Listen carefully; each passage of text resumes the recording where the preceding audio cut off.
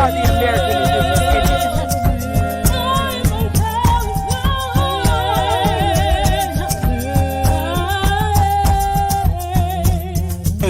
Copper color Indians, baby.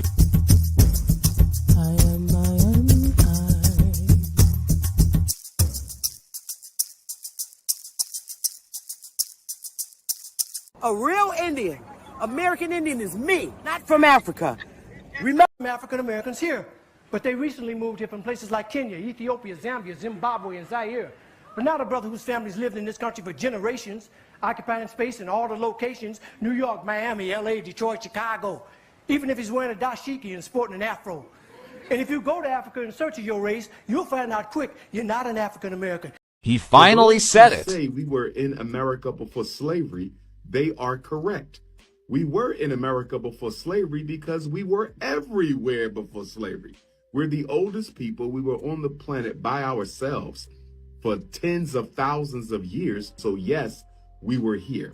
When you read the diaries of Christopher Columbus, he talks of seeing African people, black skin, woolly hair, just like the ones he saw in Africa. Let us remember that Christopher Columbus did not discover.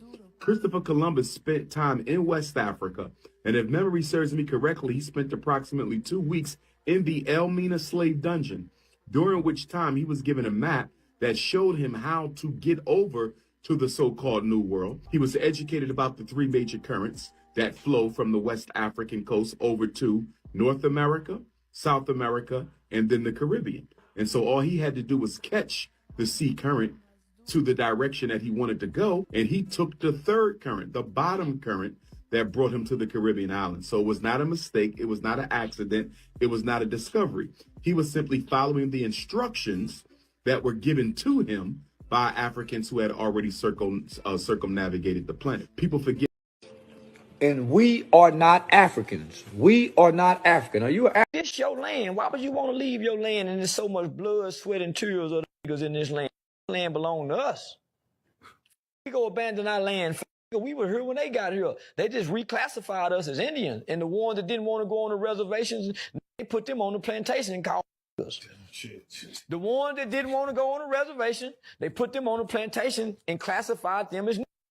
The rest of them got reclassified as Indians. I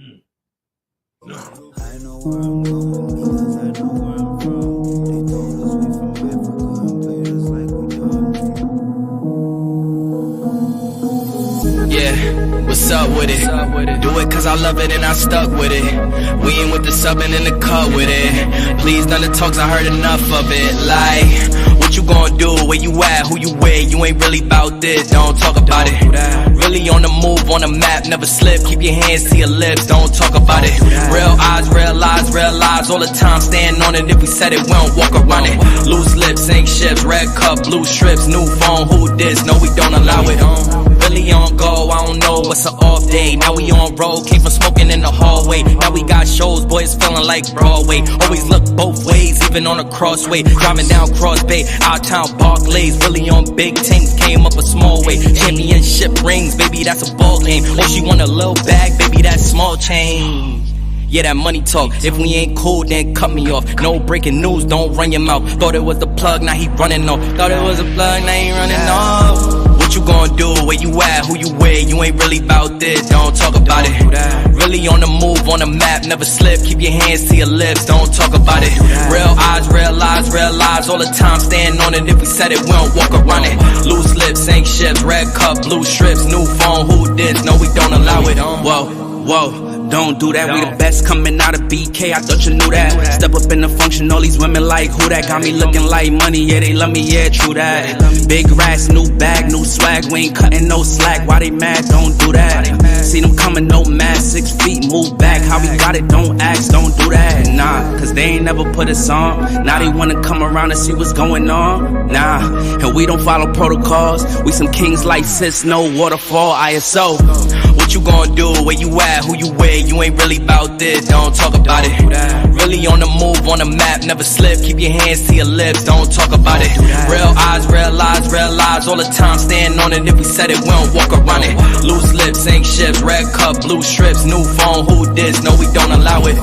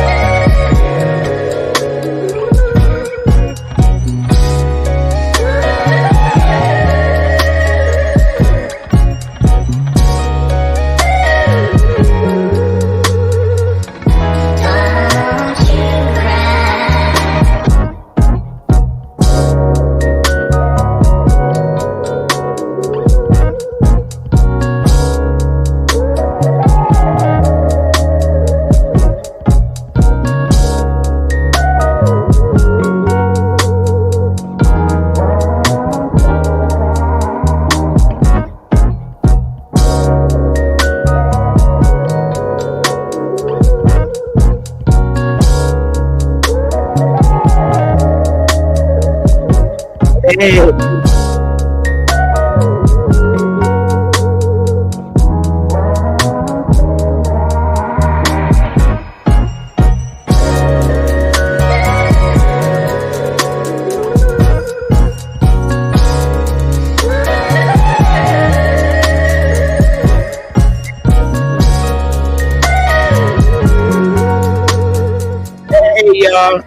What's good? What's going on out there, y'all? Hey, my Lisa, Rodney, Lady Moon. Hey, EJ Taylor. Hey, baby girl. I know you moving all over the place. Hey, now. No sugarcoat real. Hey. Hey, now. What's up, Ken? All right. All right. Hey, stop that. What's good? What's good now? Mic check. Mic check. Oh, man. Miss Matcha. What's up, baby girl? What's going on, y'all? All right. I love y'all, man. I swear I do. Otella. Otella and Willie Big Grandbaby. Hey, Kahi. Hey, Cynthia. Yeah. Woo, woo, woo. All right, now. So, Meta may hop on. He may not. But we're going to hold it down today. You know, I hope he do. You know, he's not always. Oh, welcome, EJ. All right. More members. Oh, yeah, baby girl. Yes. Yeah, y'all. I love new membership, man. This is a beautiful thing. It is. It's such a beautiful feeling when I get members, because it's all about, you know, when we tribes, they took care of the community, and they did. All tribes, they took care of their communities no matter what. And one of the most important things to me and my mind, heart, and soul is the education of our people. And I mean it. The education, you know, we all got to take a little bit of it. Some people, you know, there's other means of helping our people across these states. We can only help ourselves. Okay. We don't want handouts all the time, you know, only when needed. And when you talk about education, I'm not paying nobody. You know, you shouldn't have to pay nobody to get the truth to you. And that's a fact. You shouldn't have to do those kind of things. Like these, when I say that, I mean the United States education systems. They're terrible. Public education is terrible. Terrible. Terrible. Terrible. And you go into these community colleges and universities, terrible, terrible, terrible. I say that 3 times over, because a lot of it is lying, bias, research, and they want to groom you into standing on it by submitting this stuff out to our people. And I'm not with it. I'm against indoctrination. And where I step in for our people, for the sake of our people and their mental, where I step in is education. You have to stand on your own truth, because nobody's going to stand on it for you. You have to always remember, when you're Aboriginal, indigenous to a soil, you must stand on it. You must stand on who you are. It's very important. I get so tired of people saying race doesn't matter. Then why establish it? If it doesn't matter, why establish it? So now, because they established it, we need to fix it so that they know the truth. And race comes with labeling. And what happens is you get labeled in the wrong group, which literally washes away who you truly are. And like I said, this is why education is important. You must stand on who you are. You must wake up and not allow foreigners, immigrants, genetical immigrants, genetically to label you. Labeling is a big thing here in these here 50 states. Labeling has been going on for a very long time. They label you with mental health, psychological health, and it's all a group of people's personal thoughts on how they should label you. So if you're schizophrenic, they're going to label you schizophrenic. Really, that's a label. We are constantly, no matter who you are over here in America, you're labeled. And that's a fact. You're labeled. To the mental health community, everybody has a mental health problem. No, money grip. Everybody, yes, everybody, literally, they label your personalities, everything. But it's up to you to reject it. Ain't nobody gonna reject it from you. If it's put on you personally, you have to personally reject it at all levels. Don't let nobody label you and put you in categories. No, don't do that. We Aboriginals over here don't need anybody who's genetically not from this soil, genetically, to put labels on us. Don't you ever accept that. How are you going to come to a whole nother continent? I don't give a damn if you were born here, but you don't come to the continent and label the original people as something. The original people must reject it. Let all the other immigrants accept them labels, but not you. Because when you do that, you allow your natural identity and presence to be wiped away in history. See, going forward in the future, if you don't check it at the door and stand on it, and the way you stand on it is you teach it to your future generations so that they know, no, you're not that. You're this. And you stand on it. You cannot allow a foreign government to put a foreign label on you, especially if you're not foreign. If you're not foreign, no. You don't take a foreign label. Bottom line. The names that you hold today are given names. The names you hold today are given names. Seriously. And when I say your name, it's your last name. It's a foreign given name. That's the first damn label. A lot of our people got that from birth. Many of us got it from church. Many of us got it, the label from school, the given name. There are names that we have today are given names.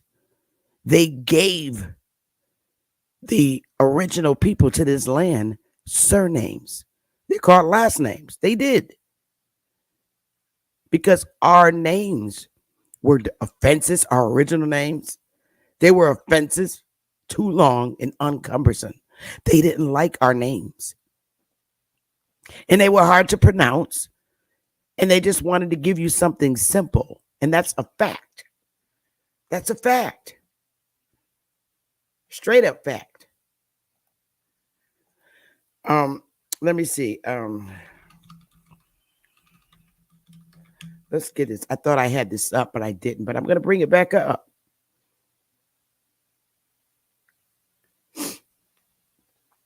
Okay. Let's just get it. All right, you stupid people. There we go.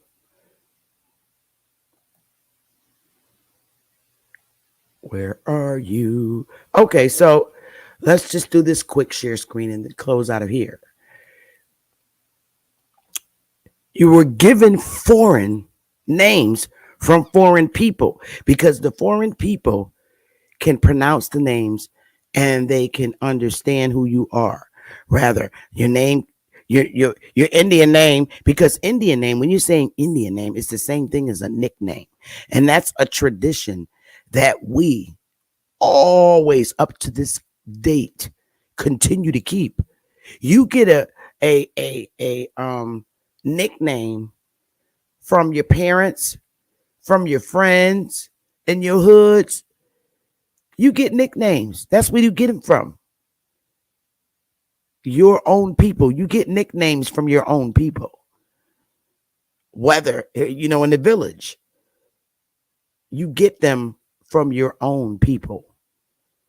The foreigner didn't come over here and give you a nickname. They gave you derogatory names.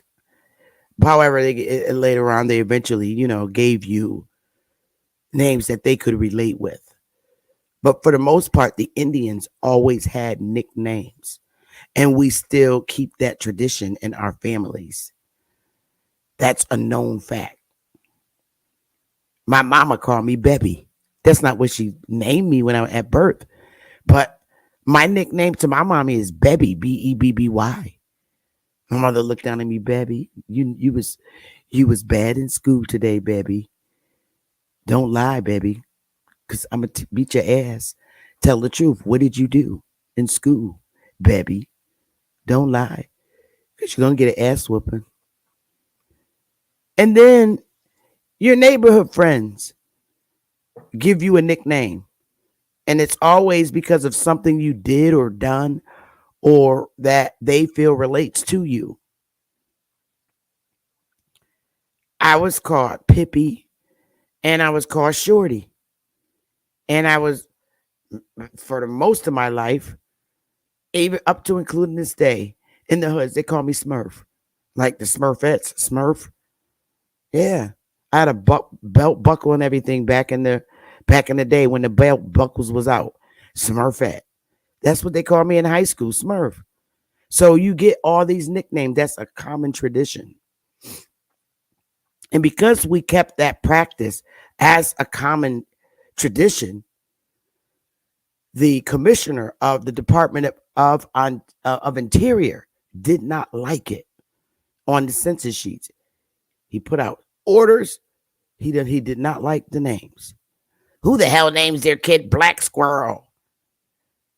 Change that. They're not going in our school systems. The superintendent, he ordered the superintendents. No. Little Brain. Small Head Lady. Bubba Skillet. Pookie is a nickname. Little Man is a nickname. Musclehead. They was not letting us go to school with them nicknames. So if we came to school with those nicknames, because our parents refused to change what they call us by our nicknames, the school gave you a name that they could call you when you're in school. We have those records. The superintendent, that was their job. The superintendent was the agent for the Commissioner of Interior. Okay, so I want you to really understand a lot of the surnames that you have are the names. Okay, they're gonna leave me alone. A lot of the surnames that we have, they were given names. Yeah. A lot of people that come from other countries, period. If they're running from their country, allies from other countries, no matter what country it is, If you're running to United States and you're a refugee, and because you were an ally for the United States and you run to the United States, they give you a name then. So your name, like famous movie, The Godfather, Michael Corleone was a given name. That wasn't his name over in Italy. A lot of people that came here running from their country, telling the United States what they're doing. And that's how they became citizens, because they left their country as refugees, came here, and they, what you called, pledged the allegiance to the United States. And they got that new name. So everybody over here named Corleone, Wong, them wasn't their names in Italy. They had to have a whole new identity when they pledged their allegiance to the United States. Now, us as a people, we got them from school and church. The church picked the names. It was through the baptism ceremonial. Then they kept it in the church book. This is your given name now. Your name is no longer Pookie or Little Head Man. Your name is Wayne Carter. How about that? Pastor gave that to you. So let's look at the common names for the Indians in America. Again, I'm not going to read them all. It's just facts, facts, facts.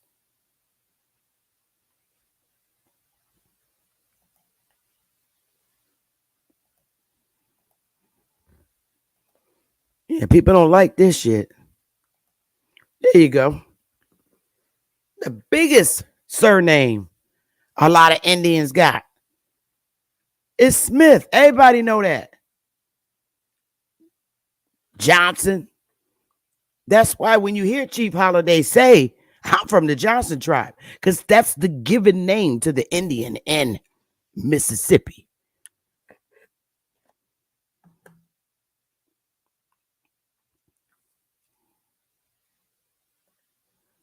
$20,000.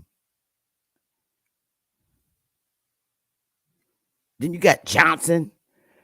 These are given names, literally. And they're also European names.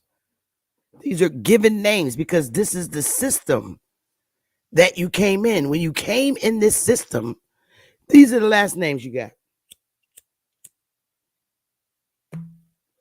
If you was in South America, Central America, the Spaniards gave you these names. These are given names.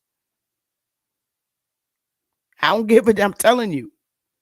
Scott, Moore, all these names are given names from this colonial system.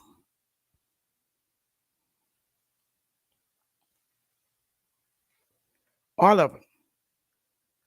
Let me put this in the chat. And I'm going to keep standing on this. I don't give a damn what they're teaching on other YouTube content channels. This is what you call, in my opinion, all right, is civil war. This is civil. We're in a civil war with our own people.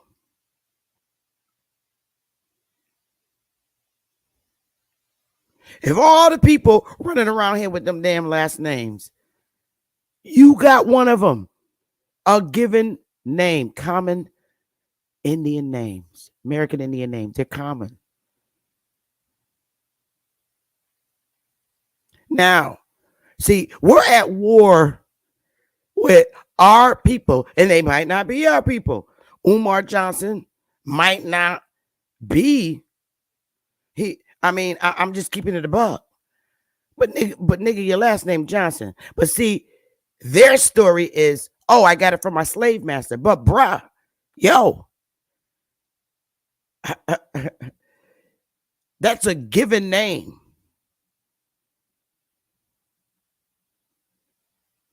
I guarantee you, you're not going to find no Johnson on no damn slave ship. Schedule.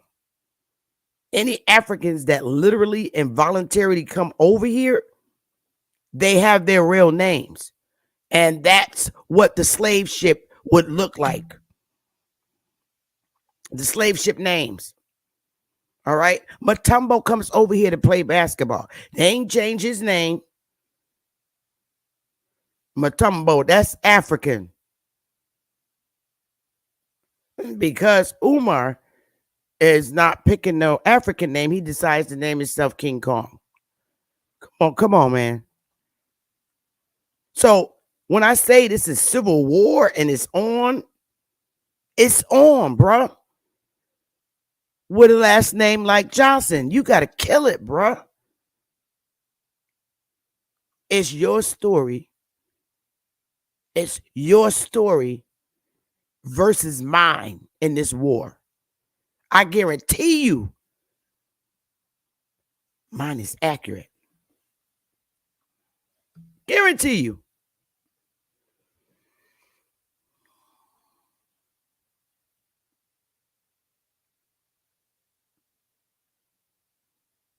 You can kill it, bro. It's over. But they still want to be at war. They're trying to hang on. The casket's open. They just falling in. I'm telling you, you see who has the most common last names given to the American Indians. So let me tell you something. If that's the case,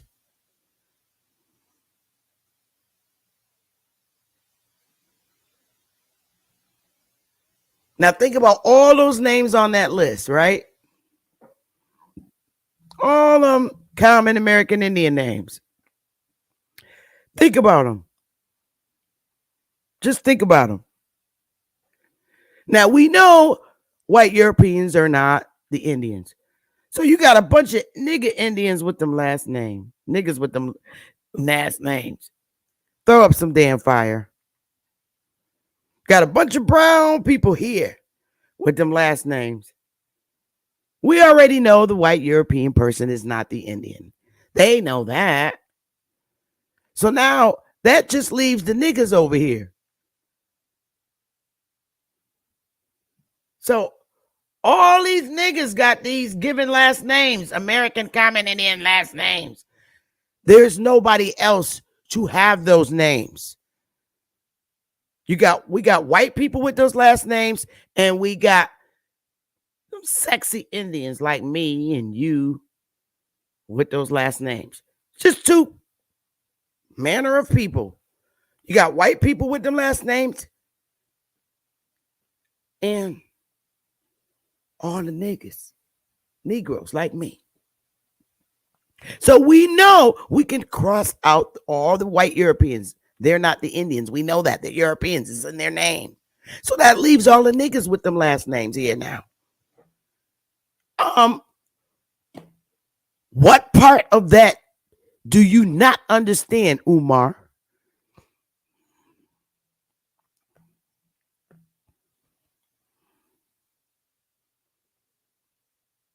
And we have the records that tell you clearly. Indians enslaved Indians. Facts. Indians here on the mainland, we got all the stories and all the records. Yo. Indians. Oh. Indians enslaved Indians. Guess what else these Indians did that look like me? Indians sold Indians. Yeah. Indian women sold their husbands when they got tired of them. And Indian men sold their wives when they got tired of them. These was all niggas doing this shit. Indians enslaved Indians.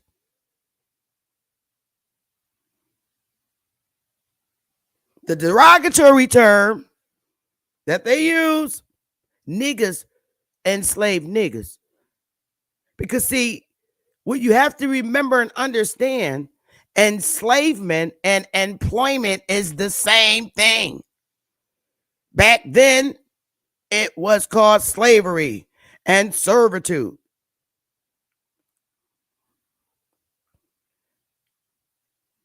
Today, it's called employment or imprisonment.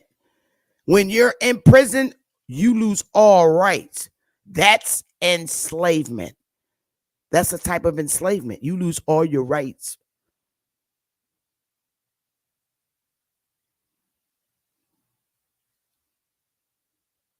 See, a lot of y'all wannabe pan-boo-boo Africans do not like the fact that women are truly real leaders on some real shit. I'm standing on my leadership.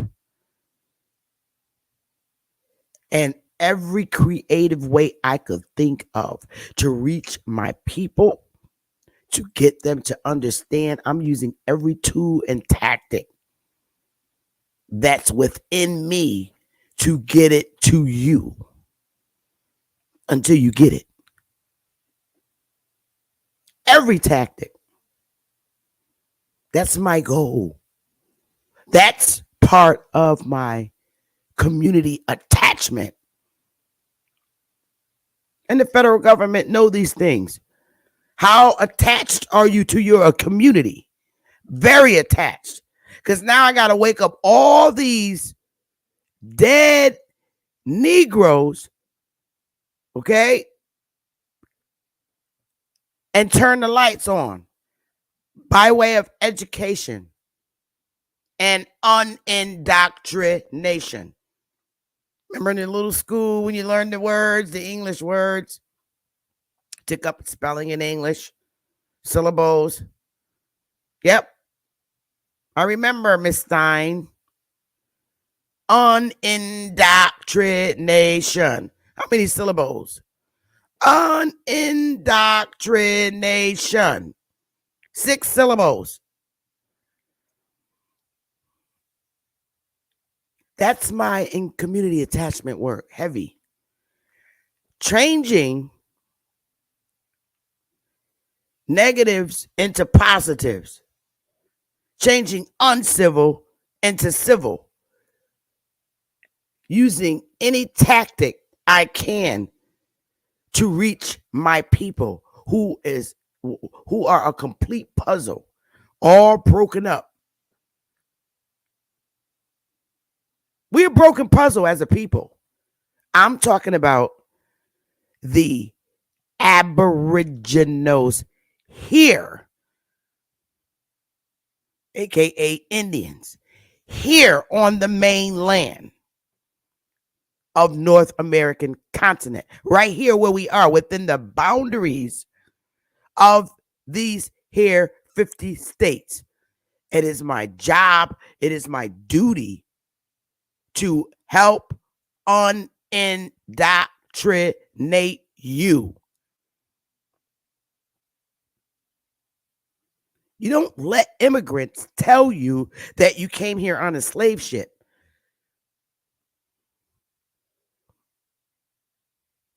Just think about that.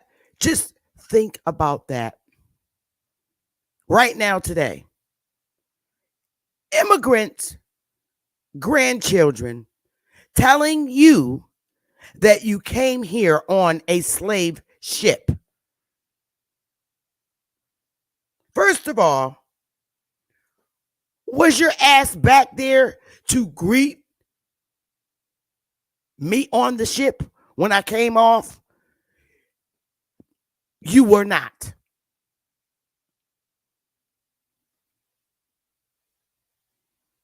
Now, you could be a United States citizen and say we have a right to name you or, identify you in our manner in which we know you. But that don't mean you can't fight it with the civil rights and protections that you have. You don't let immigrants come on your land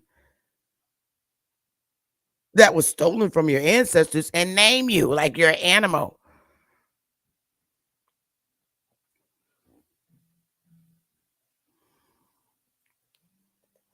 Adam and Eve gonna step back when you start trying to name the Indians. Hang on, y'all. Give me 1 second. I got to take this.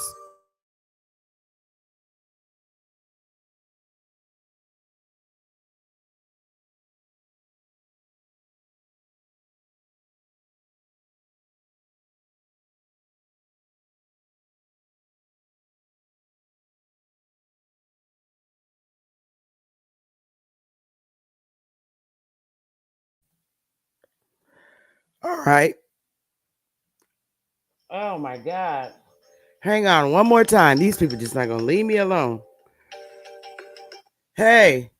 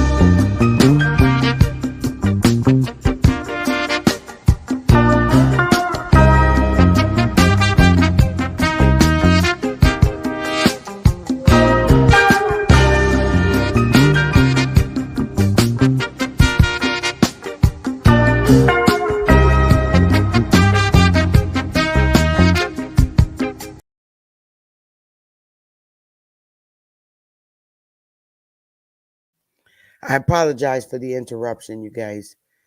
But my camera is getting all funky and stuff. Now I gotta put my headphones on. I apologize for the interruption, but I'm gonna keep it going, and I'm gonna be a minute. I'm gonna be a minute. I'm not putting up that I refuse. Hey, Choctaw. Let me just get this camera right. It's the lighting. It's I need my green screen up. Hang on, yeah, I gotta put this damn green screen up. Hang on. But you could talk to him for a minute, Mega. Then I'm gonna come back and pick up from where I left off. Yo, what's going on, everybody in the building? Yeah, just pulled up to join y'all, of course, as this is what we need to proceed. Yeah. Let's see. Put this down.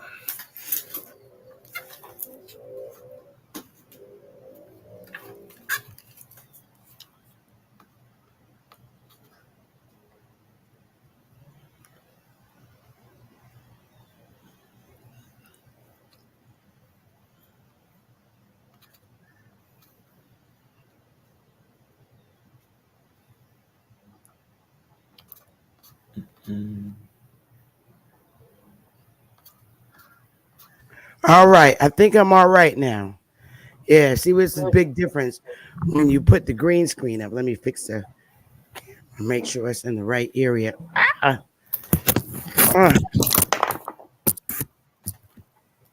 think it's all right now. Yeah, it's all right now. So I left off at the connection and instilling in you, and I really want you to understand what happened over here. I'm just gonna mute you. I really want you to understand what happened to you over here. All right. And this topic today, I'm very serious about this. All so-called labeled black people are not the same, period. I don't give a damn. I don't care. We're not the same people. If you are from this soil, you are from this soil. and you have no genealogy history in no other soil. If you are over in Africa, they're indigenous to that landmass. That does not make us related because we have brown skin. And I do not hate Africans, but I'm standing on who I am. And you have to stand on who you are. Again, anybody who came through the border, and when I say border, I mean ship, airplane, the damn fence over in California or Canada. These are not the people. These people's grandchildren should not be identifying who you are. You have to do that. You don't come in on a ship, airplane, boat, roller skates, and tell an original people from an original soil who they are. It's you that have to fight and stand on that and correct people.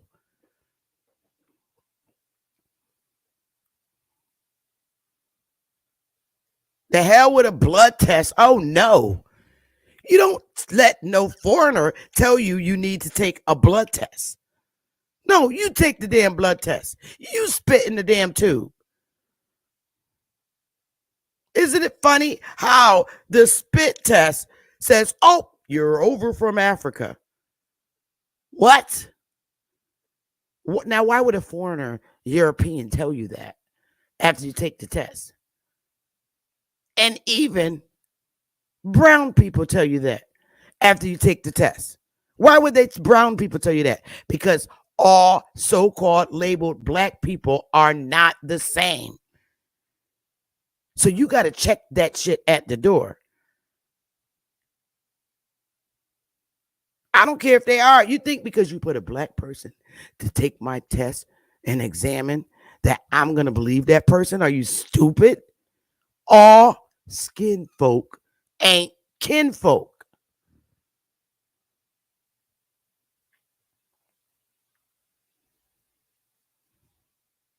You need to know what was done to your ancestors here, especially when you have the damn proof.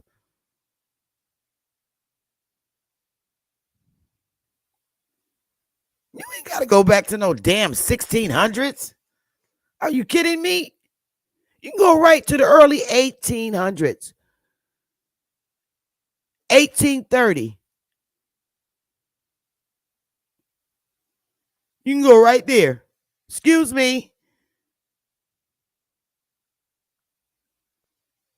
In 1830, that was the Indian Removal Act to get all these damn Indians off their land to Oklahoma. 99% of those brown Indians said, hell no, I ain't going no fucking where. I'm staying right here. Oh, really? Now, you were not part of their system. You were not part of the 13 colonies.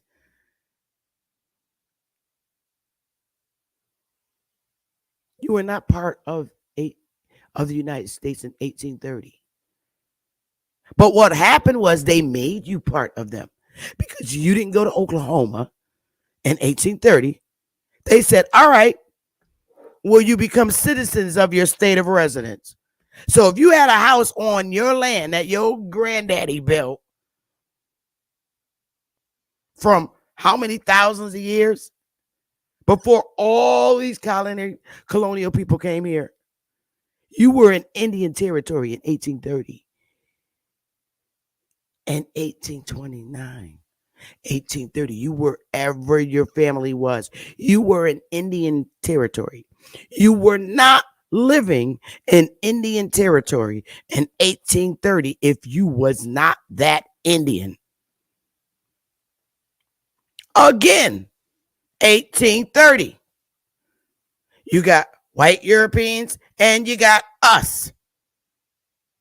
So we know the white Europeans are not the Indians of North America. We already know that. They know that. That leaves us. There is nobody else. It was just us and them. So who were they talking about? What people were they talking to? What people were the Europeans talking to in 1830 when they said, take your brown butt backside to Oklahoma? Who were they talking to? Who? Could somebody say that in the chat room? If you have white Europeans telling you to go to Oklahoma in 1830, who are they talking to?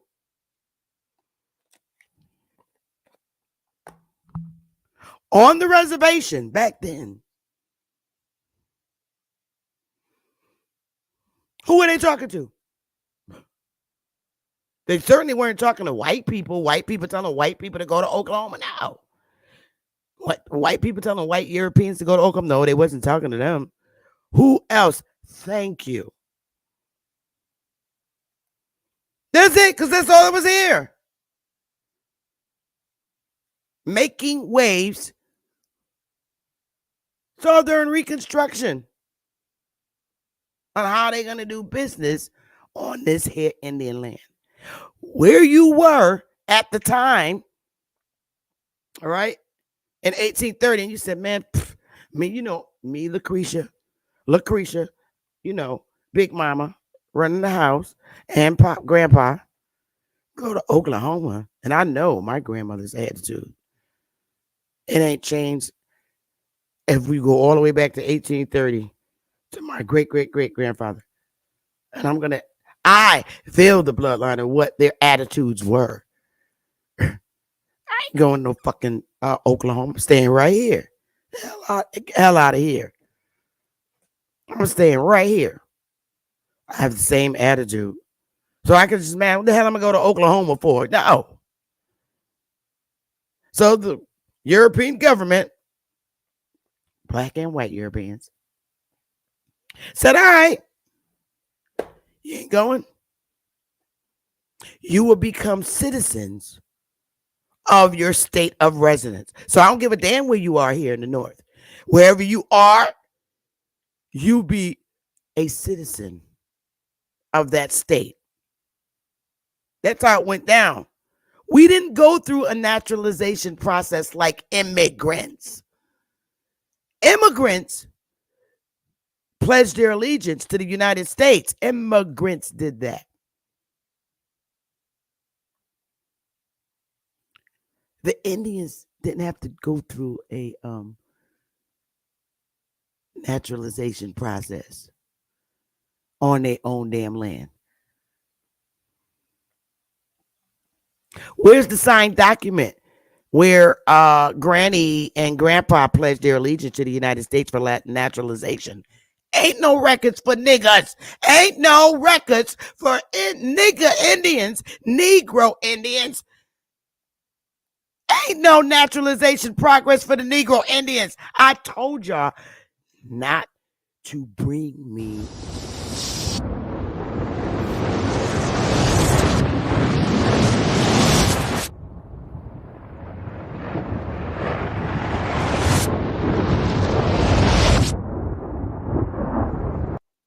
What the hell we gonna go for a naturalization process for on our own land?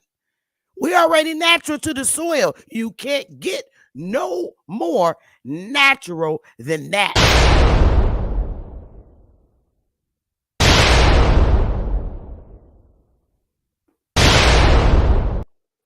Now, when we was in little school, teaching us how to be unwild hood Indians, y'all remember that? When we was in little school, I pledge allegiance to the United States of America and to the republic for which it stands, one nation, under God, with liberty and justice for all. My country, 'tis of the sweet land of liberty, of the I see. Land where my fathers, land, you got all these little nigga Indians saying this in the public school system. And then in the 70s, they put a little twist to it, an addition. Lift every voice and sing till earth and heaven ring. Ring with the harmony. Oh, liberty, let our rejoice. Y'all know that was the old Negro anthem. Martin Luther King. Sing a song full of the hope and the presence of God. Sing a song.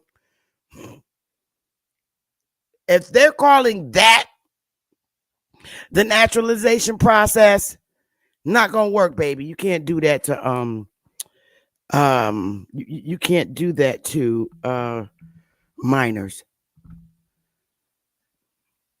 Yeah, little minors singing the Pledge of Allegiance in school.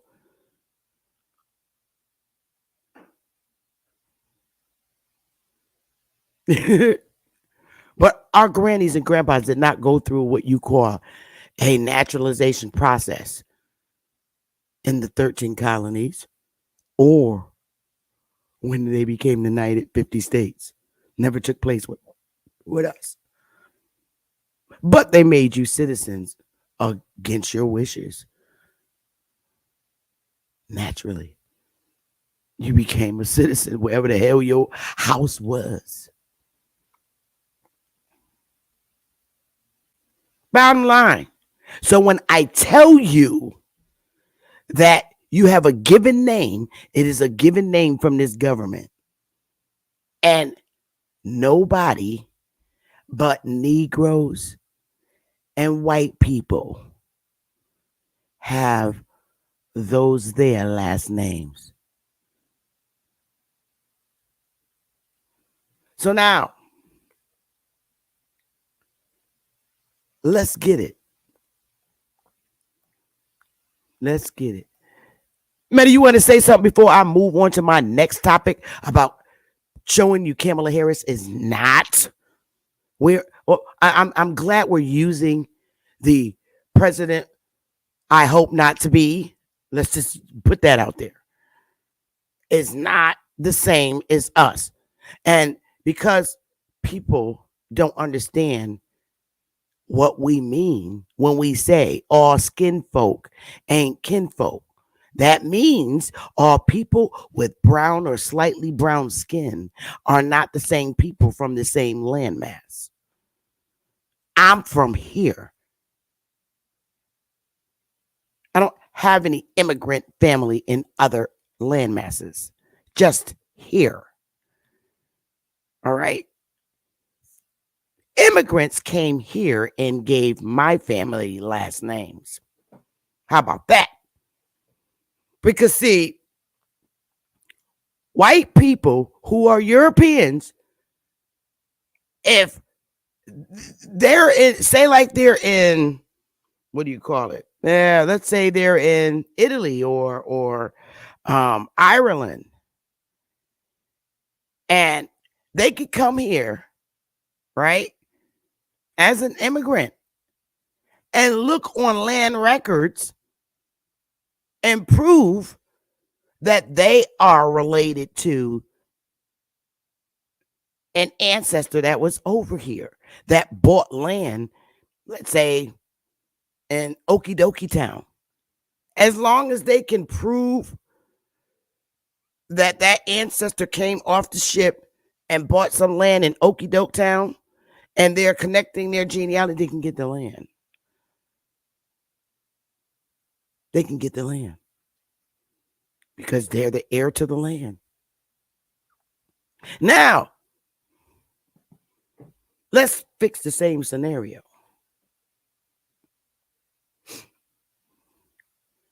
Let's fix the same scenario.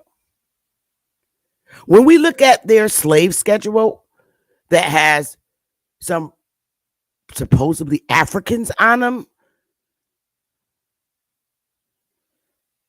Granny can't trace no African on their slave schedule because they ain't there.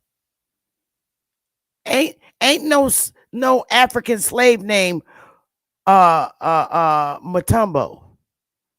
See, Matumbo came over here with his real name. Ain't no Matumbo name on them schedules. So Granny, she can't trace no African as an ancestor. Because Granny and Grandpa not gonna own a 160-acre farm and say, I'm African. Hell no, not in the Indian land. What Indian sold an African 160 acres?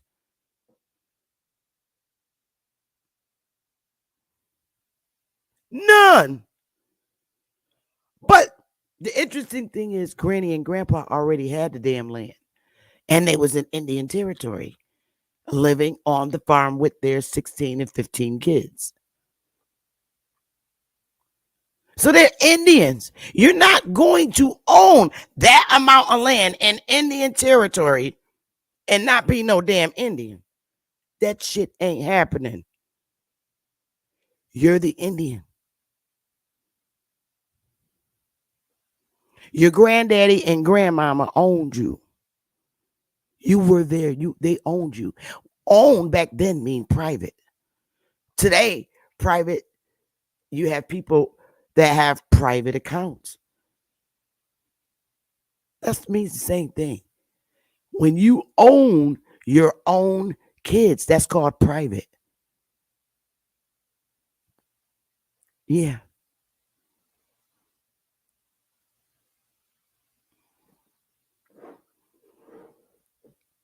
Indians sold Indians. Indians sold Indians. Indians enslaved Indians. Meaning Indians employed Indians. And we there was a lot of scenarios in our instances. You could have lived on a farm that was about 80 acres with your family. And you know how we do, yo.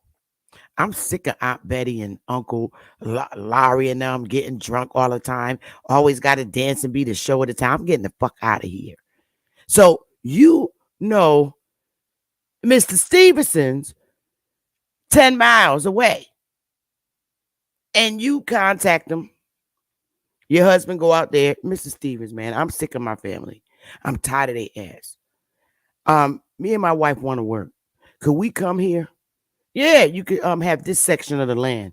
Put your house up. Matter of fact, we help you out. Y'all come on here, you work. And you know, they provide food, shelter. That's how it was. It wasn't money, fiat shit. So now you on the Stevens plantation. And they black, brown, just like you. Your husband came and said, man, I'm going to get my wife. He went and got his wife, and they went 10 miles away from their damn family. And he took him, his wife, and his 5 kids, and they went on, stayed on Mr. Stevens' plantation, get the hell away from their family. That's the way shit went down in the South. And the selling of kids when they turn 12. Oh, I'm giving her to Pastor. She getting too mouthy. I'm giving her to Pastor Jenkins. You're going to be his wife at 12 fucking years old. That kind of shit went on down south with the Indians, our people. You're going to be wife for Pastor Johnson. You out of here, heifer. That's how our parents still spoke to us. They called us heifers and shit. Same terminology. Lying ass heifer. You know our parents say that. That's all Indian shit. So now when Reconstruction come, all right, damn it, ain't no more. This is why we have these laws. No more fucking selling slaves. Selling little girls to old ass pastors and shit. And your little sons. Now, Reconstruction's we gotta have a better life than this shit. 12-year-old You know, sold him to Pastor Jenkins to be his wife. So now, Reconstruction, bitches. The United 50 States. No more selling people and slaves. Ooh, honey, the Confederate States didn't like that shit. That's why we had the war. Say, hell no, no more selling. No more selling Indians. No more selling white boys. No more white boys selling their wives and kids either. Stop this shit. It's a law now. You can't do it. Don't play with me. Don't. If you don't wake up and see reality to this shit, the reason why we have these laws, so to stop what was going on before. That's the whole purpose of creating a law.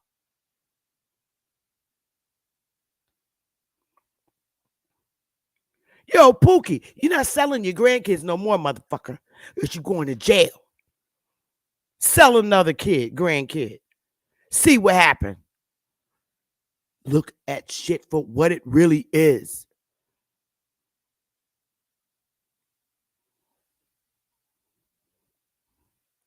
Pookie, you ain't selling your daughter no more, man. No more kids, man.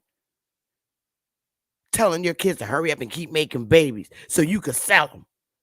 Punk ass. I'm speaking using modern day language, taking it way back then. Because, see, y'all keep blaming this story on the white guy. Ain't no fucking way white people are going to sell you and all these damn niggas here. Are you serious? Come on. Stop the fairy tale. Stop the bullshit. It is about Pookie. You're not selling no more little girls and kids, your grandkids, to pastor this and pastor that. Talking about they going to raise them to be some good old church wives. The motherfucker done had 3 kids by her and she's 16. That kind of shit. That's why we have a law not to sell slaves. Let's keep it a buck with reality. This is what wild, stupid-ass, feeble-minded Indians did. AKA your stupid grandparents. Our stupid grandparents. Because that shit, they made it normal. Common thing. You seen Color Purple when Mr. sold Celie to old. No, when Celie father sold her to Mr. with his ugly ass Danny Glover. That was, although it was a movie, it was very true. Did you take a look at how big Mr.'s land was in that movie? That's some real shit. Look how far they had to run to the damn mailbox. Shit, my big ass need a scooter today for that. I'm not walking to no damn mailbox way down there. You see how far Mr.'s mailbox was from his house? Oh, hell no.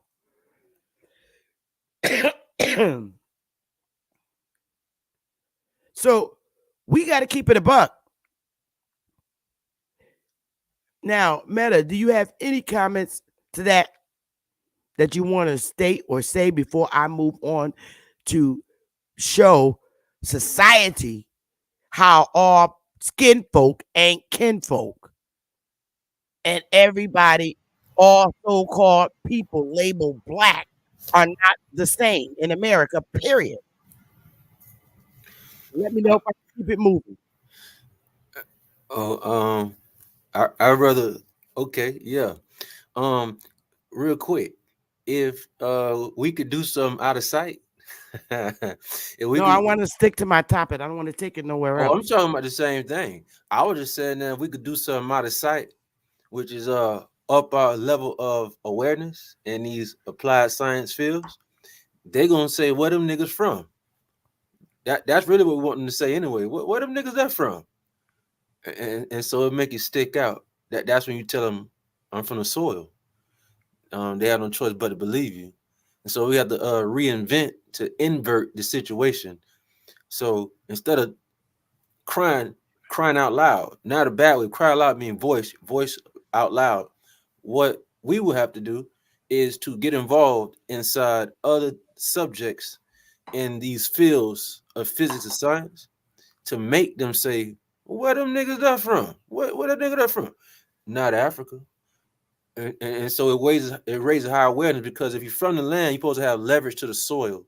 So when your ancestors did any type of rain dance, it was because they had leverage of the soil. And so there's a magnometer hooked to your melanopsins, your eyes, and also the GABA receptors and a few other receptors. And you can cause atmospheric changes, which allows it's like a discharge, electrostatic signal sent straight to those clouds. And that's how they made it rain.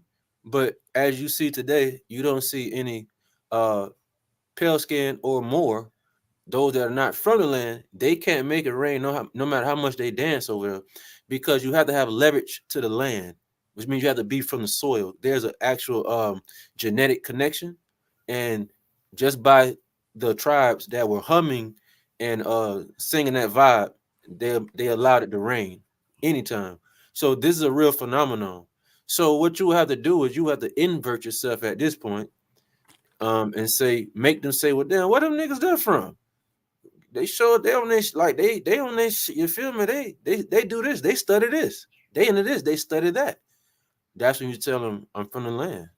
Make them curious about you. That'll most definitely make them believe where you from, without overstepping and underestimating where you from, putting somebody else where you from.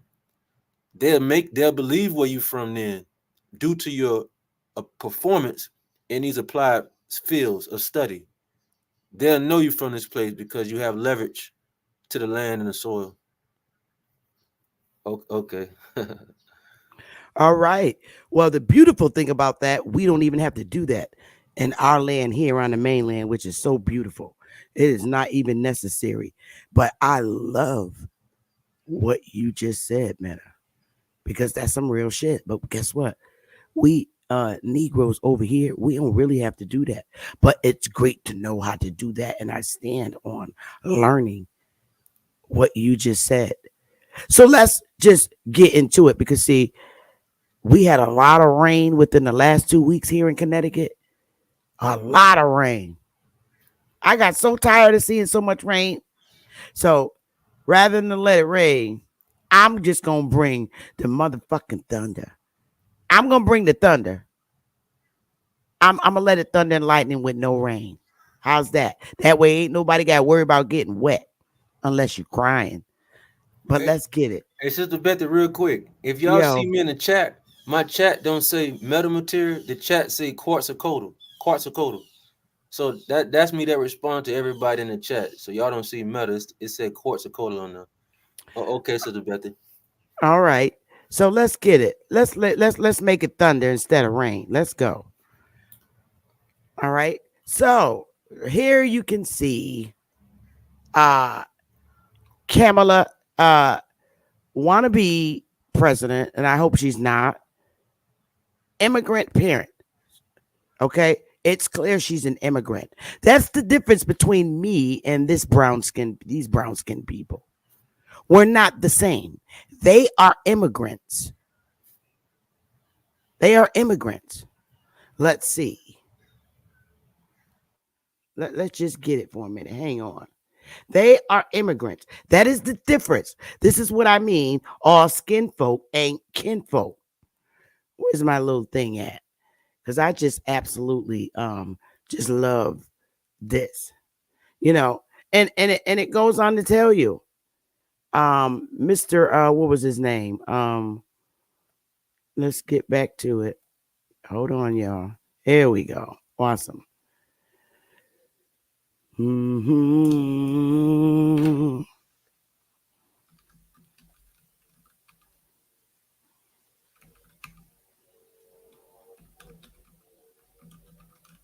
Just give me a minute, y'all, because that's very little, of course. But Kamala Harris's father is an immigrant, and you saw that it's an immigrant, and that's a fact. He's an immigrant. He identifies as a Jamaican American. Born Donald Jasper Harris, August 23rd, 1938, age 86. He is an immigrant. He's not from this soil. Okay? That's a fact. And her mother's from India. That's very clear. Very clear. Her mom's from India. So now, her mom being from India, definitely not. We know that. That's not an Aboriginal person to this soil. She's Aboriginal to India. When you trace it back. The genealogy back. She's from India. But Mr. Harris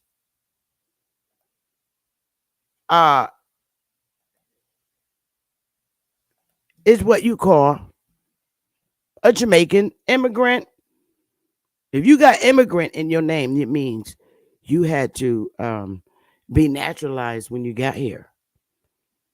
So these two are naturalized people.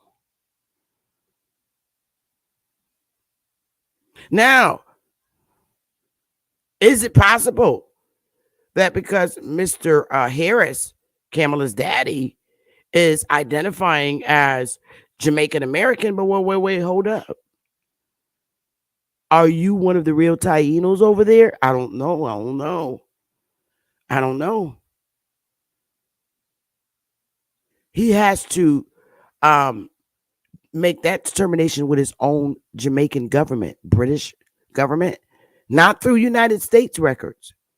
Because see, when you flip the script and you go over there, and when you go over there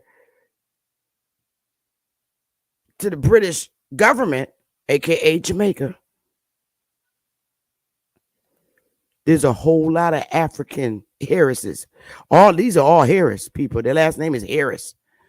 These are slaves, Africans. It is thousands of them.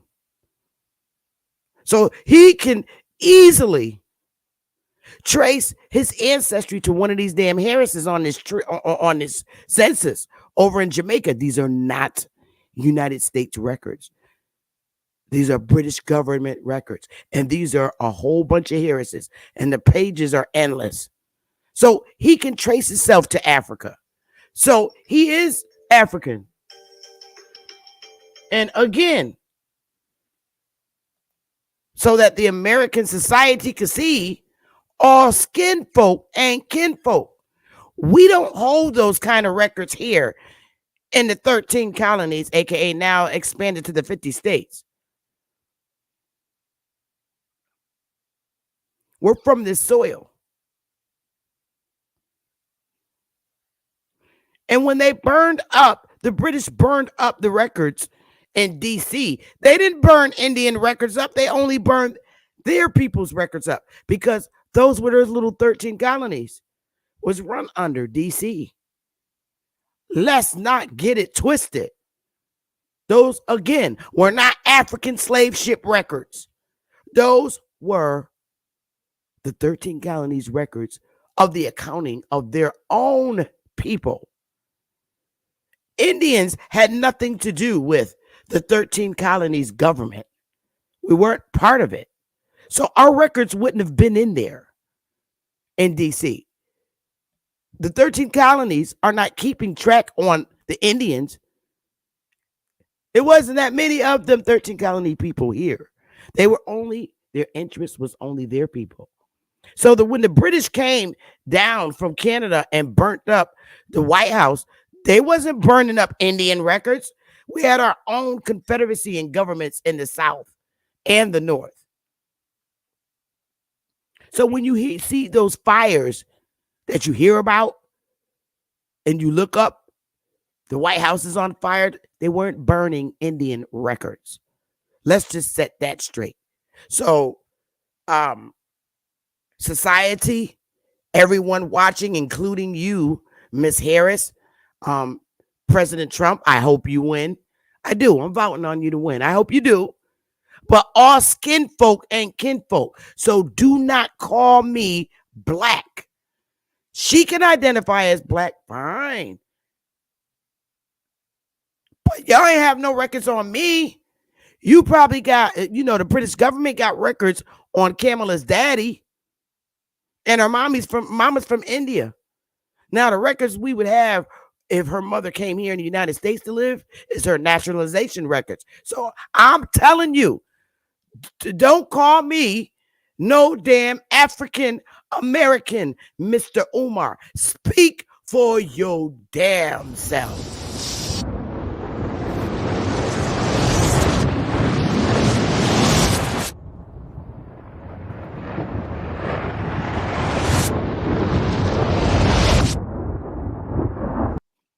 Kamala Harris has every right to identify as African American because her daddies are African, according to British government records. So she has every right to identify as an African American because that's what she is.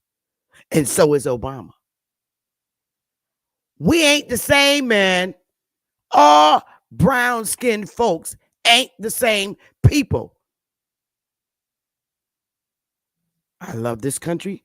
It's my ancestors' country. And American Indian is who I am in today's society.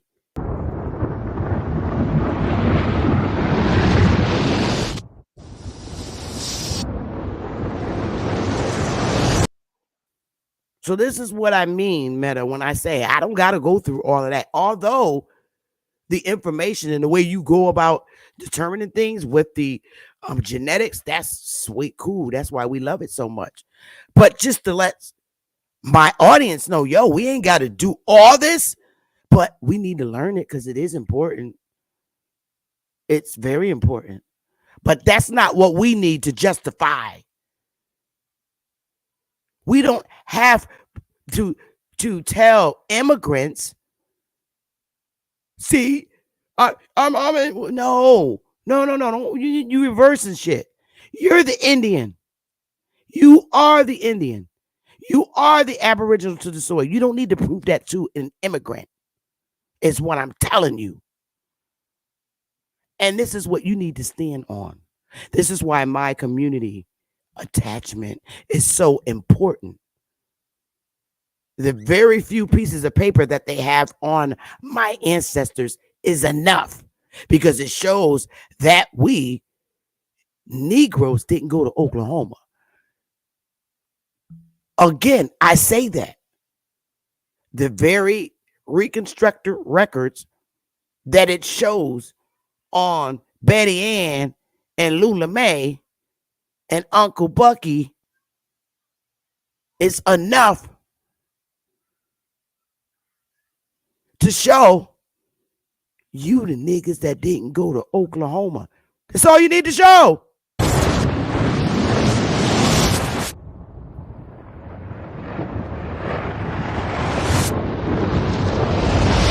Nothing else to show. So now that's the difference between me and Kamala Harris. I don't have to look. It can't get no more easier than that. There is a difference between me and Kamala. I don't hate the woman, but we ain't the same. I'm not a naturalized United States citizen. There's a difference. No naturalization took place in my family. Ever. But what did happen was my ancestors were conquered on this land with the help of immigrants and the former subjects of the British colonizers. So, Meta, do you have a response for that, or you want to speak on that, or you have anything to say? If not, I'm going to get into this article that I have that I wanted to read and get our people to understand about the labeling, the continuous labeling of immigrants, of you. This is what you got to fix. Now, if you want to do some research, you need to put Indian in there. If you got to make sure that when you're doing your little studies and your research, wait a minute, you just put all black people in one bucket. That's like what Connecticut did right here. You took all the Indians and the Negroes and put them all together in one count. The light-skinned was the Indian, and the brown-skinned one was the black, the Negro. Wait, you divided the light-skinned Indian from the dark one. Here on the road, Indians and Negroes. And this is all public information. You Google this damn thing, and it's out on Google.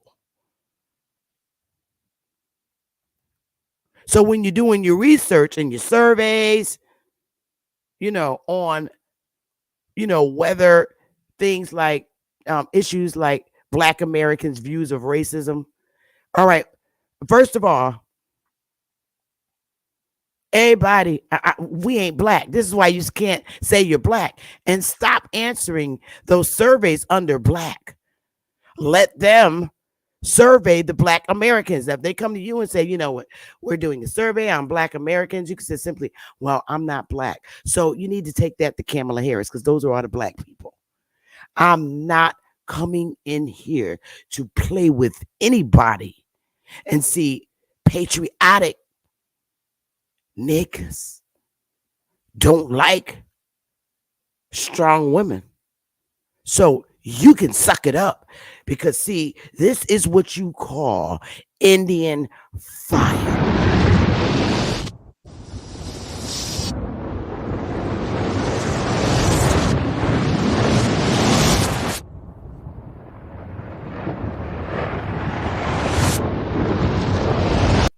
So I'm going to turn it over to you for a little while, man, and then I'm going to get into that article and continue off what I mean. It's an article and a study of racism. But you got it, brother. I'm going to let you take it for a little while.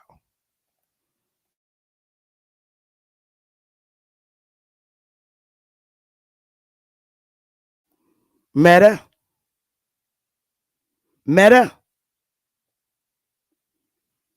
Hello, Meta. All right. Well, y'all, I'll just play a song until I get ready to take it back over again. All right, my loves. I'll be back. I'm going to take a little water and ladies break, and I'll be right back. This is intermission of the show.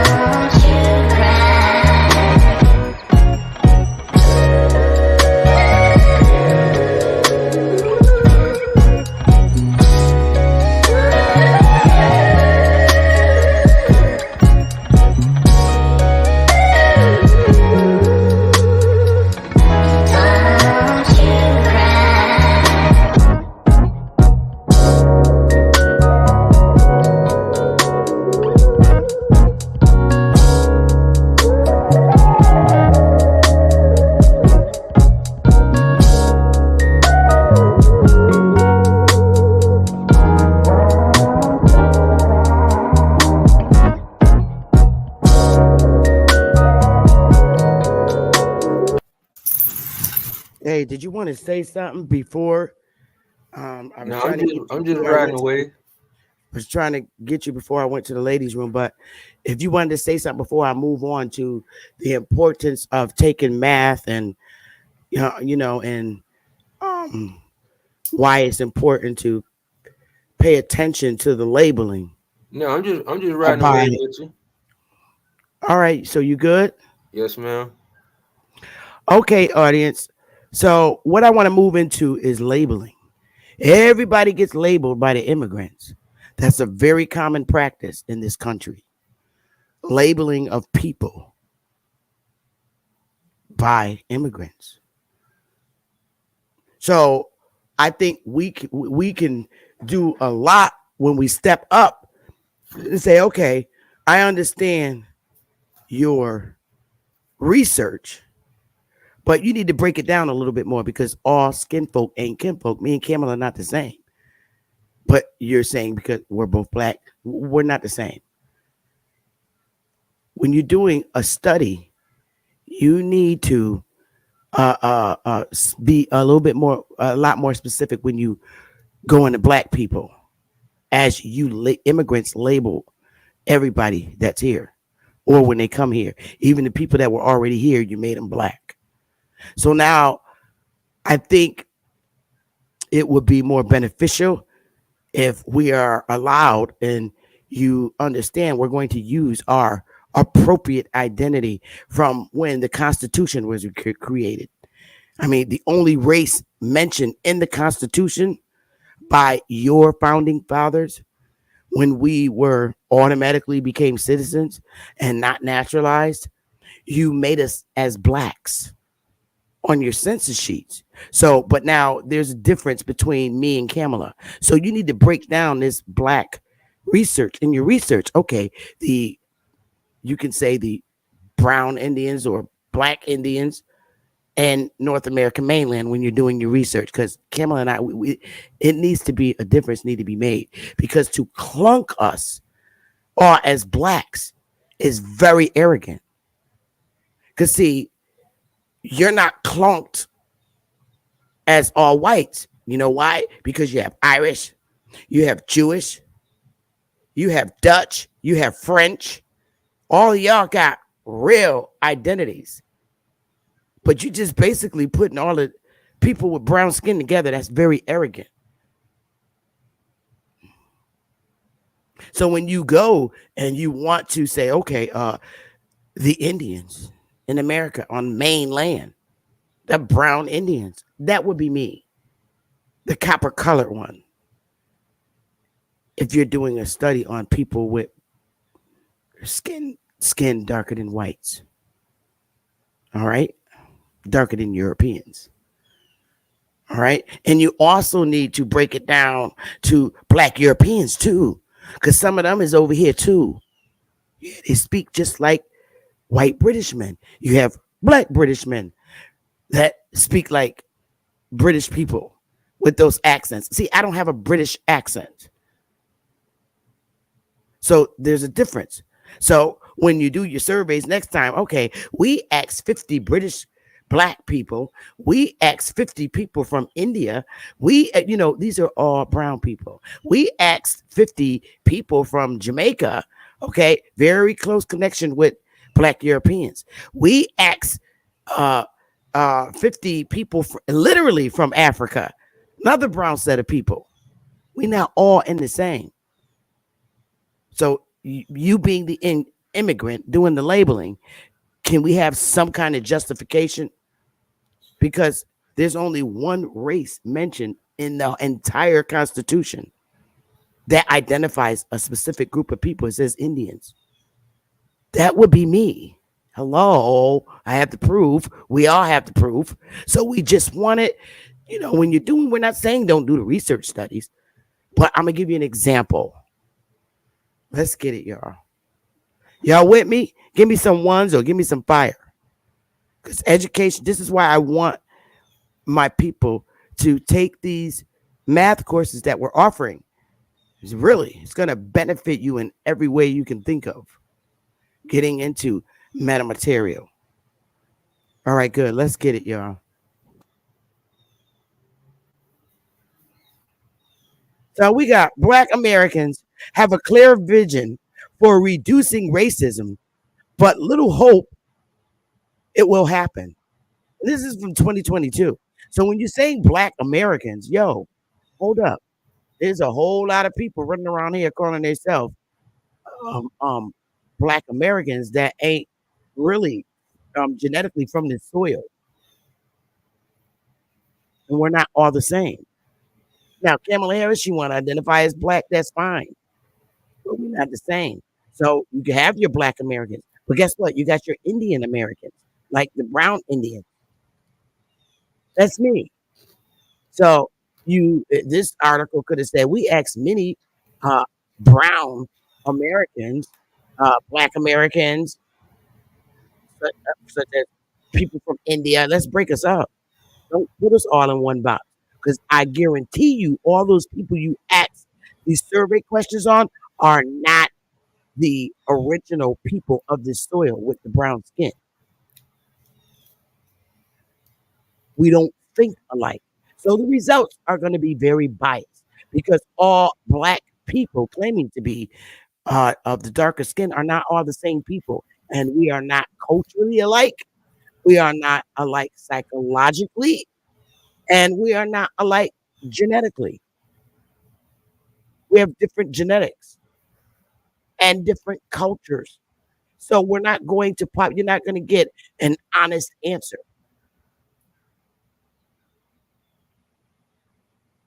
So call like you call. How many Dutch? How many French? How many da, da, da, da. Okay, you actually have Jamaicans here. You have Haitians here. All kinds. Let's use who the people really are. And you have the brown Black Indians here. So here's your survey. More than a year after the murder of George Floyd and the national protest debate and political promises that ensued, 65% of Black Americans say the increased national attention on racial inequality has not led to changes that improve their lives. 65% is a very high number. That means you did exactly what this state did when it came to counting the Indians, the lighter Indians with the dark Indians. You put them all together and just, oh, you're all the same. But that's what you did here. Because I'm not the same as a person from India with people from India. I'm not the same as people from Jamaica. I'm not the same. Nah. Those are different Indians of their land masses. All right. I think differently from all other kind of what United States identify as Black people. Because I guarantee you, you didn't ask a bunch of Haitians. You didn't ask a bunch of Puerto Ricans. Okay, because there's Puerto Ricans that look exactly like me. And because you don't know if they're Puerto Rican or not, you put them in that loop with the Black people. And you thought you was talking to a Black person, but in the actuality, it could have been a damn Puerto Rican or Cuban. Now you get the drift what I mean? Or it could have been Jamaicans with very North American-like accents who really let their Jamaican accents go. So you don't know who the hell you're asking. So I say this is biased. I'm not even going to read it, but I just want you to get my picture. Don't do that. Stop doing that. Break it down more. We asked 20 Jamaicans. We asked 20 people from India with brown skin. Right? All the brown ones you're going to pick from India. You're not going to pick the ones with more of the white European looks. They're X'd out. You're just going to get the ones that look like Kamala Harris. That's how you Europeans, immigrants, do people browner than you when you do your studies, including people that look like us, who are also immigrants doing these kind of studies. So I don't know the panel of the Pew Research Center, but this is bias.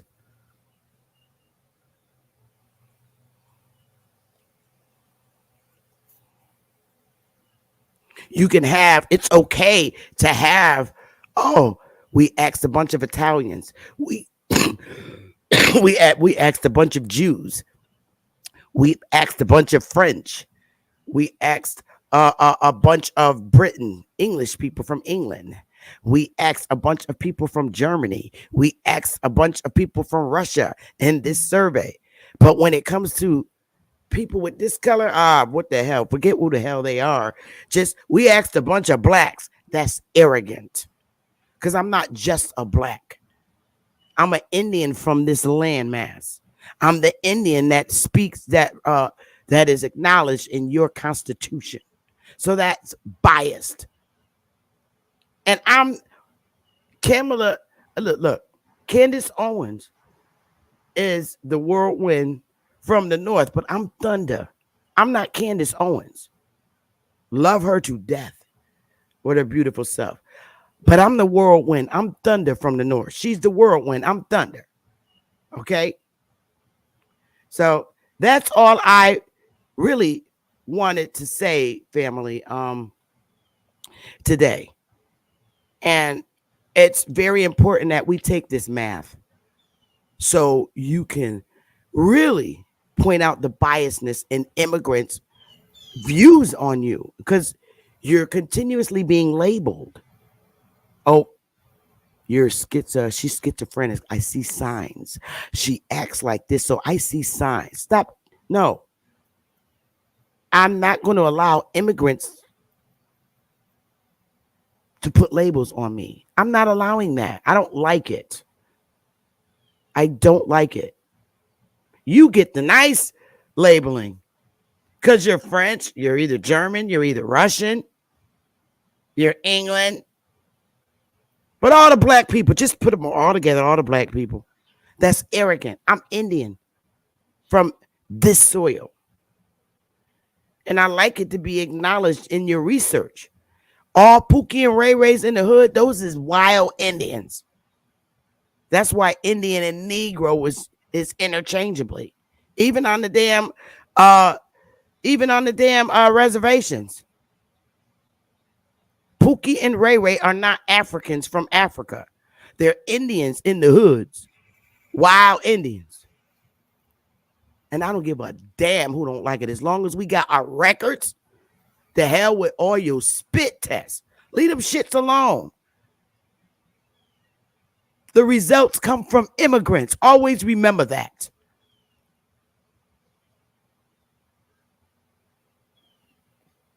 Well, you got it now, Meta, because I'm not trying to be on here all day.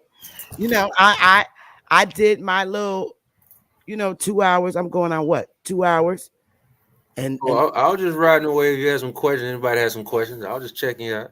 I'm just laid back in the Maybach. All right. So if anybody, I'm going to open up the panel. And if you got questions for Meta, and please hit the link and become a member. I love when people, become members of the channel. It's very healthy over here. So I'm going to stand on educating our people. And one thing that we're doing now in Zoom is we're taking that math. And I'm so excited because now, we can take the course on Sunday.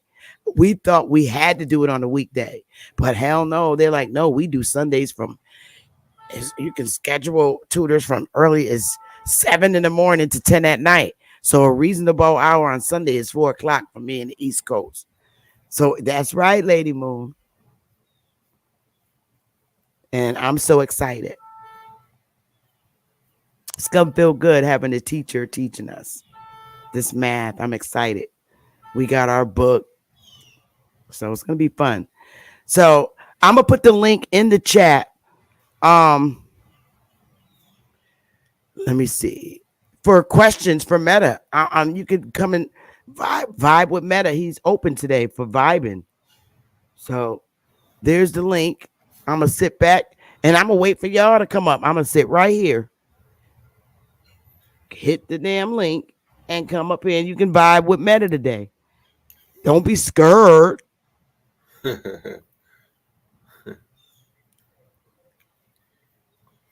He taking all questions today. Don't be scared. The link is in the chat. All are welcome to come and ask him questions. That's what he's here for today.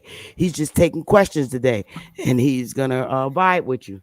Yeah, I'm just chilling, vibing with y'all right now. I'm just listening to Sister Bethy's message and anybody that's here today in the place. So yeah.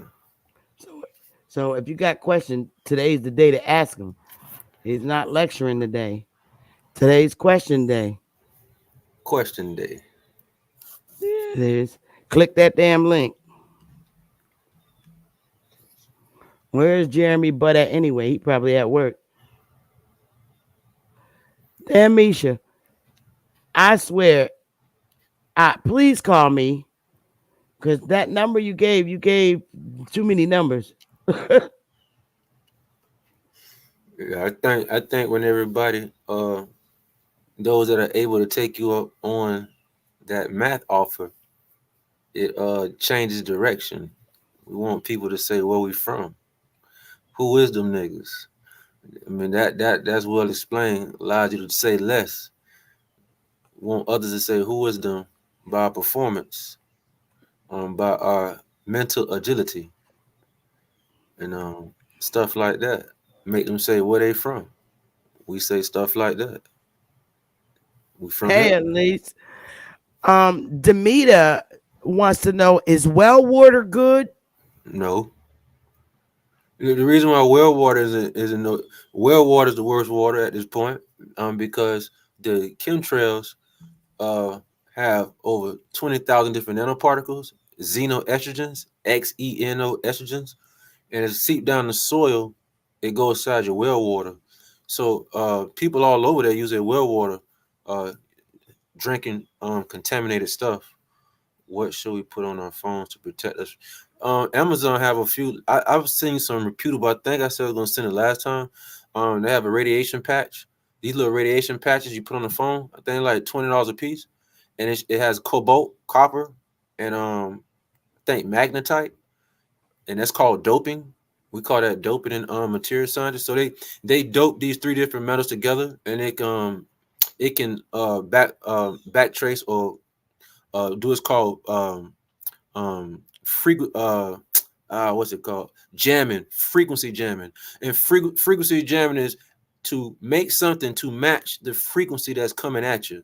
So we had an EM field, the radiation on our phone. Let's say the radiation is 4 gigahertz, 3 gigahertz, whatever. These electromagnetic patches you can buy on Amazon and some of these other companies, they're doped with cobalt, copper, and I think magnetite, and then from there it can bounce a signal back. Because really what you want to do is get a little device to measure the frequency so you can see it with your own eyes. It costs maybe like $150, like a Geiger counter is what it's called. You get a little electromagnetic radiation device. You really want to see this with your own eyes, so it'll make you think and move like this at all times, so you know that the invisible force called radiation is in the building. And to see it in the way it moves on that device, when you measure it, it's gonna make you change how you move and everybody else. So I really encourage anybody to get the little small radiation device so you can start testing where is the radiation in real time. They even have the radiation test that you can test the cell towers. So they have some very sensitive radiation devices that you could check the radiation coming way from the cell towers up close and far beyond. So because it's actually everywhere. It's actually everywhere. What's up with the Sahara dust from Africa to Florida? Saharan dust from Africa to Florida. I wonder what it mean by Saharan dust. I don't know about Sahara. Let me see. Saharan dust from Africa to Florida. Is it coming out of their clothes and getting in Florida? I don't know. Oh, I see what he's saying. Sahara dust approaching Florida. Okay. So before it moves, dust from Africa leads to large toxic allergy blooms. Yeah, so they're blaming this on them. So I will have to show you let me show you 7 Hiroshima bombs. Let me show this real quick. Ocean, 7 Hiroshima bombs.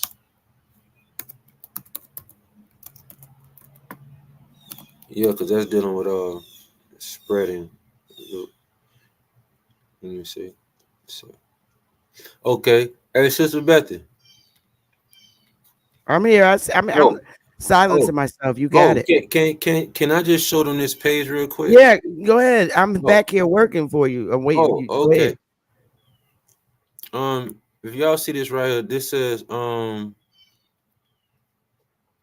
this is called this is the ocean as y'all see. So he says come from Africa.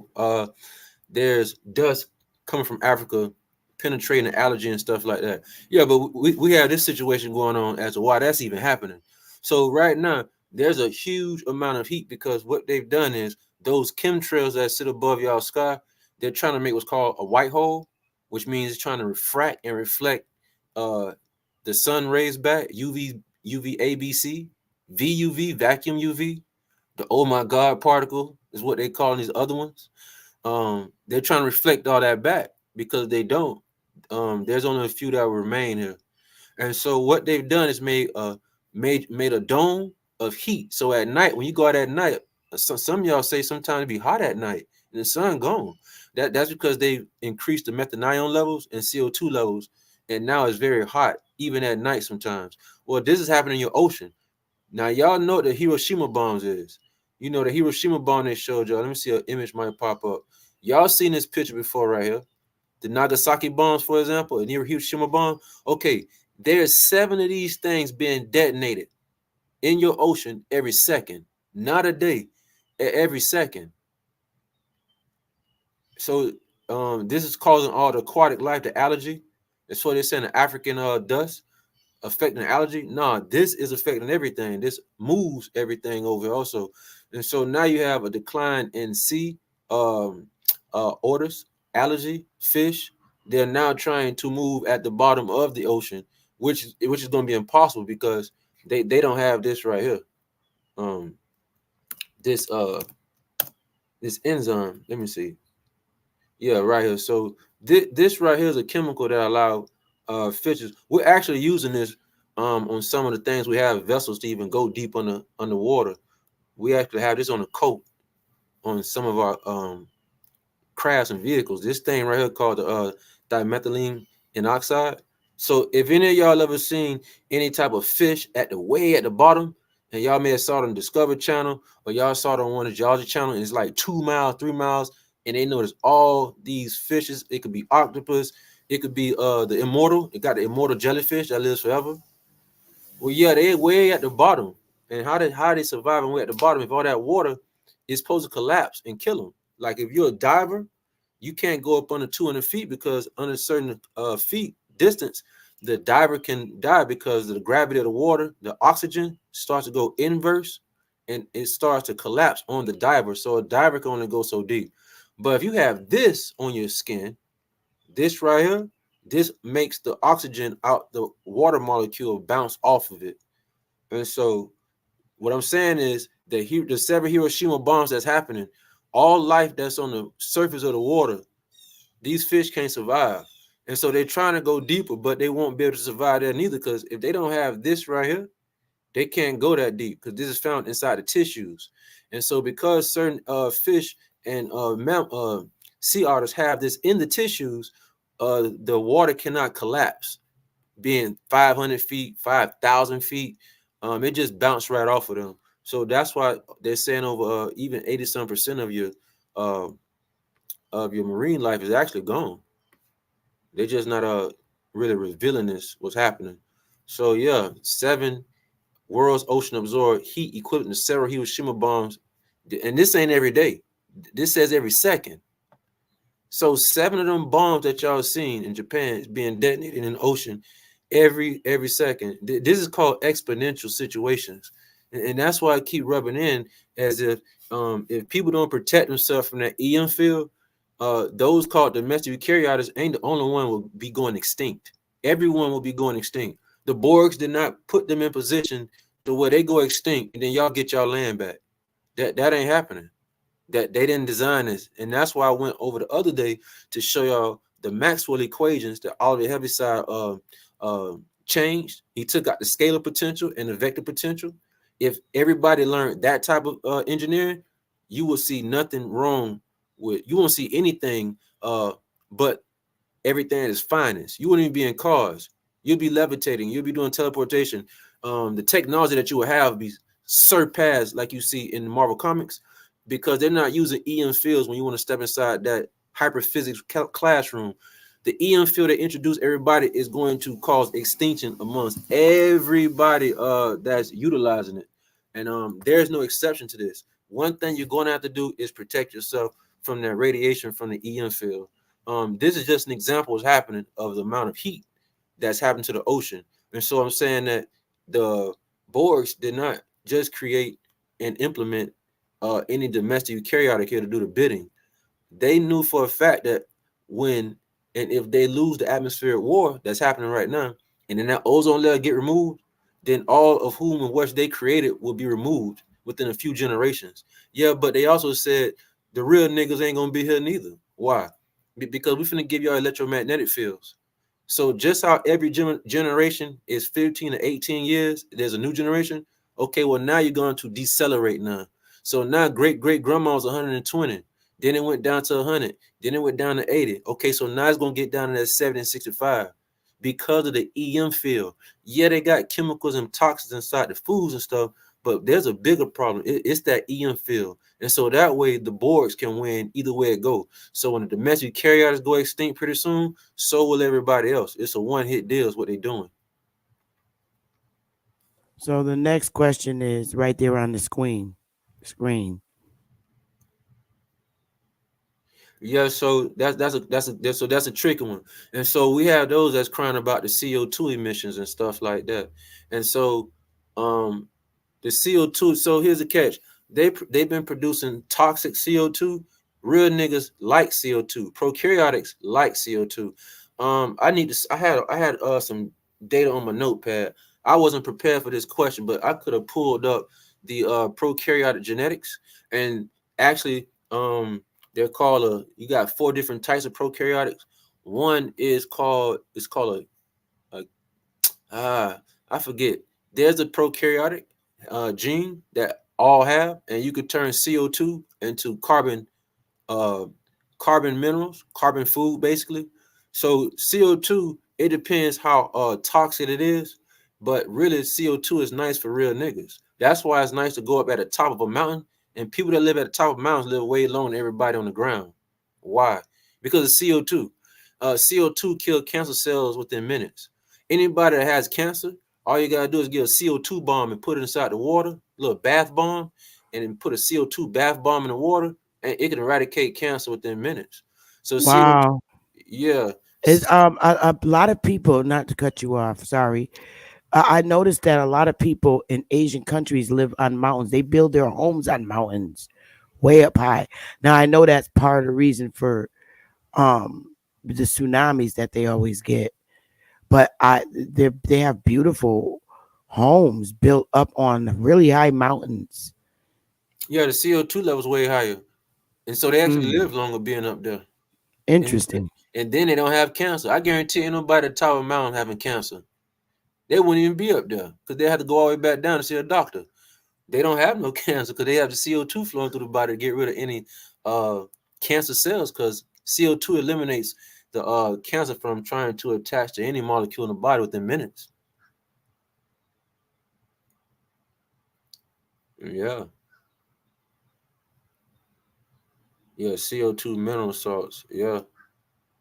Yeah, actually CO2 is nice for those that's supposed to be here, because you're not oxygen based. So prokaryotes or non-domestic eukaryotes are not oxygen based beings. They're not oxygen based. They're oxygen based. Reactive oxygen based. So CO2 is the main thing that allows your ancestors to go anywhere. So that's what I was saying. Whether you high up in the sky, you're 500 miles up, 5,000 miles up, or you're underground in caves, it don't matter. The non-domestic eukaryote has the ability to convert any form of energy, such as CO2 and oxygen, and it can go vice versa. I can breathe in the CO2, or if I'm around CO2 and it's hardly no oxygen, I have the genetics to flip-flop just like that within the blink of an eye. They want to know where you could buy it from.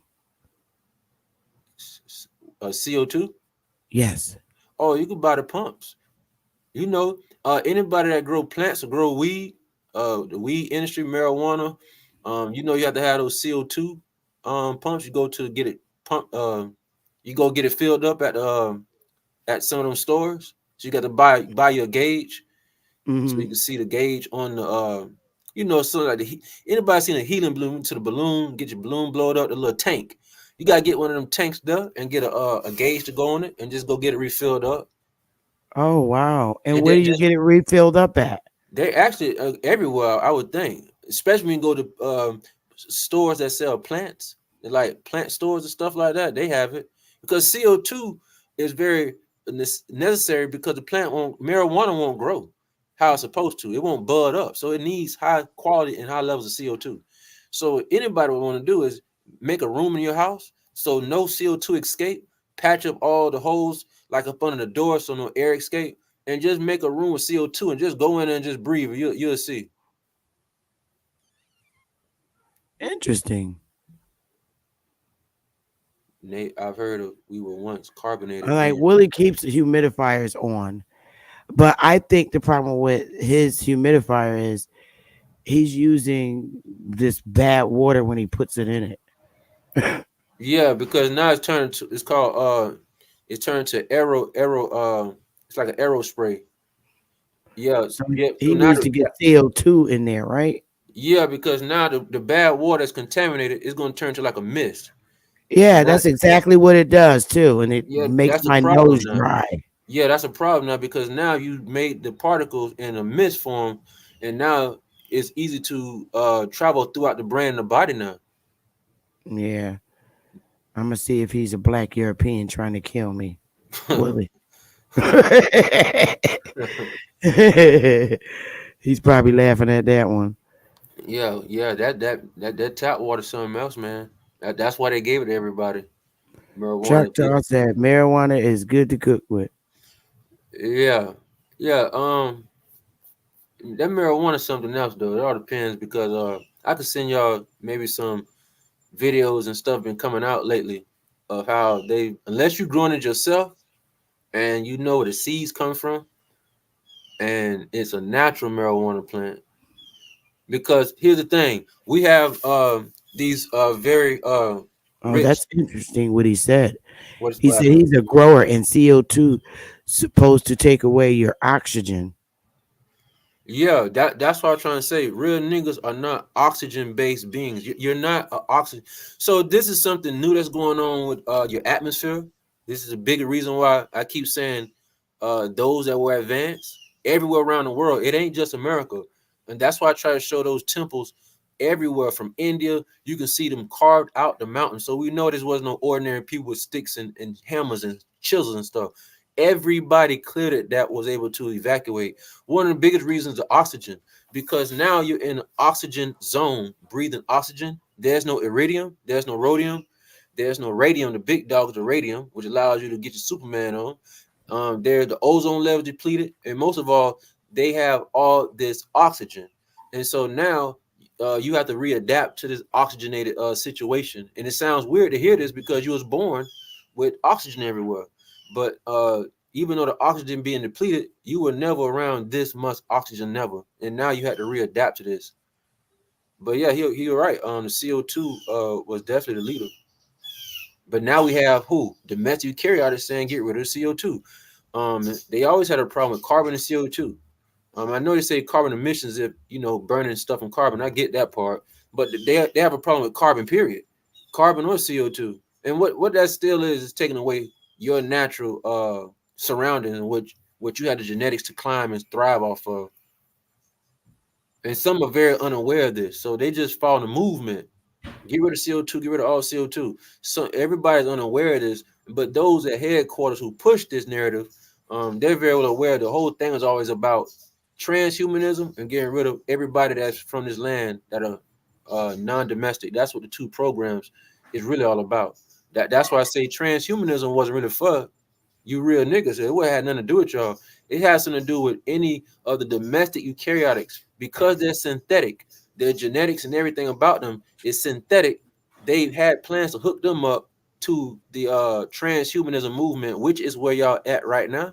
But y'all They rather let y'all die with the EM field.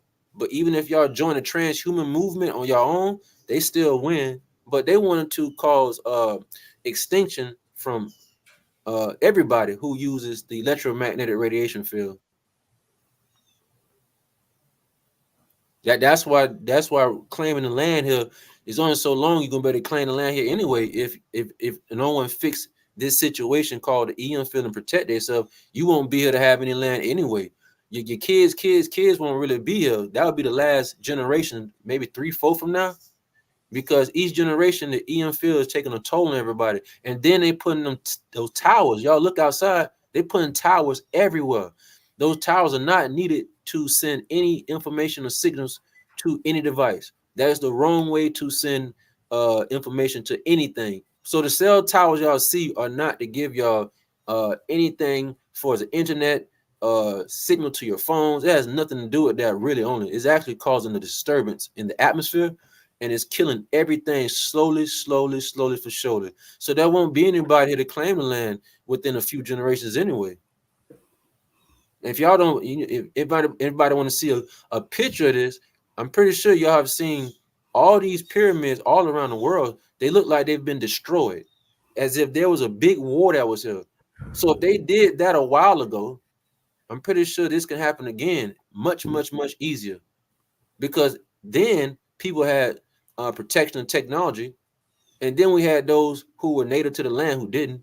But in this paradigm we're in, no one has any type of defense mechanism. So the switch to hit the extinction link is different. It's called the EM field, and that's why they provided this only for electrical engineers and physicists to only know about the Maxwell equations that all of the heavy side redesigned. And you must pass those differential mathematical equations. You must solve it, and you must be very well. You must know everything about it to get your PhD, a master's, or a bachelor inside your electrical engineering, or even in physics. They're gonna make you take all those tests. Carbon mono connect to your receptors. Expound on VO2 max output metaview. VO2. Wait a minute. VO2. You mean VUV? None of your business. I think VUV. You mean a vacuum UV? Thanks, you mean vacuum VO2 max output. VO2 max output.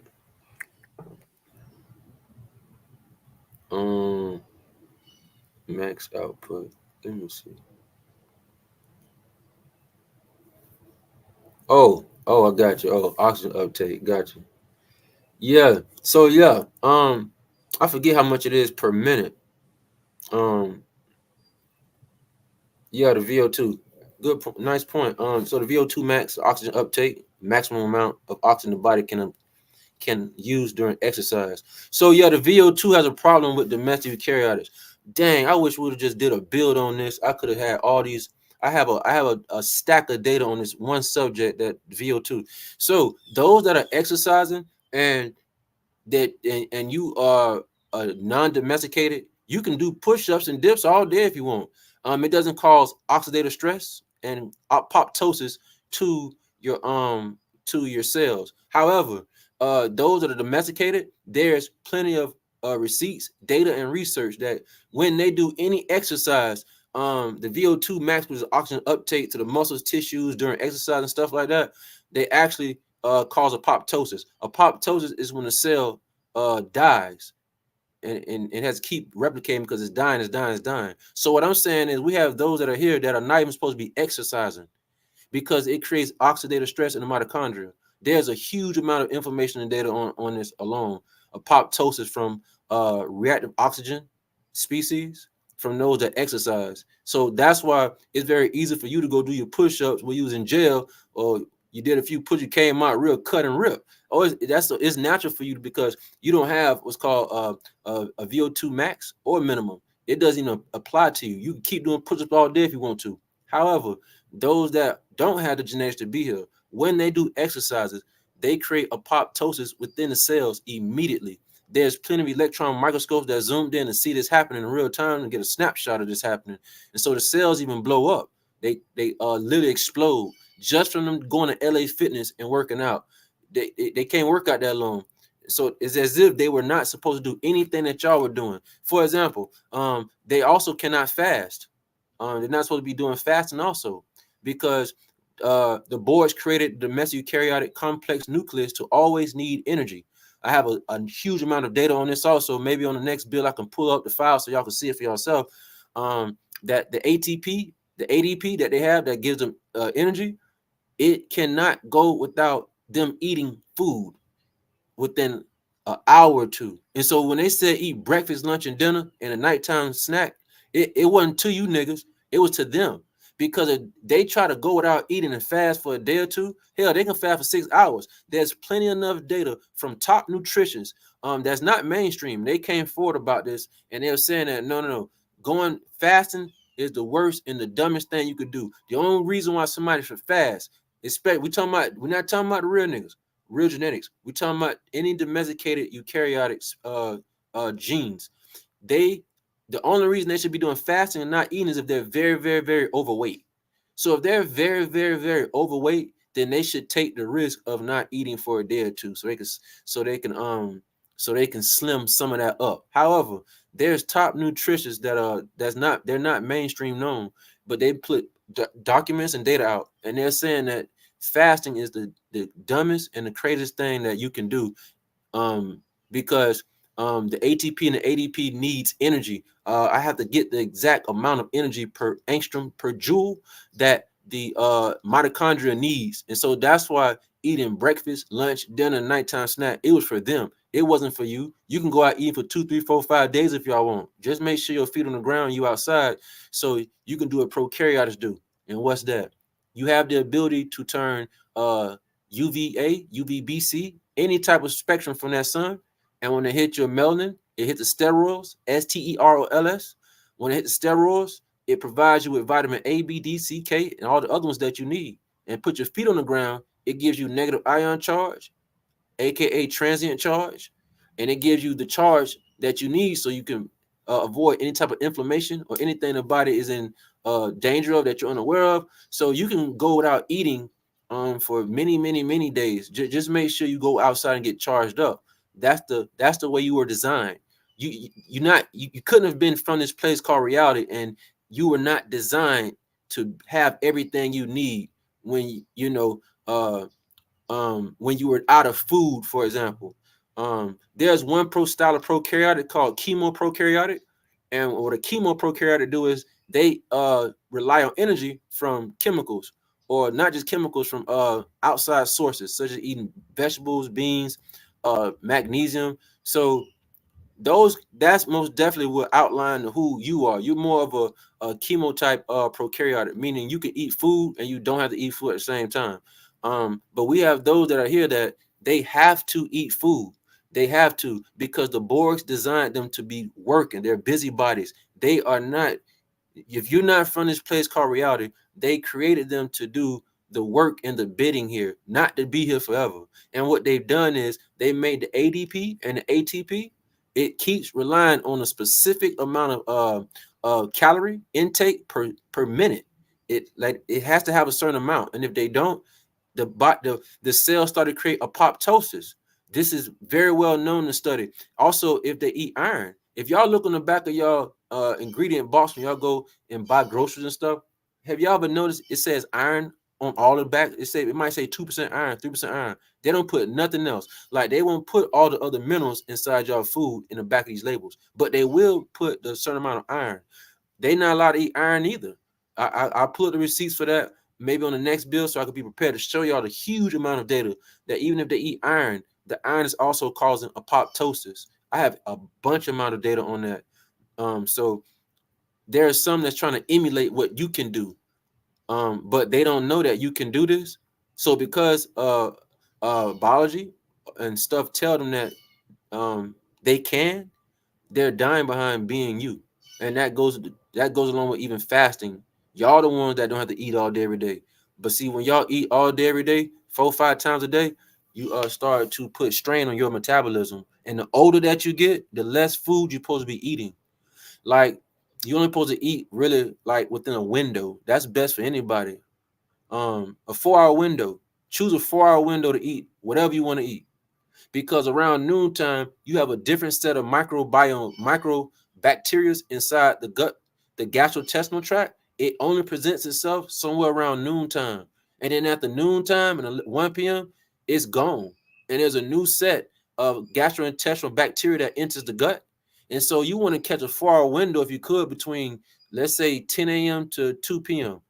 Eat some within the first hour and then eat some in the last, and just rock like that, and you'll see dramatic changes in everything that you do. Your awareness, your alertness, you'll have the perfect physique, you have the perfect weight, everything you're supposed to need if you just stop eating all day every day. Just eat within a 4-hour window, because within 16 to 18 hours the body creates autophagy, and that's when it allows itself to clean itself out from top to bottom.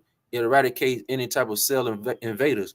Well, you get the best of that activation when you're not eating with any type of sugars and food within a good 16-hour period. So that's why I said a 4-hour period, because 4 hours from the 24 leave you 20 hours of cleanup to do. And so rocking like that, you'll see a dramatic change. If you have cancer, if you have any type of illness, diseases, it'll be gone before you know if you just get on that routine and that schedule. Because you're not here to eat food, you're here to absorb energy while tasting the food, which means that you want to be outside and getting charged way more than you're eating foods and stuff like that.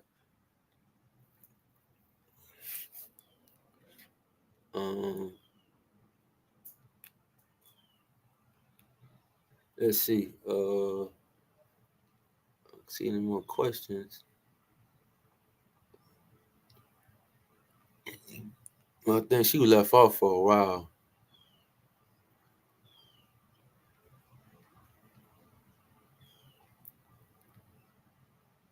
Yeah, the VO2. Yeah, none of your business correct about that. We have a special select of VO2 max ability.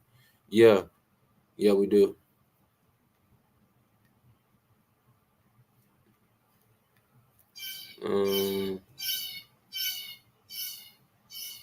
Maybe it's put on.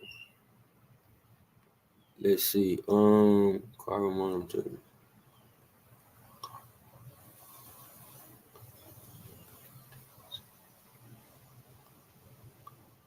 See other one.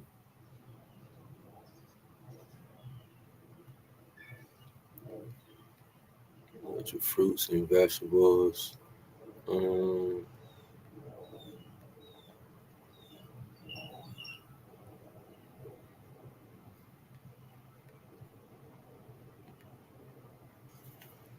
CO2 ball. So M Original said, "Can I explain the CO2 ball?" Yeah, those little bath bombs.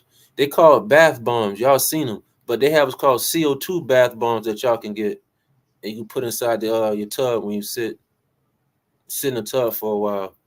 Like I say, really,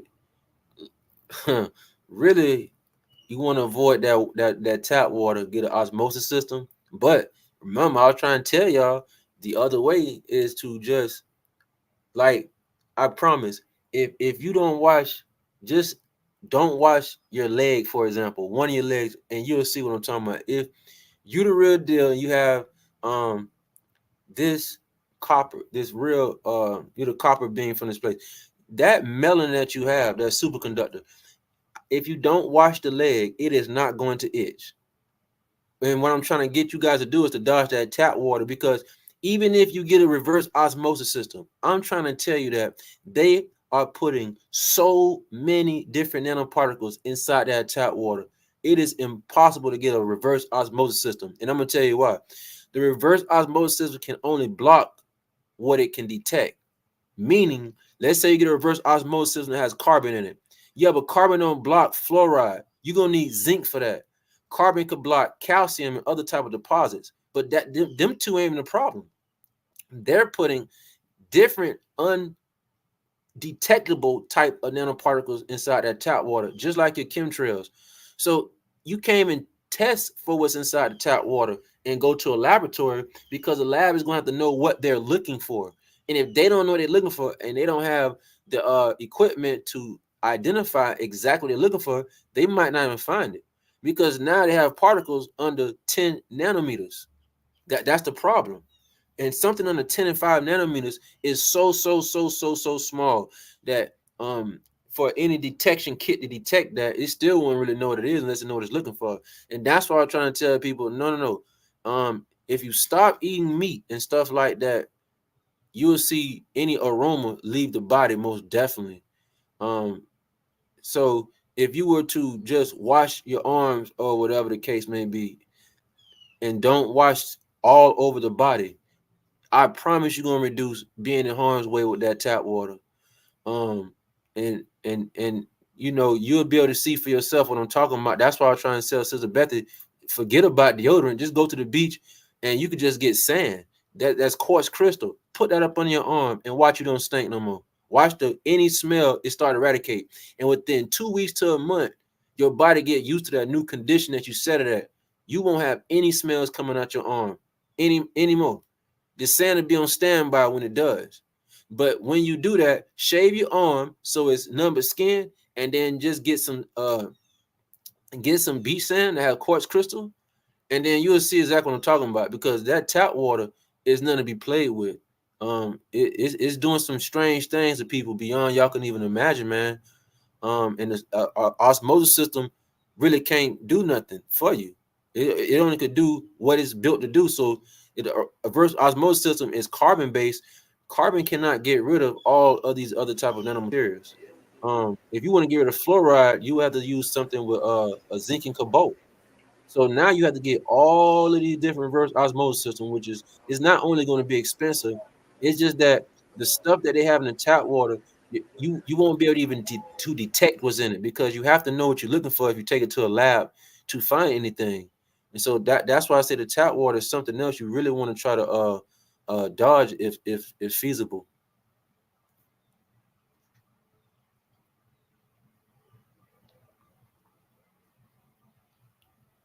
Key lines and limits for deodorant. Yeah. Dr. Mona Harris put water at 8 or 12. They killed her because she wouldn't sell her patent to them. Dr. Mona Harris. Yeah, Dr. Mona Harris. Yeah, that was a while ago. Yeah. Yeah, you see, so your shit, the pH level could be whatever. At this point, even if you get a shower filter, you're not safe. There is, so the reason why you won't be safe from any filter is because if only y'all was inside chemical nanochemical deposition science and stuff like that, I'm trying to tell you, they have so many different nanoparticles that's they're way past 30, 40 different thousand kinds, different types. The shower that you're going to utilize can only be engineered to block something. So the shower head that you have, as an example, let's say it has carbon in it. That's what I'm trying to tell you. A carbon rod cannot block all these other cannot block all these other nanoparticles they put inside of it.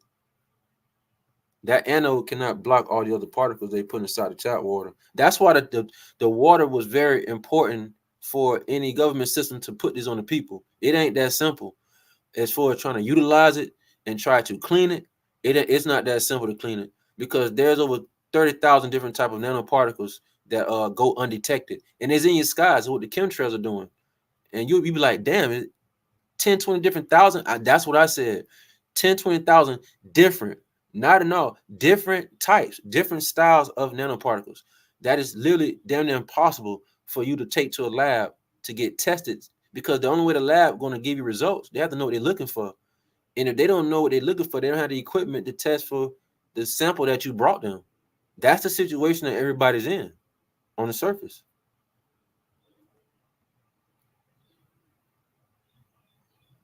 Another thing, when people have a smell on them or odor, it's because the clothes that y'all wear.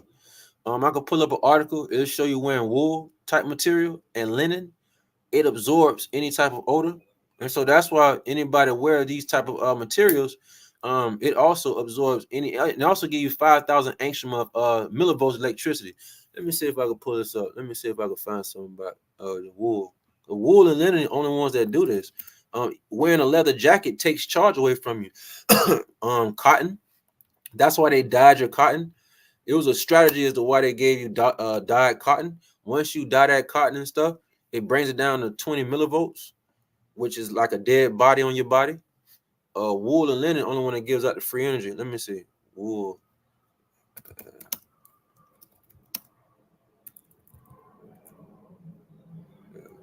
Free energy. These are things that most definitely ancestors wore on their body. It had to be pure linen or something like that, most definitely, because linen and wool gives you 5,000 minimum angstroms of charge, and it also gets rid of any type of odors. So I know for a fact they was wearing stuff like this. Let me see. I have to find an article, but they have data that research on wool is the has a superpower. Wool. Let me see.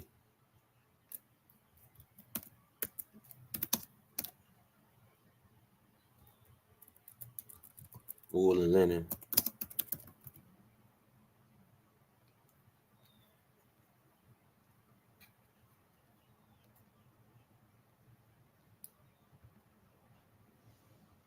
You see how well clothing combined. Okay, I think what's wrong. You need to share screen, Meta. I'm actually looking for it, Miss Sister Bethy. Huh?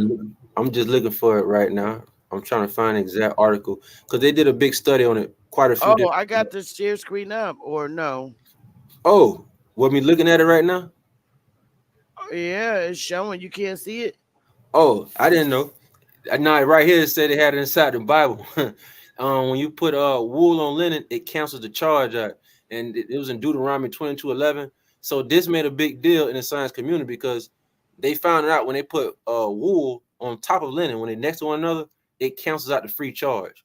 So I'm trying to find out the free charge where what article that's at, if I can find it, because they did a big study on wool giving a wool and linen charges.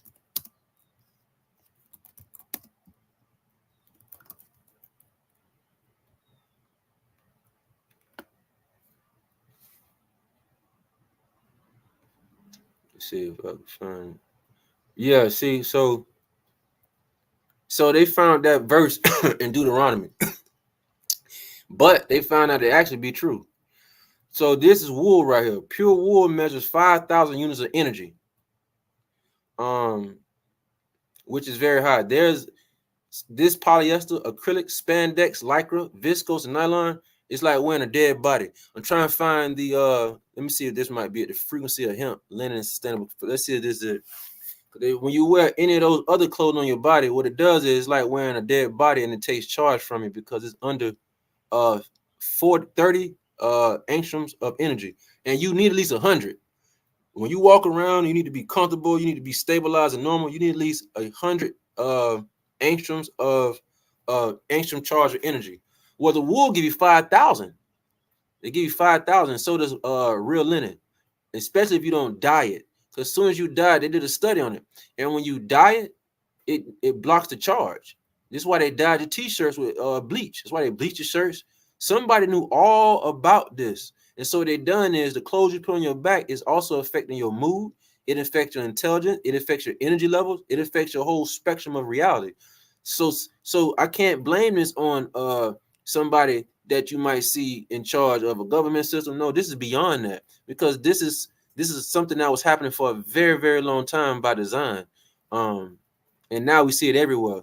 All your shirts have colors on them. And what that does is it stops it. This is another one. Wool, it's on TikTok. Wool and linen frequency. Exhibit 5,000 hertz. Well, they didn't mean to put 5,000. They meant 5,000 angstroms. So they mistyped. That's 5,000 angstroms of energy.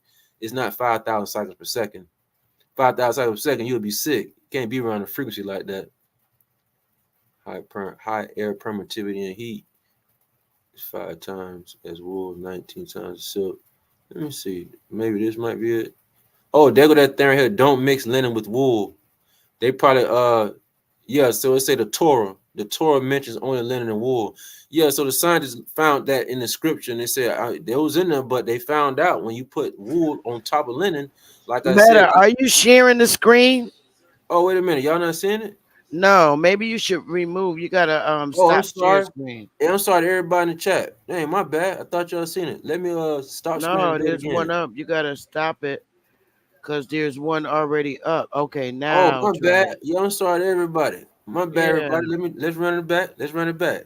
Um, Here it is right here. Let's see right here. Yeah, y'all see it? All right. So here go the wool and linen. Pure wool measures 5,000 uses of energy. Y'all see this, right? Wait a minute. Oh, okay. Y'all see it. Y'all see it. All right. Yeah, here we go. Wool and linen can be. So, yeah, what I was saying is the scientists found this in Deuteronomy 22, verse 11. You should not wear clothing with wool and linen. Now, it didn't say exactly why, but it's also does not you shouldn't wear any of this with this fake stuff, even if it's cotton and silk, cotton cotton silk, camel hair, uh, hemp or nettle, uh, and firm does not create shatage. Wait a minute, let me find not that.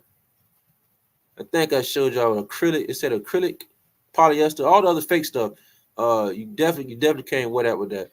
But anyway, they found this, and the scientists said no, it's actually true because they found out when you put it on top of one another, it cancels the charge. When you put wool, let's say you wore a wool shirt and you had linen pants, if they touching, it could cancel the charge out. So you see right here, it says pure wool measures 5,000 units of energy. So just by putting on wool, it gives you 5,000 really angstroms of energy, angstrom size, angstrom energy, pico. But you only need 100. Your body only needs anywhere from 70 to 100 to maintain its energy level. But when you put wool on, it gives you 5,000. So wool can give you super energy out of nowhere. Also, linen does the same thing. Real plant-based material. Yeah, the flax plant. This one on the flax plant. Any of your clothes made out of that, or any type of material made out of that, you wear it on your body. That gives you charge also.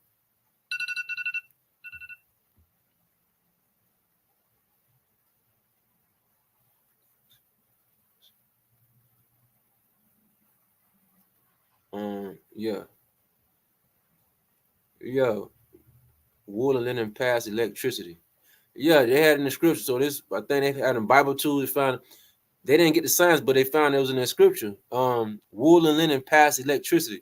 Yeah, they do. And as soon as they touch one another, it stops electricity. Linen poses high air permittivity and heat conductivity of linen is 5 times high as wool, 9 times silk. Yeah, don't mix linen with wool. Yeah. So yeah, that's that. I'm gonna go back to the section. Question section.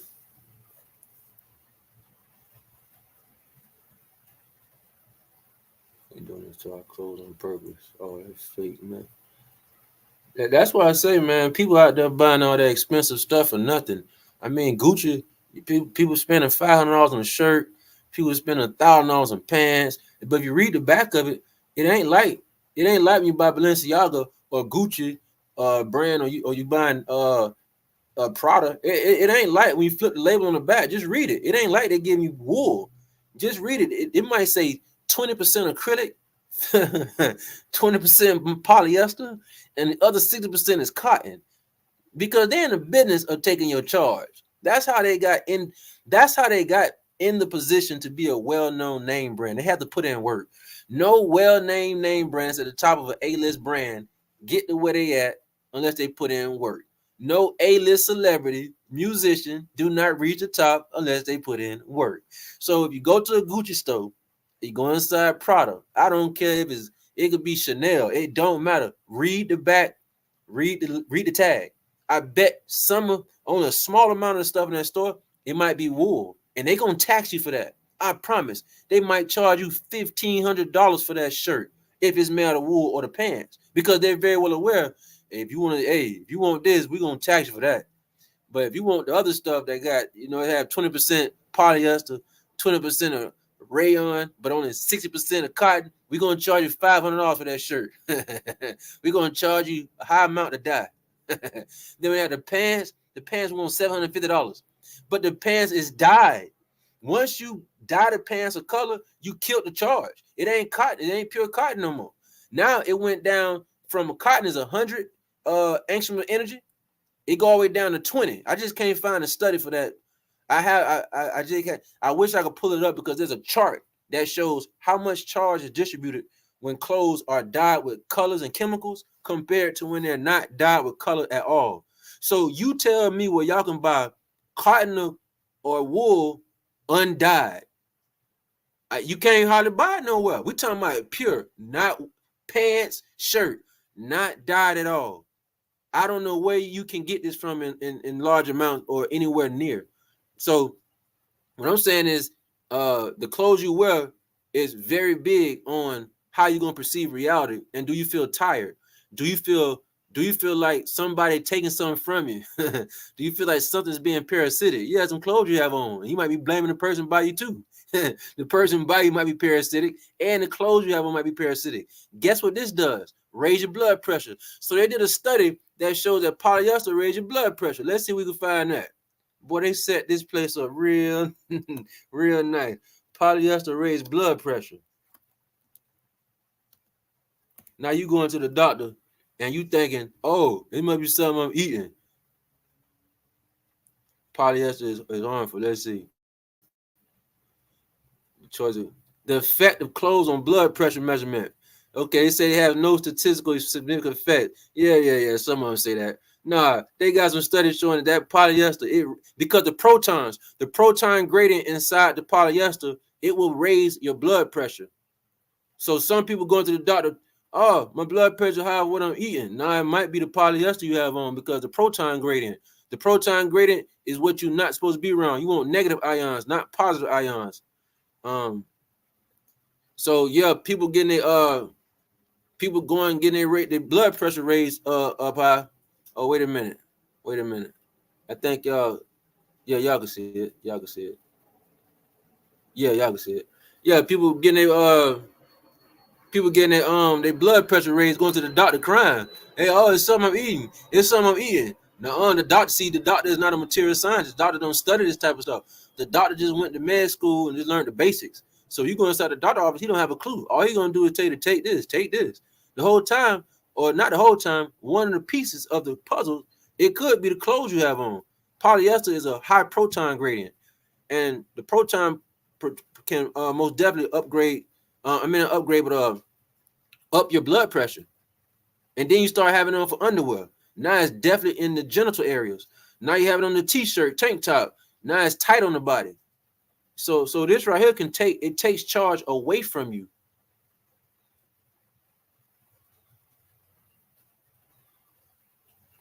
Yeah, no, Darius McClellan say no wonder all the superheroes wear special suits. Yeah, they all have special suits.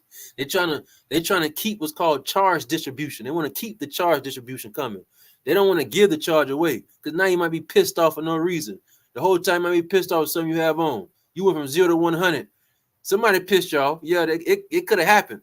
But the reason why you probably couldn't maintain your cool how you really wanted to maintain your cool, it could be the polyester and acrylic.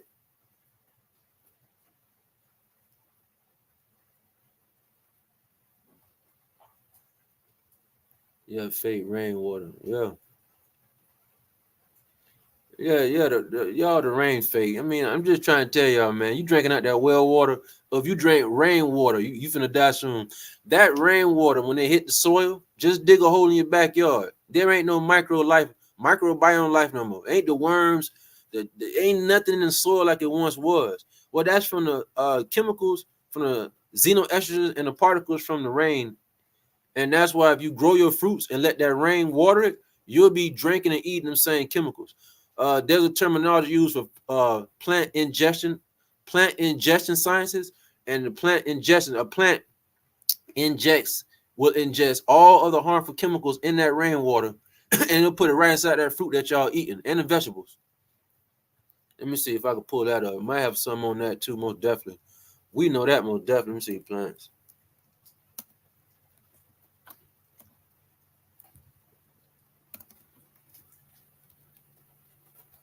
Yeah, but there's a terminology that is opposed to. It's a terminology of how plants really do this. I forget. There's a terminology they use to describe how do plants actually absorb. How do plants absorb toxic chemicals? There's actually a science behind this. This is what they actually study and do. But there's a terminology to describe this. It just ain't hit me right now. But all the plants in your backyard, the front, even on the farm, if if they don't if they don't use their own water, clean water, and they're using that rainwater, then the plants is absorbing all of that type of stuff, and it goes right inside the apples, it goes inside the oranges, and all that type of stuff.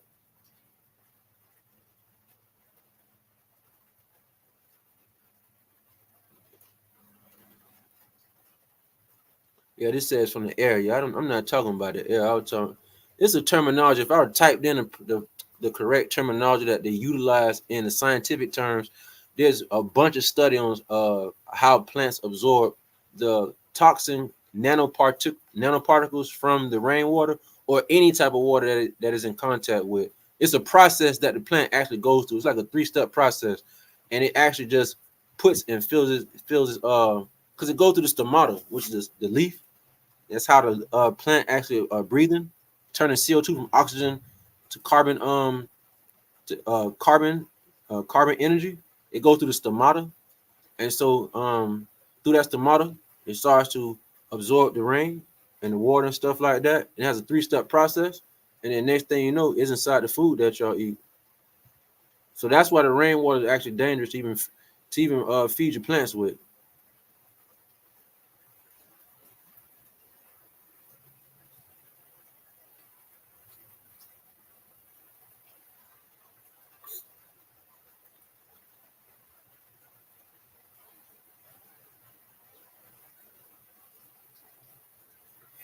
Chemical lie gonna make me do it.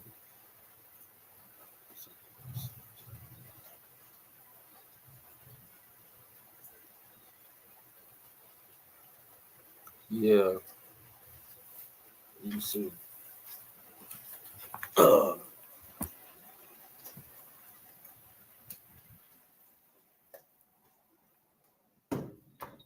Um, let's see.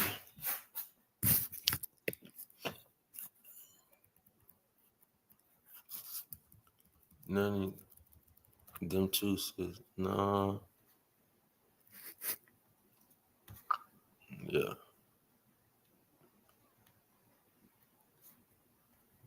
Yeah. Okay, look like I got all sheep's off the wool. Look like I got all, most of the questions out the way so far. Okay. Yeah, I could never wear wool sweaters. Oh God, I could never wear those.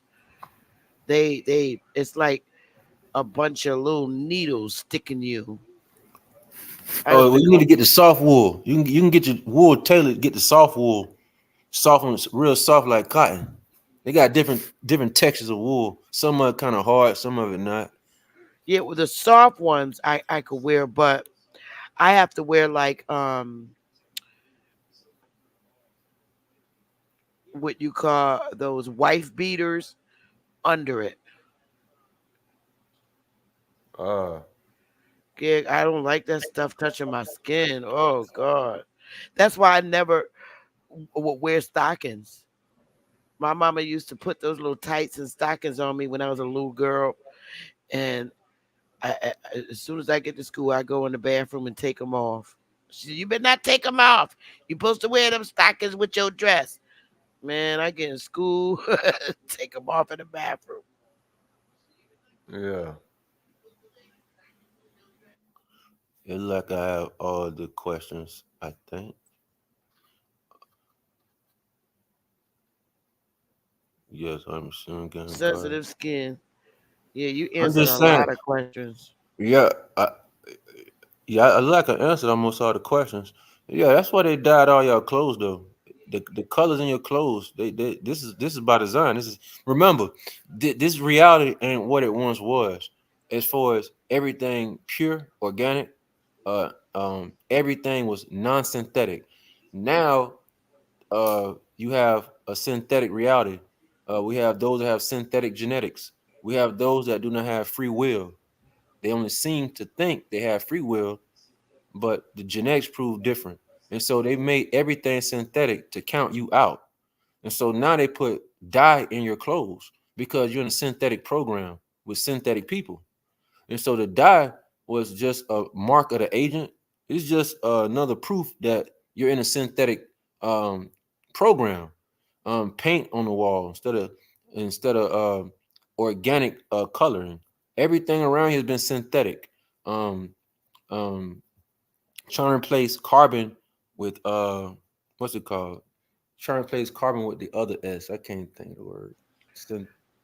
Them silky underwears for men and women, the silk like those are the worst for women. Worst. Those silky, very bad, not good. I don't even think as a people we supposed to be wearing undergarments. I don't need it. I mean, I don't. That's what this domestication situation coming in. We got two types of domestication.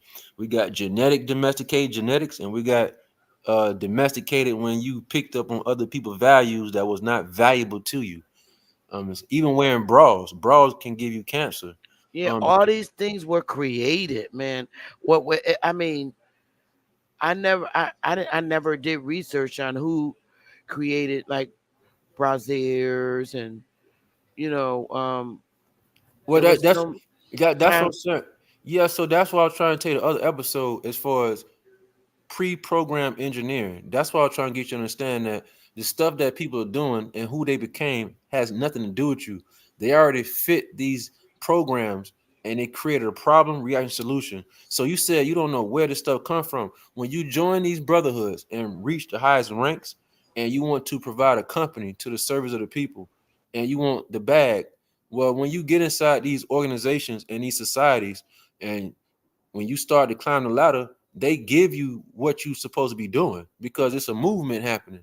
And so when you say, well, damn, who came out the bra? I'm trying to tell you, everything that's harmful to people gets a pass when they're inside these places of brotherhood and type of organizations. It's the people just buy it at the store that have no idea why was this implemented. Why something that was bad and harmful to me pushed because everybody's on demon time and you're in a synthetic reality. Everything was non-synthetic before this, and so now everywhere you go, it's you have to kind of study what it is you put inside your mouth, where you're going. It's because this is now in a cascade event right now, to take you away from your naturality, because we have synthetics that's walking amongst us. The program is actually based upon them to count you out.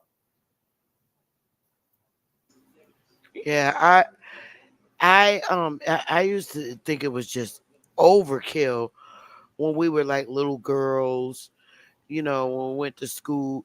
You had the stockings, the slip. I ain't seen a slip in years.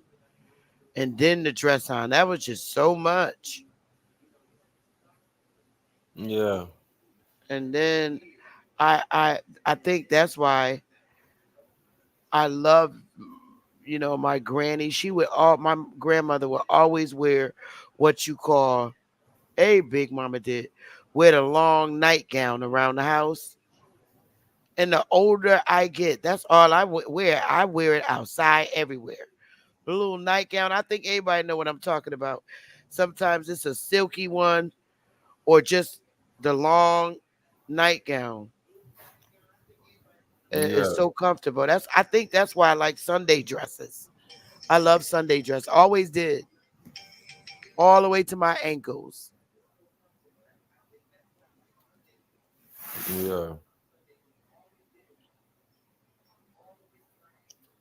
Like I got most let me see, questions. Yeah,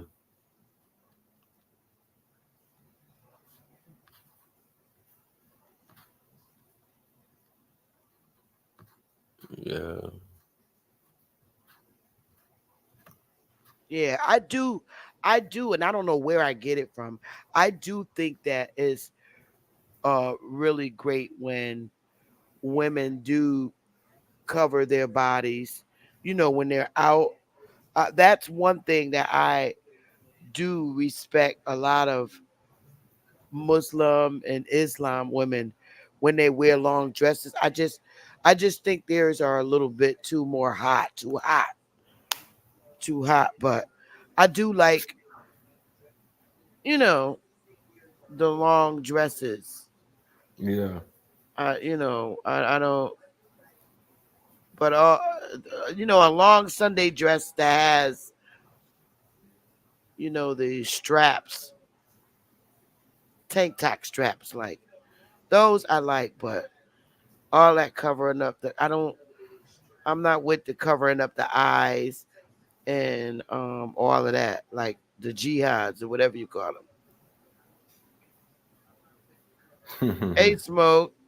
Yeah, I don't like that kind of dress. That's just too much. I mean, I understand your eyes, everything is for your husband. I get that, but um I do believe in the long Sunday dresses to the ankles with sandals is real. I like that. And that's not for religion. It's just, I guess it's just natural for me. Yeah. And yes, when I was younger, I did rock them damn mini skirts with um Timberland boots. I ain't even gonna lie. Sorry. Mini skirts with Timberland boots. I did do that. Mini skirt with Timberland boots. Jean mini skirt with Timberland boots, pink Timberlands, pink hat. I was very color coded, but I rocked them mini skirts.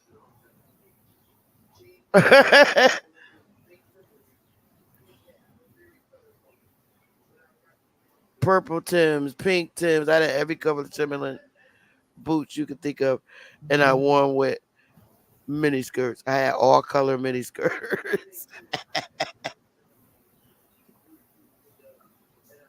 That's Gen X stuff, y'all. And the gold, don't forget the gold too. So, but yeah, the older we get, it seems like our skins can't take certain clothing materials. How about you? Do you what materials you like, That's what I'm saying. man? I Huh? rock I rock all plant based and wool and different types of wool. They have Look, plant-based clothes. yeah, even cotton seashells. Can you You could show a picture of plant-based clothes? even in seashells, the seashells in your ocean, you can Yeah, grind that up and make wool. You make wool out of the seashells also. but There's that would somebody be good there- for people that's there's some allergic to there's seafood, right? somebody. Yeah, but it's very high dielectric. Dielectric, electric. Dielectric is what gives all life. When you walk outside and breathe, the atmosphere is high and high dielectric. So when you wear wool or these type of materials, it's very high and high dielectric. It gives you free charge. It stores your charge. It's somebody in Vietnam, I think, that is now putting out a manufacturing of seashells that they crush and they now make wool out the seashells out the ocean now. And so I think that's out there in Vietnam somewhere. Let me You see. can you show a picture of plant-based clothes? Hey, Smoke. Well, you done seen plant-based clothes. You just ain't seen it since the 1920s. Let me see. No, I would have not known of that unless since you mentioned it. I Like never wool, heard of that. like you never seen pure like the wool coat you seen. You never seen a pure wool pants and shirt I want to or see fit it one. because I don't like. I never like wool pants, but I like suede pants, which is really weird. Yeah, but what is the suede made of? I don't know, but I did That's like. see, that's what they did. I could have made suede with wool. The problem is they breaking down the sea wool. So here we go. Let me put this. Let me see. Let me see if I can put this right here. I So think you gotta uh, press images. Oh, y'all see what say seashell made of wool? Yeah. So You I gotta don't. click the link, or if you just click images, is that it? Well, I guess this is them crocheting it. They're crocheting things out of that seawool. This right here is what it looked like. I love crocheting. Yeah, so that's what you're gonna have to do to get these type of materials. I meant the pants and clothes, So but the no one. regular yarn is seashell yarn, or they would tell No, you that. that's this person out here that's doing that. I think this is way out.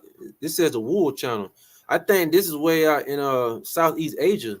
Uh, a guy came out with a small company doing this now, and these are seashells y'all see at the beach.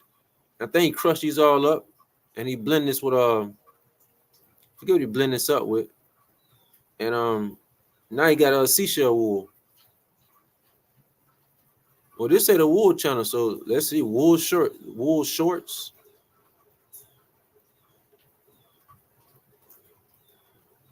And see, All here's the right, catch. You gotta Pico. be careful what kind of wool you get because they don't mix acrylic and polyester with the wool. So you want pure wool. I doubt anybody finna sell pure wool pants for $50. It takes so long to make, and they don't have you got sewing machines, but it's a little different to get a wool knitting machine.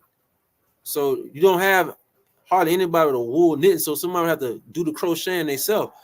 It might take somebody a day or two to crochet a pair of pants. So I doubt they're gonna sell it to you for $100. That's why I was saying that if you do find pure wool clothing from Gucci, Burberry, or somebody, man, they're gonna charge you $2,000, $1,500 for a pair of pants, maybe $400 for a shirt. What they do is they mix their clothes with polyester and other stuff. Just people don't read the back. They just happy they have a name brand shirt so they can, feel like they belong to somebody. But if they just read the back of what the shirt's comprised of, you pay $500 for that shirt, but it's not pure wool or pure linen, pure flaxseed or something like that. Sea wool fabric. Yeah. So you probably get somebody to crochet some of this stuff. This says Seawell Collection. Wait a minute. Let me see. I wanted the shirts they have on, man, to see. Wait a minute. They all go right. Well, they done dyed the shirt and messed it up. I wish they wouldn't have dyed the shirt. Remember I told y'all when they put chemicals on it, it kills the charge. The free charge that the natural organic plant have. But I guess here they go, man, the wool right here. It's just the problem with this is they made all these colors. I'd rather call the company and say, make me this sweater right here with no colors on it, just pure wool. That's what somebody would have to do. But yeah, I guess man, the seashell collection. I mean, seashell and stream to make wool.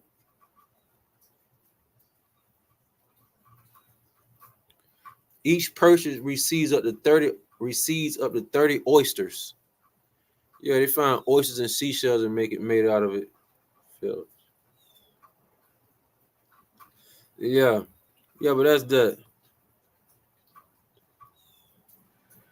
That's interesting. Yeah.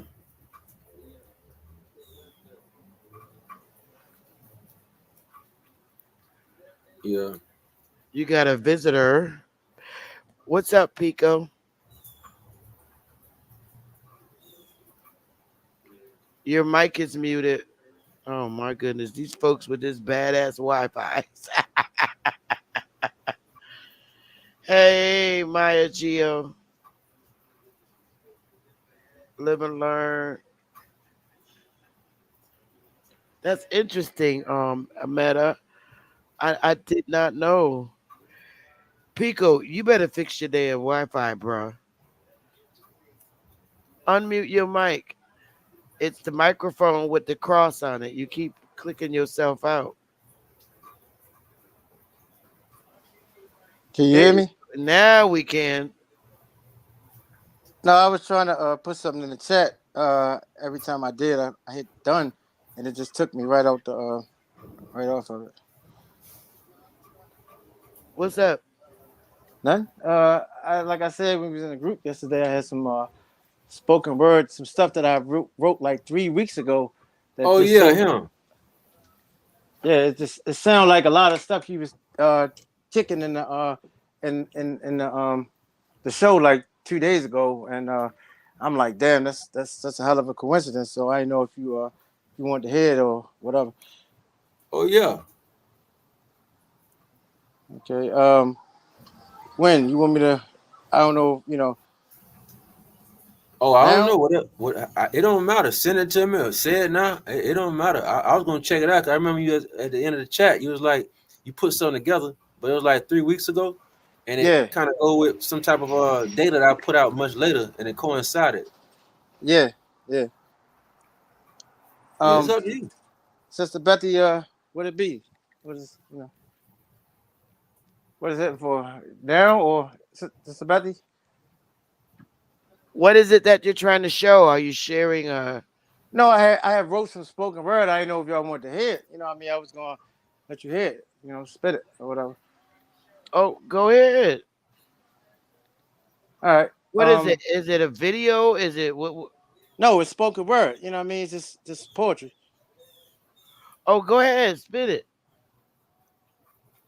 Okay. Yeah, I wrote it around like August 27th, I think. The email I emailed it to a friend. That was August 29th. That's the day when I finished.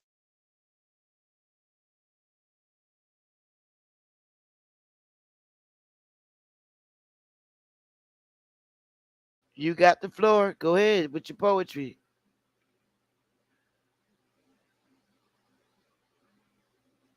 He must be in a bad area. Are you there, Pico? Yeah, he's in a bad area. Uh, I Sister got Betty? poetry. Now we can hear you. Hold up. You can hear me now? Yep, All go right, I'm gonna ahead. say We waiting exactly for where the I'm standing at right poetry. now. All right, it's called Therapeutic Lyrics. I got one right after you myself, but go ahead. Okay. Scribbling thoughts heavy enough to sink the Titanic, vicious as the Navy, killing all those millionaires who were set up for the corporate takeover. Don't believe Hollywood reality script writers, film terrorists. Program us for mind control, cognitive dissonance while they slit their throat if they had open money trillionaires. Damn, we've been brainwashed, then dirty, then washed and dried up again. It's a sad state of affairs. These so-called people be speaking in code behind our back in front of our face symbolically. Because a short silent film tells 1,000 stories. Search through Hollywood Rodex movies for historically famous pictures and scenes. Because art imitates life.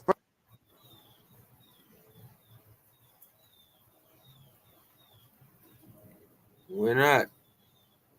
Can't hear you.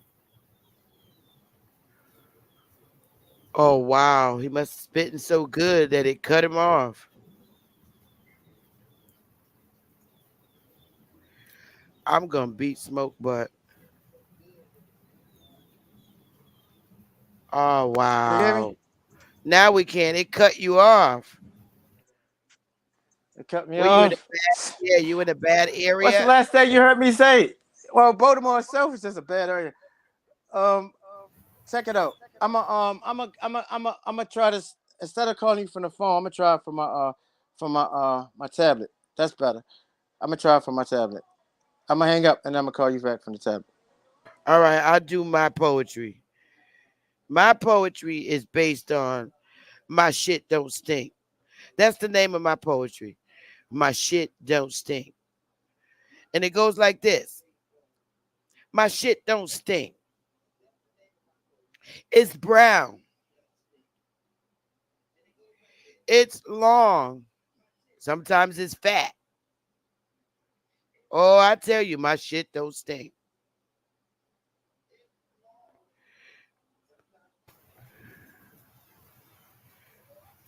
I gotta finish writing. Meta.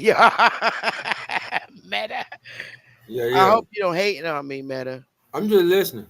But I just started that. I'm gonna finish writing it. There's other parts to it, but I gotta finish it, putting it together. Yeah. I mean, it kind of goes. Go with the flow. Yeah, it flows. I can add that in there. It flows. No bow needed. I was trying to see what he had said had something to do with what we All were talking because about. I'm seated. All right, yeah, I'm gonna finish writing it and then I'll come back. Yeah, I was trying to see what he was talking about. What has something to do with what we were talking about? I ain't hear nothing in it. I think mine made more sense. Yeah, he want to talk about some money and stuff like that. I'm trying to figure out what. I ain't get a chance to really hear what he Uh, said related. Go ahead, Kahi. You can spit some shit.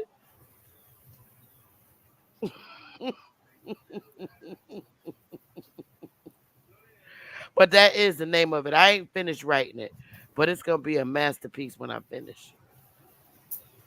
Uh,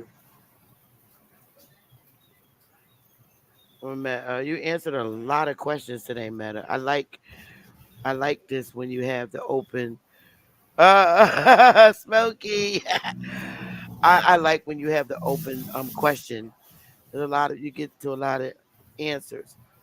But I tell you, learning about that prokaryotic and domesticated and the VM, oh man, all of it is just straight up ball buster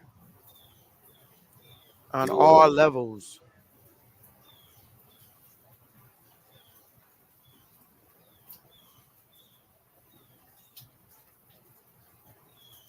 yeah, most definitely.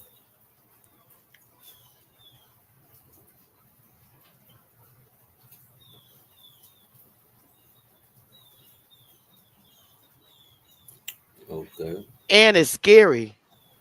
It's very scary.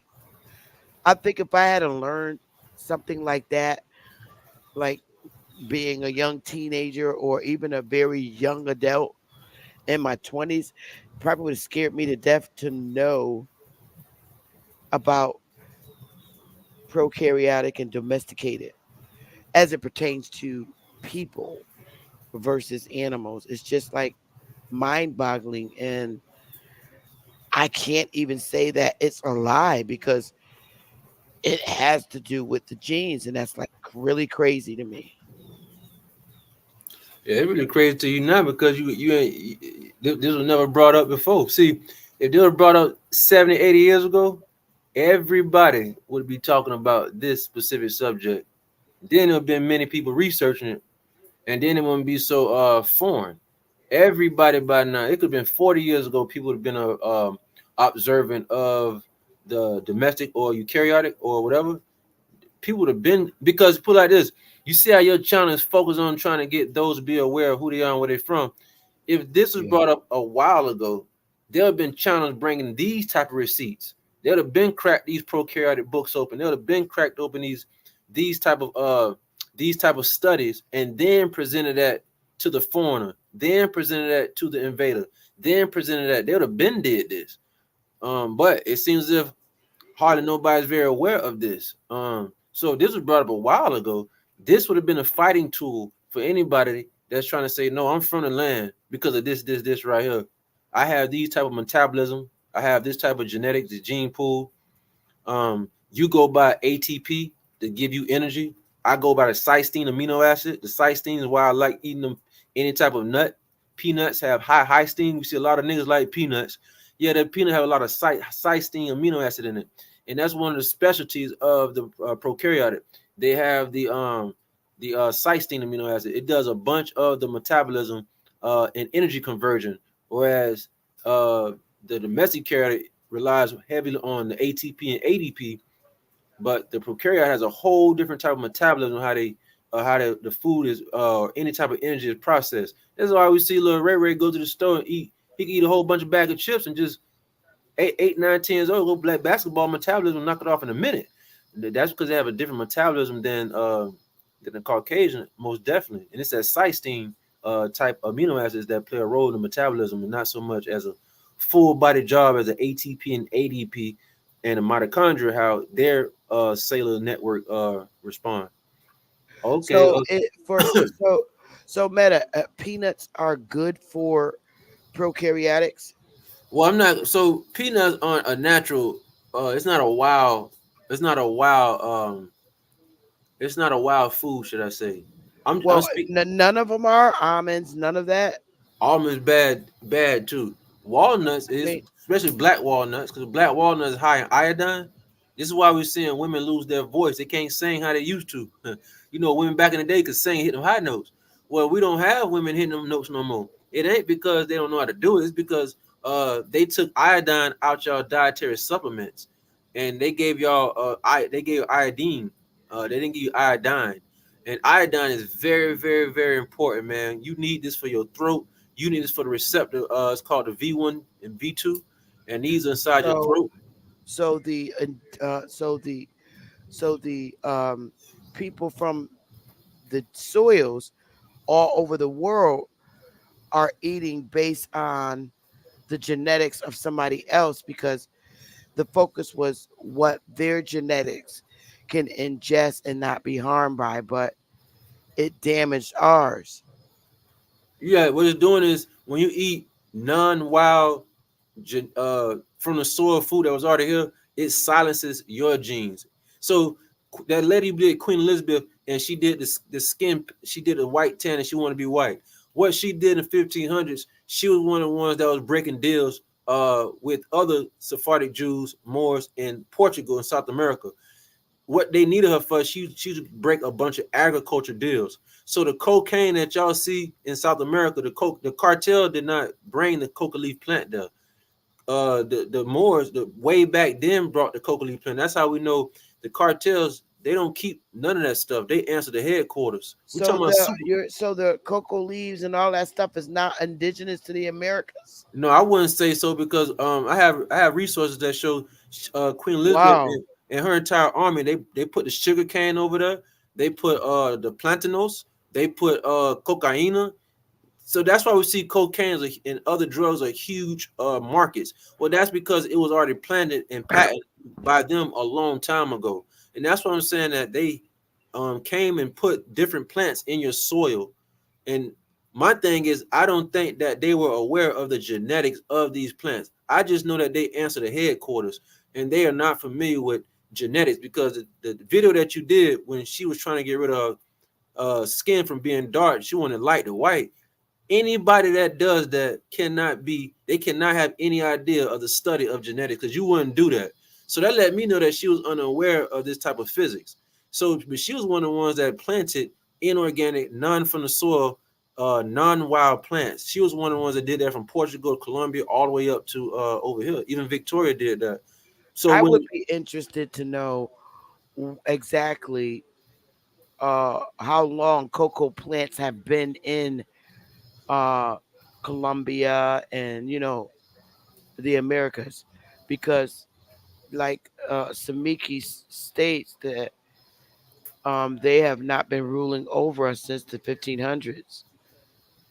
So I would be interested to know when exactly did cocoa leaves. I think it's the biggest place is Colombia um Brazil, versus Mexico, because yeah, Colombia is where they predominantly have the cocoa leaves, or is it Mexico? Colombia. Okay. I would be interested to know exactly when did they start populating that particular plant. And See, that's the thing. So let's say there was a coca leaf plant there. What they've done is they swapped out the original plant genetics and put their plants there, such as sugarcane. Yeah, but there's already sugar and all other type of plants already in South America. So why take a trip to put your seeds in the soil and take away the wild? Because the seeds are genetically modified. And I know for a fact, I don't think that they was aware of that. I don't think Queen Elizabeth in the 1500s knew that the seeds were genetically modified. I don't think they had a laboratory to even do such stuff, because why would they go through all that trouble to do that just just to get people to silence their genes? This had to be something of high order, something that's synthetic. And that's why I'm here to bring in the scenario of the Borgs, because this is very articulated, very well accurate and precisely thought out. So to silence the genes of the native people, what they do is take the wild plants away and put their seeds there. What Queen Elizabeth did was make deals in the agriculture parts of the world, especially in Portugal. And so sugar cane, cocoa, and other type of fruits and vegetables, they put their stamp on it. Even in America, it's going on, such as farro is the original genetics of the oatmeal, but no one eats farro here. Everybody eat oatmeal, and oatmeal can silence different genes you have because it's not native to the land. It's been genetically modified for whatever they took out of it. I don't know what they took out of it exactly. So farro, I gotta look that up. Farro is what they replace and put Yeah, oatmeal. farro. It's called farro. I think it's Farrell, farro grain. The farro grain.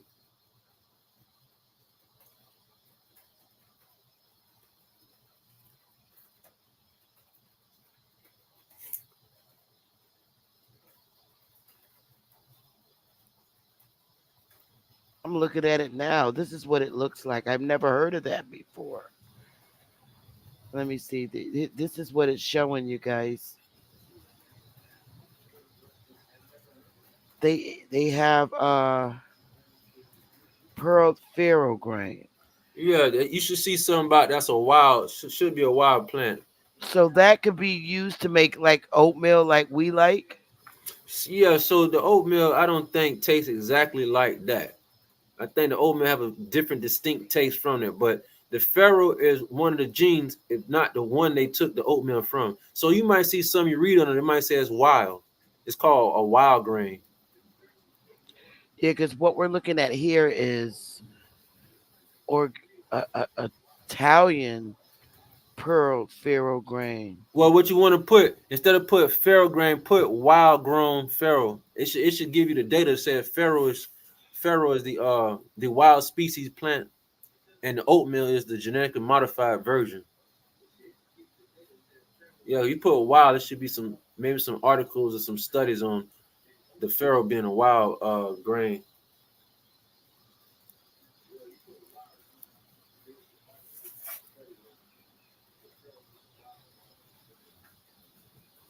It's showing.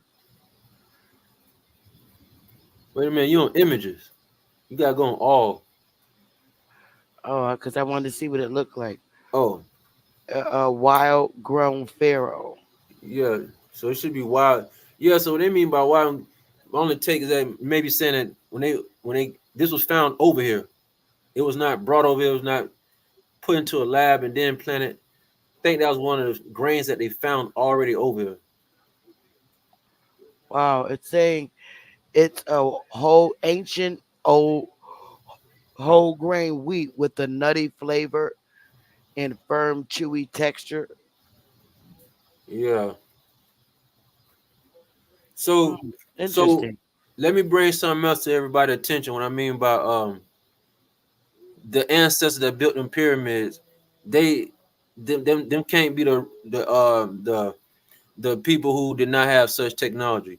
Corn, maize was already found in Mexico and in America. Corn does not grow by itself. That meant that somebody had to genetically modify the corn. So when the Moors came over, corn was already over in America. There was a bunch of different vegetables and fruits. It cannot grow wild on its own, which means that we had to have those already over here that didn't possess any just the technology in the field of aviation or defense mechanisms, but they also had to have the technology in the science lab to do gene editing for plants, because there's hundreds to thousands of different type of corn species. But when you research how corn is grown, corn cannot grow on its own in the wild. That meant that somebody that was already over here, the pyramid builders, they had already genetically made fruits and vegetables for the land that y'all are at. Because the Moors didn't bring all these different species of corn. There's over 10,000 different types of corn, especially in Mexico. So why they find this in Mexico? The Moors did not bring that to Mexico. The corn was already there. But when you research how corn is grown, it does not grow on its own. It cannot grow wild. They found it there. And that tells me that those that built these pyramids, they also were in tune with gene editing the plants themselves. They put the corn there. These are another.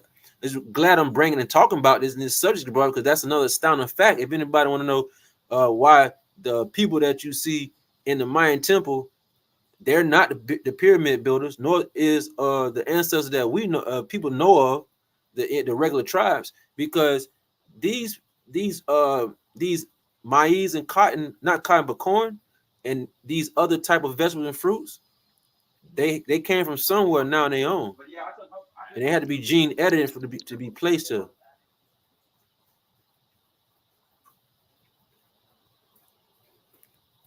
Yeah, maize, maize, yeah, maize, corn. Yeah, that's another big hint as to how these different fruits and vegetables even got here before the invasion even transpired.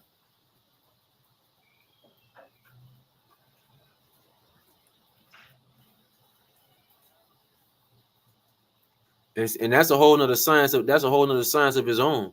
Uh, getting inside the data of what genes and RNA type particles are inside of your food. See, that's a whole nother field to get into. Because like I said, the corn was already over here. The Moors didn't bring all these different species of corn, especially to Mexico and America. They found it already over here. And the study is it doesn't grow on its own. It doesn't grow wild. So those that built the pyramid, those who I keep bringing up, they must have inserted the whatever genes it need to be up for an investigation for uh for anybody to know exactly what genes are inside the corn, because that's supposed to be native to the land. Even that maize, the pharaoh that I just showed you, I would need to check. I don't even know if that's grown wild on its own. I don't know. I know corn is not grown wild.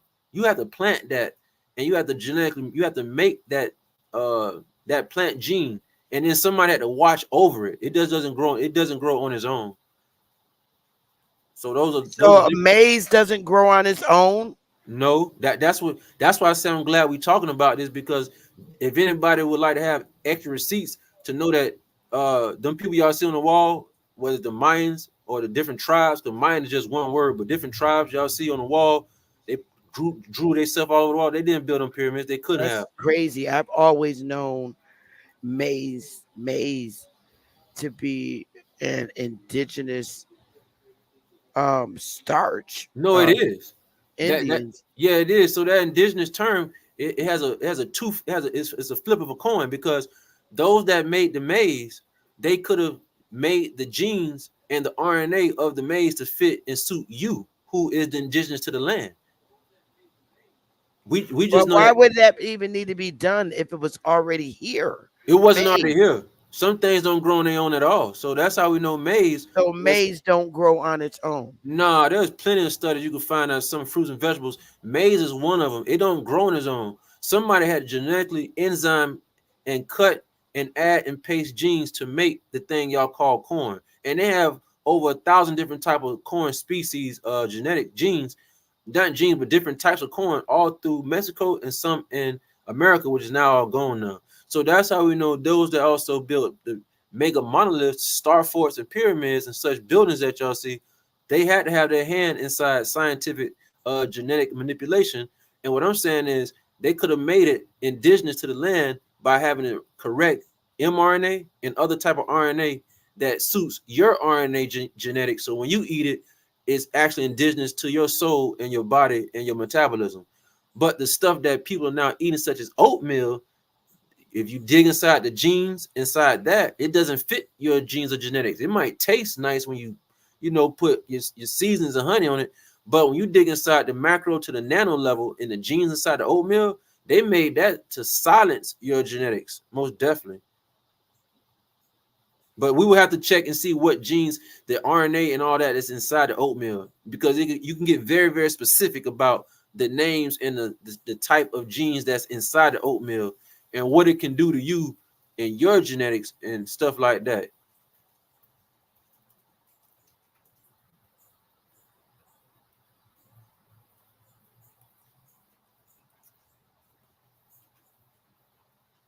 Interesting.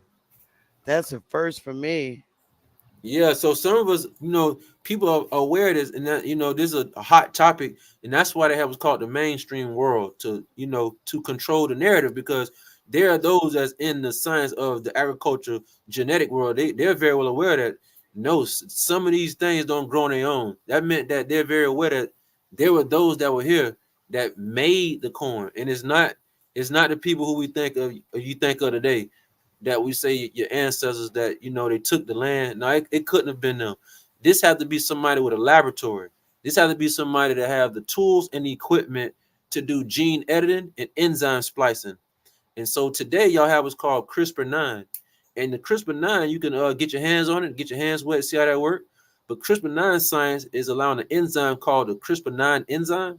And what it does, it can attach a protein, it can detach, it can cut, it can add a gene and stuff like that. That means somebody already had this stuff. And that's why some of the fruits and vegetables y'all have were over here. And that is a very huge indicator of who built the pyramids and the star forts, and who y'all see inside going in and out the volcanoes, coming in and out the water with their crafts, UAPs, UFOs. This is them. Wow. But one thing we can say, okay, let's talk about the sea. Something we haven't pointed on. Fish seems to be aboriginal everywhere. It's like it's not one country that do not have fish. Yeah, we have a problem, but we don't know. So we have a bunch of fish that's just recently been genetically released, such as tilapia, Whoa, salmon. whoa, whoa, whoa, These whoa, are these whoa. are these are dangerous fish to even consume. I can send you stuff that all fish have cancers. Uh Almost all these fish have that. And because even if the fish is wild to what y'all call the ocean, that's why I just showed you that Sarah Hiroshima bombs is blowing up in the ocean every second due to that much heat. The problem is the chemtrails that the planes leave in the air. Okay, there's a ton of studies y'all can go research right now that the chemtrails are now in your ocean. And now all the fish y'all eat, I can pull it up for y'all. All the fish y'all eat contain the worst chemical of all that's making you dumb down. It's giving you cancer, and it's called oxide mercury. Let me see if I can find it. All everything in the ocean have this type of mercury in it. It's the worst mercury you even We have in do your know body. that fish have high levels of mercury. Yeah, but That's it's a why they tell you specific type of don't eat mercury. so much It's of a it. it's a specific type of mercury. Oh, okay. Yeah, it ain't just regular mercury. It's a specific type of mercury. But a bunch of your fish is these are genetically modified fish that y'all see. Um,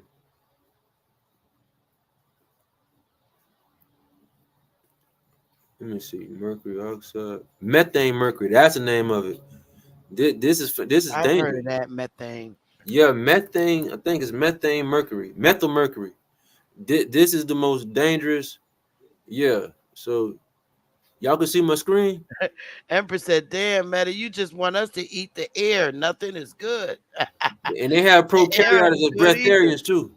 They have niggas that just eat air. They can live Your off the breath of screen the is air as not long as it's showing. CO2. It's not sharing, bro. Oh.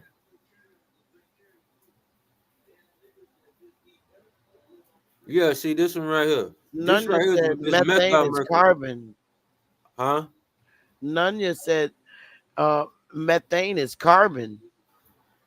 Yeah, but see, this is called methyl mercury. And it's found in all the fish. So it ain't all your fish already have poison and chemicals from the chemtrails that land in the water. Okay, but this is the big dog.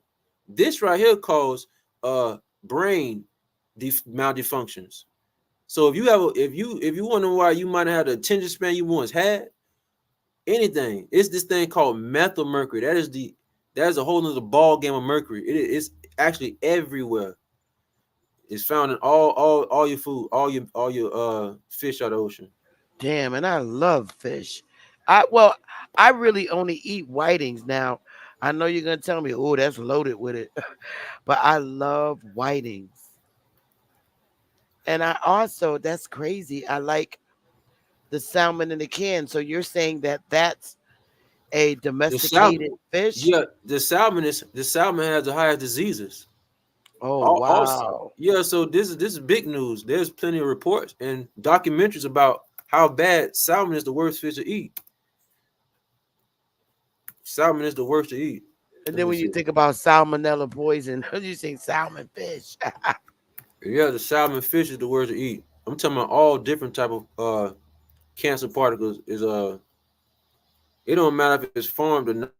Let me see if I can find, because there's documentaries on YouTube y'all can watch on the dangers of all salmon. Salmon is not a wild fish anyway. It's another one they put out there.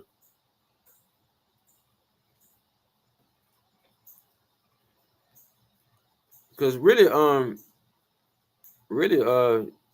the any of these meats you was prepared not to see. If you from the land, if you from this reality, you don't have to eat something that eats something. That's not how you was designed. Like, you was not placed here by the stars and what it did, vapor deposition, lithography to create you from a hologram, blah blah blah. I get into a video of how that works. You was not placed here to eat something that might have to eat something else, and that's a meat source. I don't think you was placed for that.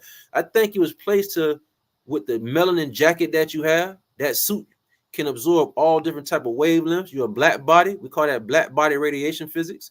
That allows you to absorb all type of wavelengths that gives you energy. And I don't think that you were supposed to eat anything else that was supposed to eat something. I don't think Wow. so. I would not. I don't think Man, that you was placed. you messing with my damn fried salmon and grits now. Oh man. You never had in your life fried salmon cakes with grits?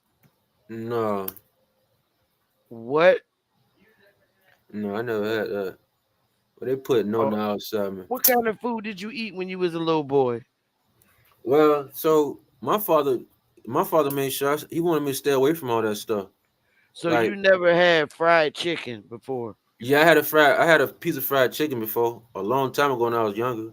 But my father didn't want me. My people didn't want me eating none of that stuff. Like, they was well aware of it. So when you eat, so this will happen when you eat anything So you fried. mean to tell me you ain't never had collard greens, fried chicken, macaroni and cheese, cornbread? No, seriously. So the stuff y'all call soul food. Not I You didn't have too much ever of that. No. oh my goodness, I can't Or believe that's so hard for me to believe. And you're from Florida. That's killing me right now. yeah, I know. Are your parents from Florida? So my mom's from Americas.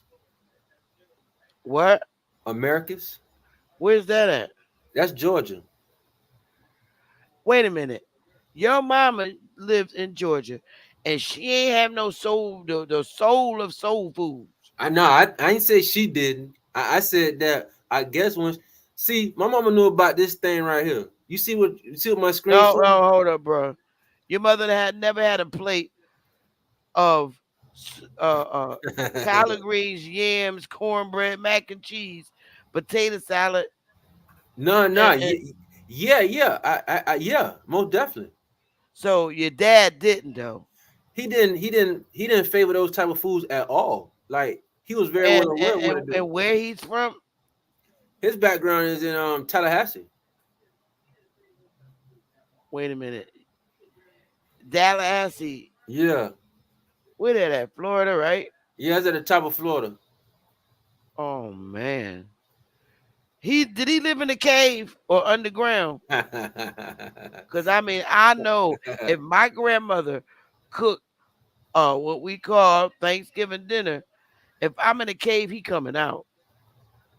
He coming out that cave to get my granny plate. But you got it. That's crazy. That sounds See, crazy to me. anytime y'all even see when you say you want to cook and fry the food, you get this right here called the Maillard reaction.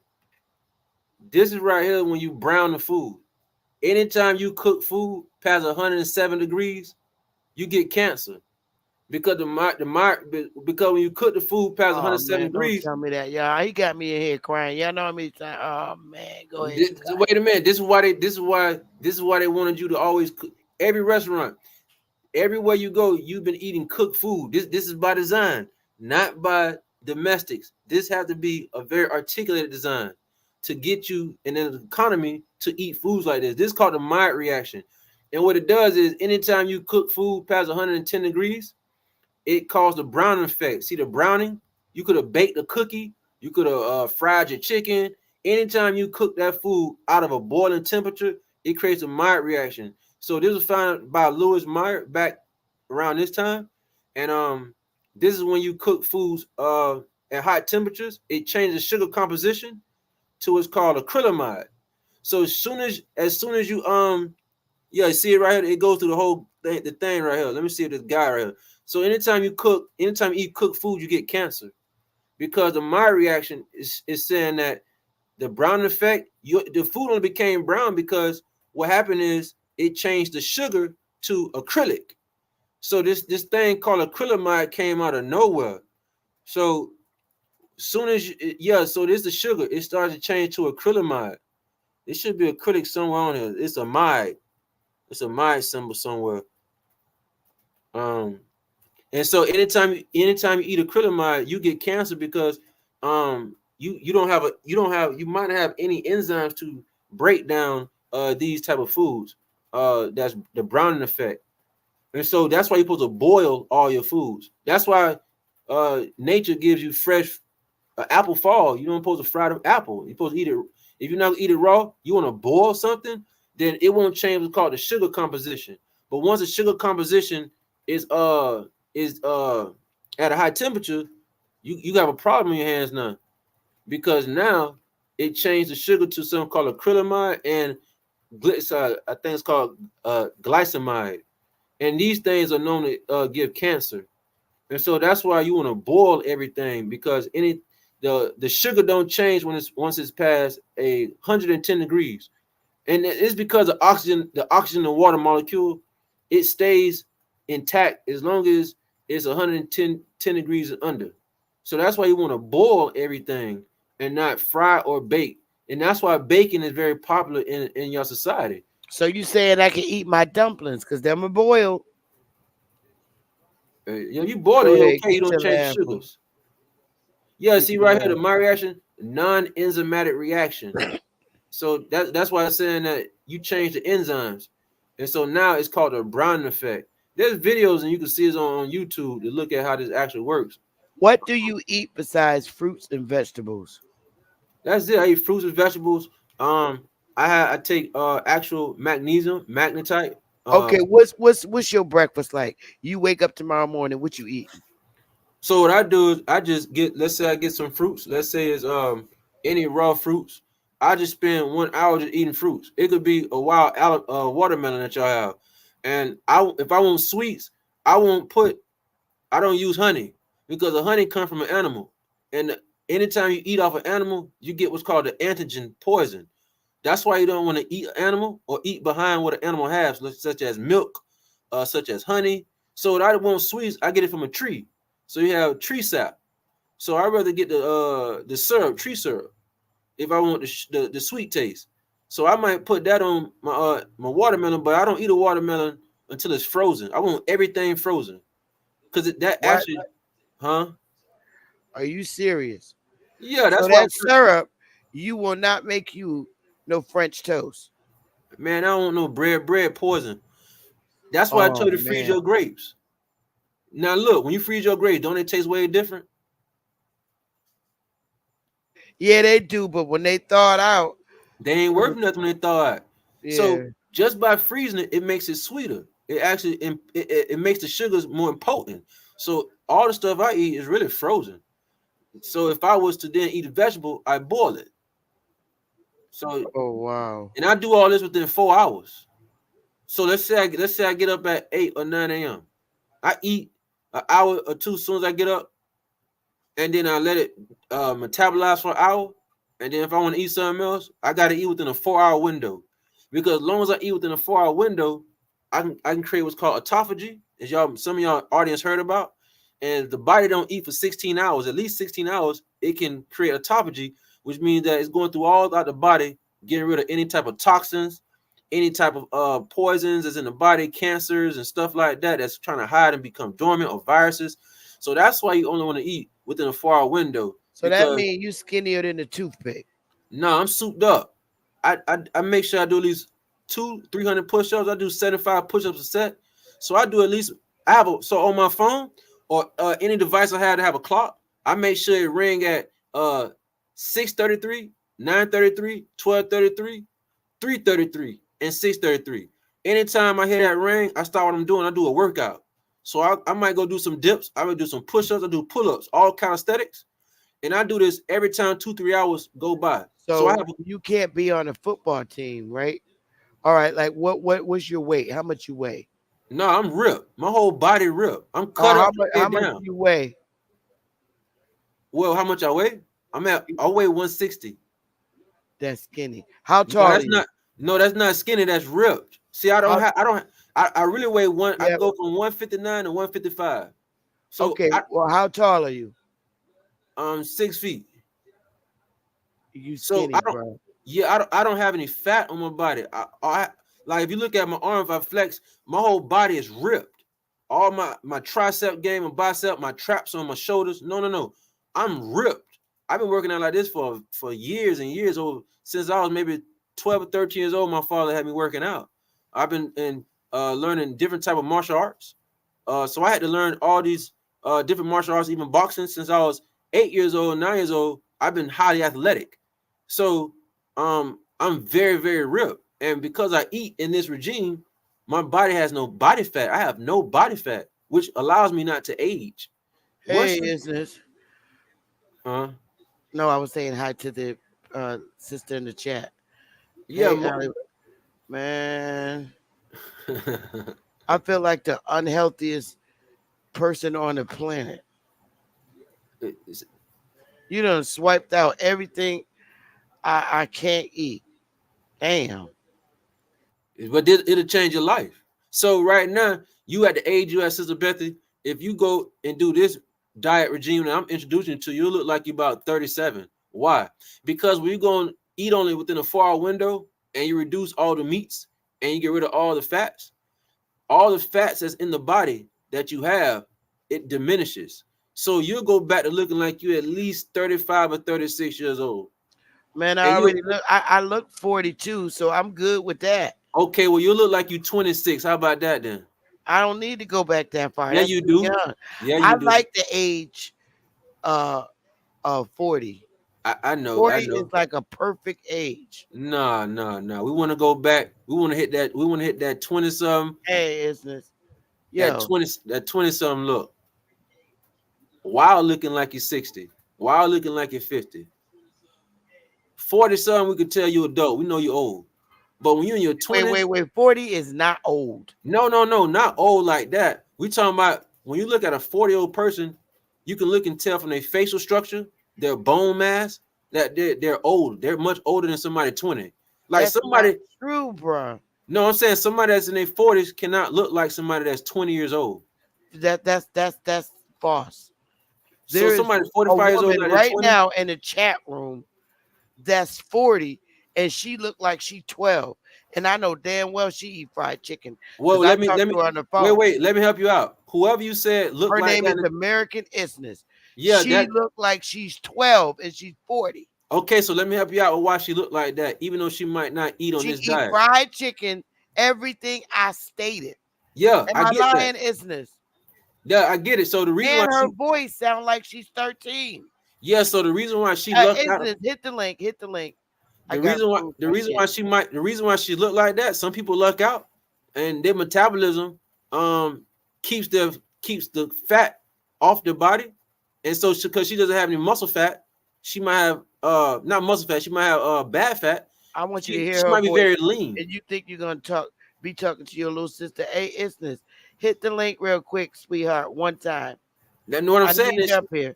reason I'm saying she might look like that, she might be very lean. And when you're very lean, you look much younger than what you normally Actually, are. she's tall and she sound when you hear you gonna think she's 13 or 12 years old. Hit the link, Isness, real quick for me, honey.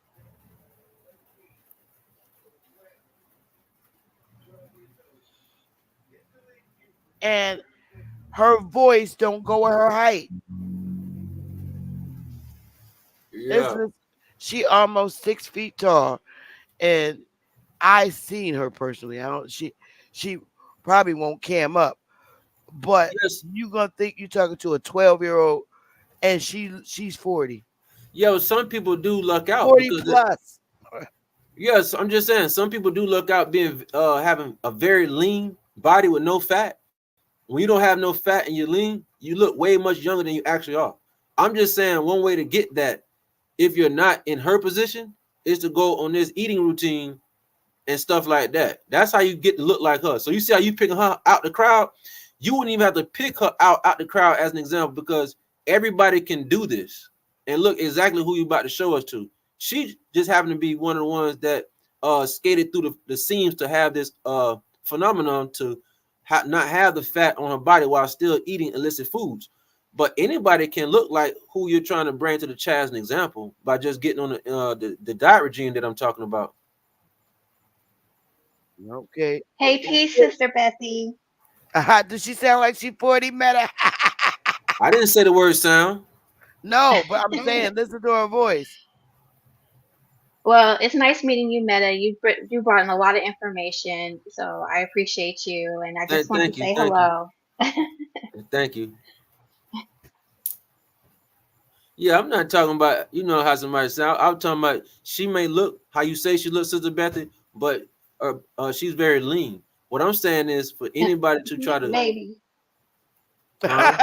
it's just genetics. Yeah, that's what I was trying to say. Maybe her genes slipped through the crack, and her metabolism just slipped through the crack to allow her No, to. I'm just 100% Aboriginal. I got that ancient blood, so Yeah, that's what I'm we saying. don't Yeah, that's what I'm crack. saying. Maybe it slipped through the crack. And what I mean by slip through the crack is the dangerous foods that some of us are consuming. Those that have a different type of gene may allow it to slip through the crack. And so what I was telling Sister Beth is if for anybody else that uh want to have that type of lean look impression, was you look way much younger than you look. I mean, you look much younger than your age is. No, all you gotta do is just go on a 3 or 4 hour eating routine within that window and create autophagy. And that's when the body get rid of all the fat cells, any type of cancer cells, poisons and stuff like that. And then it slims the body up real fast. Don't even take that long. And then from there, you'll be back on your much younger looking thing. Well, the brother is back. I beg to differ. She is beautiful as ever. That's Yeah, but my opinion, and my opinion is truly the truth when I say that. so Oh, thank you, Sister Bethy. That's so nice of you. But that's how people do. She's beautiful, natural too, and she don't wear makeup. No, yeah, no makeup. so all right. So you see how Sister Betty, you just gave her that compliment. What I'm trying to get you to understand is everybody can look and do that. Those that have the genes, if they get on this regime, that's what I'm trying to get you to understand. I Instead don't of wear makeup either, just lipstick and lip gloss. I do like, but makeup on my skin, hell no, that shit felt like mud.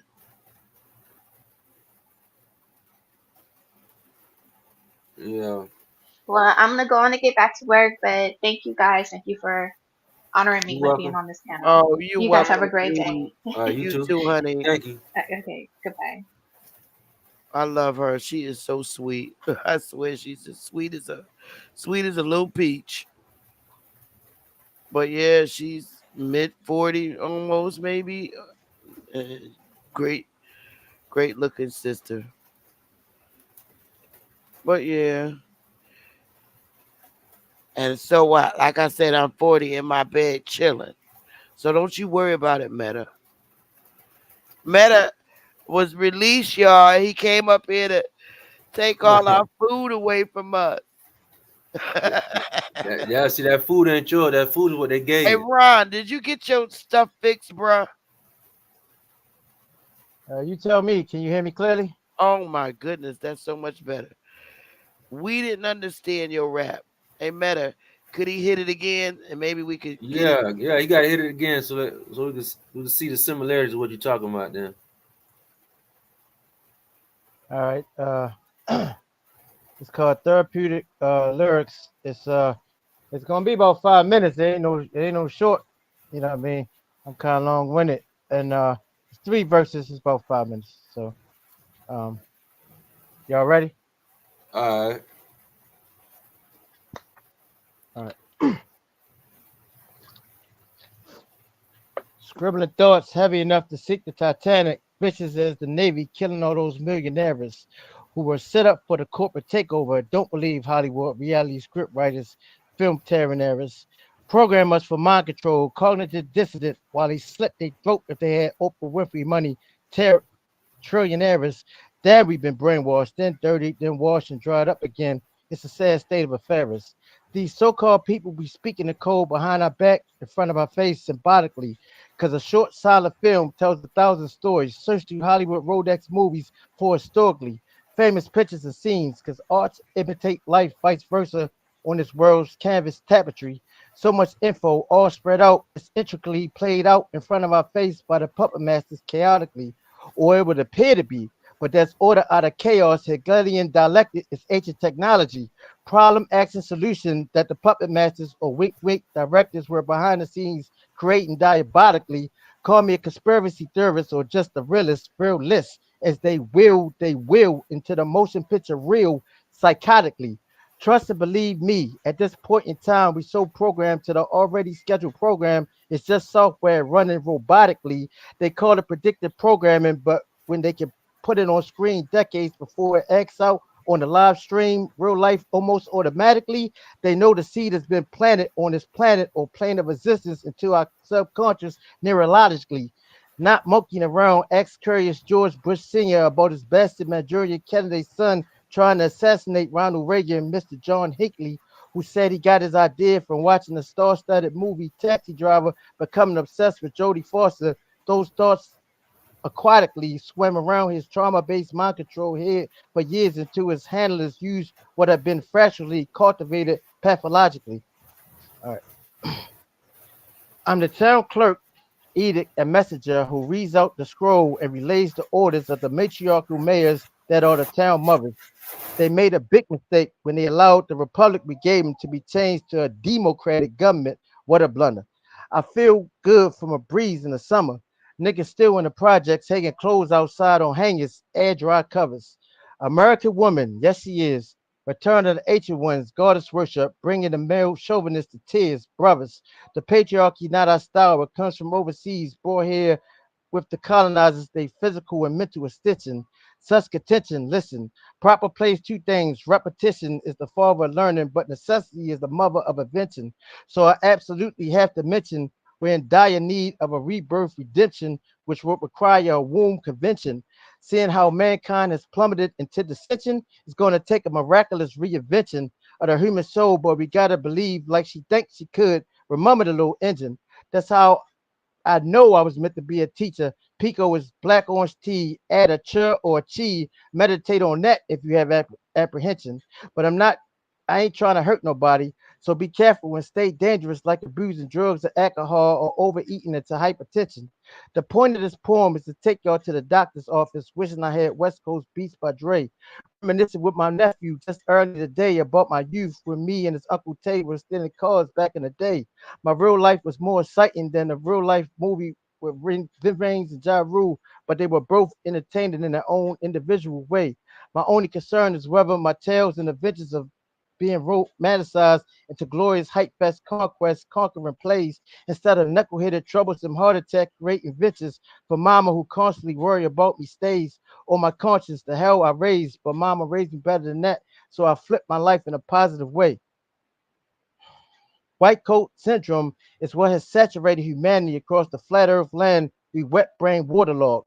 Elephant question, who is God? These therapeutic lyrics, I seek consolation for myself, not another man with a special title job. Really, we just opening up this particular dialogue and apologetics already thinking I'm beating a dead horse, but animalistic fanaticism got us mentally tied hard. Thank Leroy. You have just opened up a fortune cookie without a fortune written by the master that does not exist to find a solution to a problem you already know. I prologue. Enough. There's one place you have not looked, and it is there, and only there shall you find the master. So can we please get down to doing our goddamn job? Truthfully, where would I personally be without the help from my therapist healer who helped me finally on the real path to illuminate the glow. OMG, now everybody know it. I'd be a liar if I didn't admit I dreamed of marrying my therapist. Such a cliche fantasy, but she was so beautiful and made my heart jump like a frog. So many thoughts and feelings that's subject, but that's reserved for a whole other dedication. So easy to lose focus. Gotta maintain concentration. Even at this moment, as my pen is touching the paper, I'm being pushed to my emotional limit, but I'm doubling down to finish this artistic demonstration. 44 fours is a moment of clarity, a blue pill slash Jay-Z reference combination, the conscious and kicking knowledge, niggas' true path, facing frustration. Every day born awake amongst a race of sleeping giants, words so magical science the public isn't aware of. Albert Pike quote reused by Thor translation. There's a contract over our heads. As long as the truth is put out there in front of our face, they can continue to have us live a lie in a reality simulation. The goddesses and gods have returned for restoration. So much for these evildoers and their plans for eternal occupation. As of 2024, the Empress and the matriarchy has spoken with the ancestors on the other side for the indigenous nation salvation. How's that for therapeutic lyrics? Revelations. That's it. Excellent. Somebody said that ain't a poem, that was a story. Poems tell stories. Yes, now I'm reading the chat. Somebody was like, that's a poem. It's a short story. I thank you. I take that as a compliment. Somebody said that's 67 bars. It I was thought 48. Lauryn Hill was the only one that could flow that long. Flowetry. I like it. I really do. Lauryn Hill is Thanks, my sir. girl, man. Oh man, I love Lauryn Hill. She is a flowetry. That girl is magic. They said that was wonderful. The chat really like you. Throw up some fire for Pico, y'all. That was fire, bro.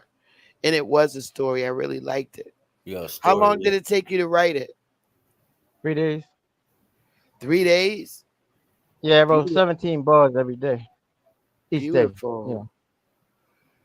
Yeah. You should get that typed up and printed on paper and then laminate it, and you could sell those. You do know that, right? Yes, ma'am. I'm yeah, I be doing 'Cause- spoken word down here in Baltimore. I be hitting different spots and stuff like that. yeah, they did that with the 48 laws of power.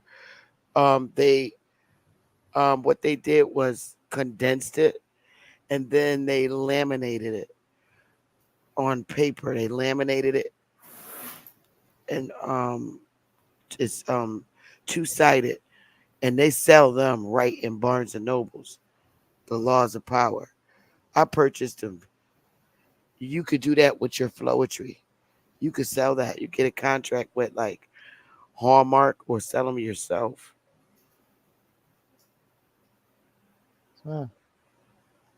It's I beautiful. appreciate it. It's for us, you know what I mean? Like, we I just feel like the ancestors gave me something to put down. I just put it down. That's all. Beautiful, I don't take beautiful any credit job, for it. brother. Yeah, yeah. I Beautiful. appreciate it. I appreciate it. When I heard Thanks him for talking the other you. day, I said, "Oh my God!" I said, "Yo," I was nervous, but I said, "Yo, I gotta let him hear." So then later on down the line, when nobody say that I was stealing, you know what I mean? 'Cause I was, but everything, he just sounds so similar. So I was just like, all right, I might as well. I feel like the ancestors wanted me to do that, so that's what it is. Yeah. I Yeah, felt yeah. that it's beautiful. I love flowetry anyway. I do.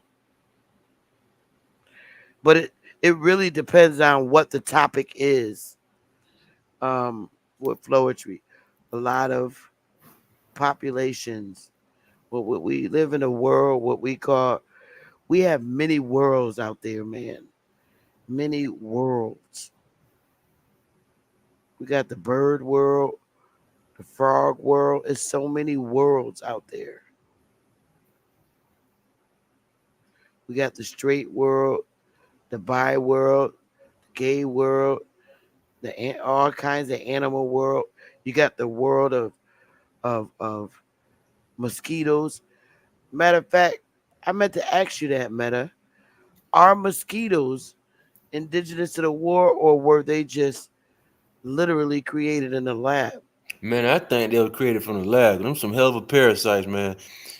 Different. There's a whole But bunch of all different. they do is stick you, man. That's what I'm saying. It's like they just sit and wait for flesh. Really, really. Yeah, and they die right after. That's what I'm They saying. literally die after they suck your blood. That's what I'm trying to get you to understand, that the program that you're in, that you call reality, that's in this district. That's why I let y'all try to concentrate on your own time. Go look at that moon map. You put the pieces of the puzzle together, because there is no other map that's going to show you. So the moon map is just showing reflection, something's organic, and whether that moon is a xenon, a silver ion plasmid screen projector. Yeah, but that's the closest and the best thing that y'all can say. I trust that before I trust a handwritten map by a man, because that means you can go outside, take a picture of that moon yourself, see does it is it the exact same picture that you see that I showed y'all, because the content creator that showed y'all that put that together, they didn't create that. That moon map was found somewhere in Southeast Asia somewhere. That moon map was found a few hundred years ago. It was just never presented to the public. But really, you could just look at the map yourself that you see on that channel called Vibes of Cosmos, and then you just use your phone and just vary the pictures. Does that full moon look the same every month? Because it happen every month. So just look at that, because that will give you a general idea that you're in a small sector of many lands. Did they pre-orchestrate everything that y'all are experiencing, from the mosquitoes, from the food y'all eating, the synthetic people, everything? Was this already pre-orchestrated? Because those that built these mega monoliths seem to have shifted, cleared the land, went underneath here and further out, and we have floating cities above your head. So they seem to have left everything and went everywhere else except for this place. And this place was a war zone. It was just a place that allowed anybody to do their experimentations to release them, because the lost tribe is those that's in America and those over there on the other side across that water. But then we have those that seem to have came out of nowhere to join this thing we call reality, this party, and they seem to have been here very temporarily and going to leave very temporarily. That's what I'm trying to get everybody to understand, that you might be inside of a program where the majority of stuff that you thought was wild and organic to the land might not be, and it could be that mosquito, these different mosquitoes. Because mosquitoes, they really have a hard time getting to animals that have fur. Yeah, but we have skin. It's as if they hunt for people that have skin, and they come out of nowhere. They will come literally out of nowhere. So if they're here to They breed over water. yeah, breed over water, and they want the blood. And so, animals, a bunch of animals have fur. So that kind of piss mosquitoes off. They want something that have bare skin. And so, were these mosquitoes like other insects in planet? Yeah, you had a German cockroach. That's another one. And the cockroaches, these cockroaches. So when you learn in mainstream insectology and stuff like that, they'll tell you the cockroach been around for 1 billion years. It can survive a nuclear blast. We're not going for that over here. We know them cockroaches just came out the facilities, and they just put them in population not too long ago. Because what the cockroach do is, the cockroach, came out of a domestic eukaryotic situation, because the cockroach would rather sneak inside your house than go outside. Whether you have food or not, you can have the cleanest house, you can have everything clean. The roaches still do what's called invasive tactics. It has an invasive tactic. It comes inside your house. You done clean the kitchen up. It's nothing up, but it has a genetic mentality to come in and invade your space, your private space. Well, that's what invasive species do. That's what they characterize and specialize in. They come to your space and spread their bacteria, because everything that roach touch, it left a virus. That's another reason anybody should start thinking about, are these insects here to give me a virus? Because anytime that housefly touch something, you get a virus. We talking about the housefly with 690 different virus bacteria. that they found. So anytime that housefly touch your sandwich or touch it, it put a virus on there. Anytime that roach crawl on your counter, it has viruses that it, and we talking about it purposely did this. It's very well aware of what it's doing. So I would say that any type of creature that want to sneak inside your house and invade your privacy, and they don't want to go outside with all that extra space and air and stuff that it can eat out there outside, that's a clear indicator that those are domestic eukaryotic insects also. Interesting. I'm so glad. I'm so OCD, and I knock on wood. None of my homes have roaches at all. Now, what I do hate, spiders, because I live in wooded area. I hate spiders with a passion. Soon as I see them, I kill them. I just do not like spiders. None.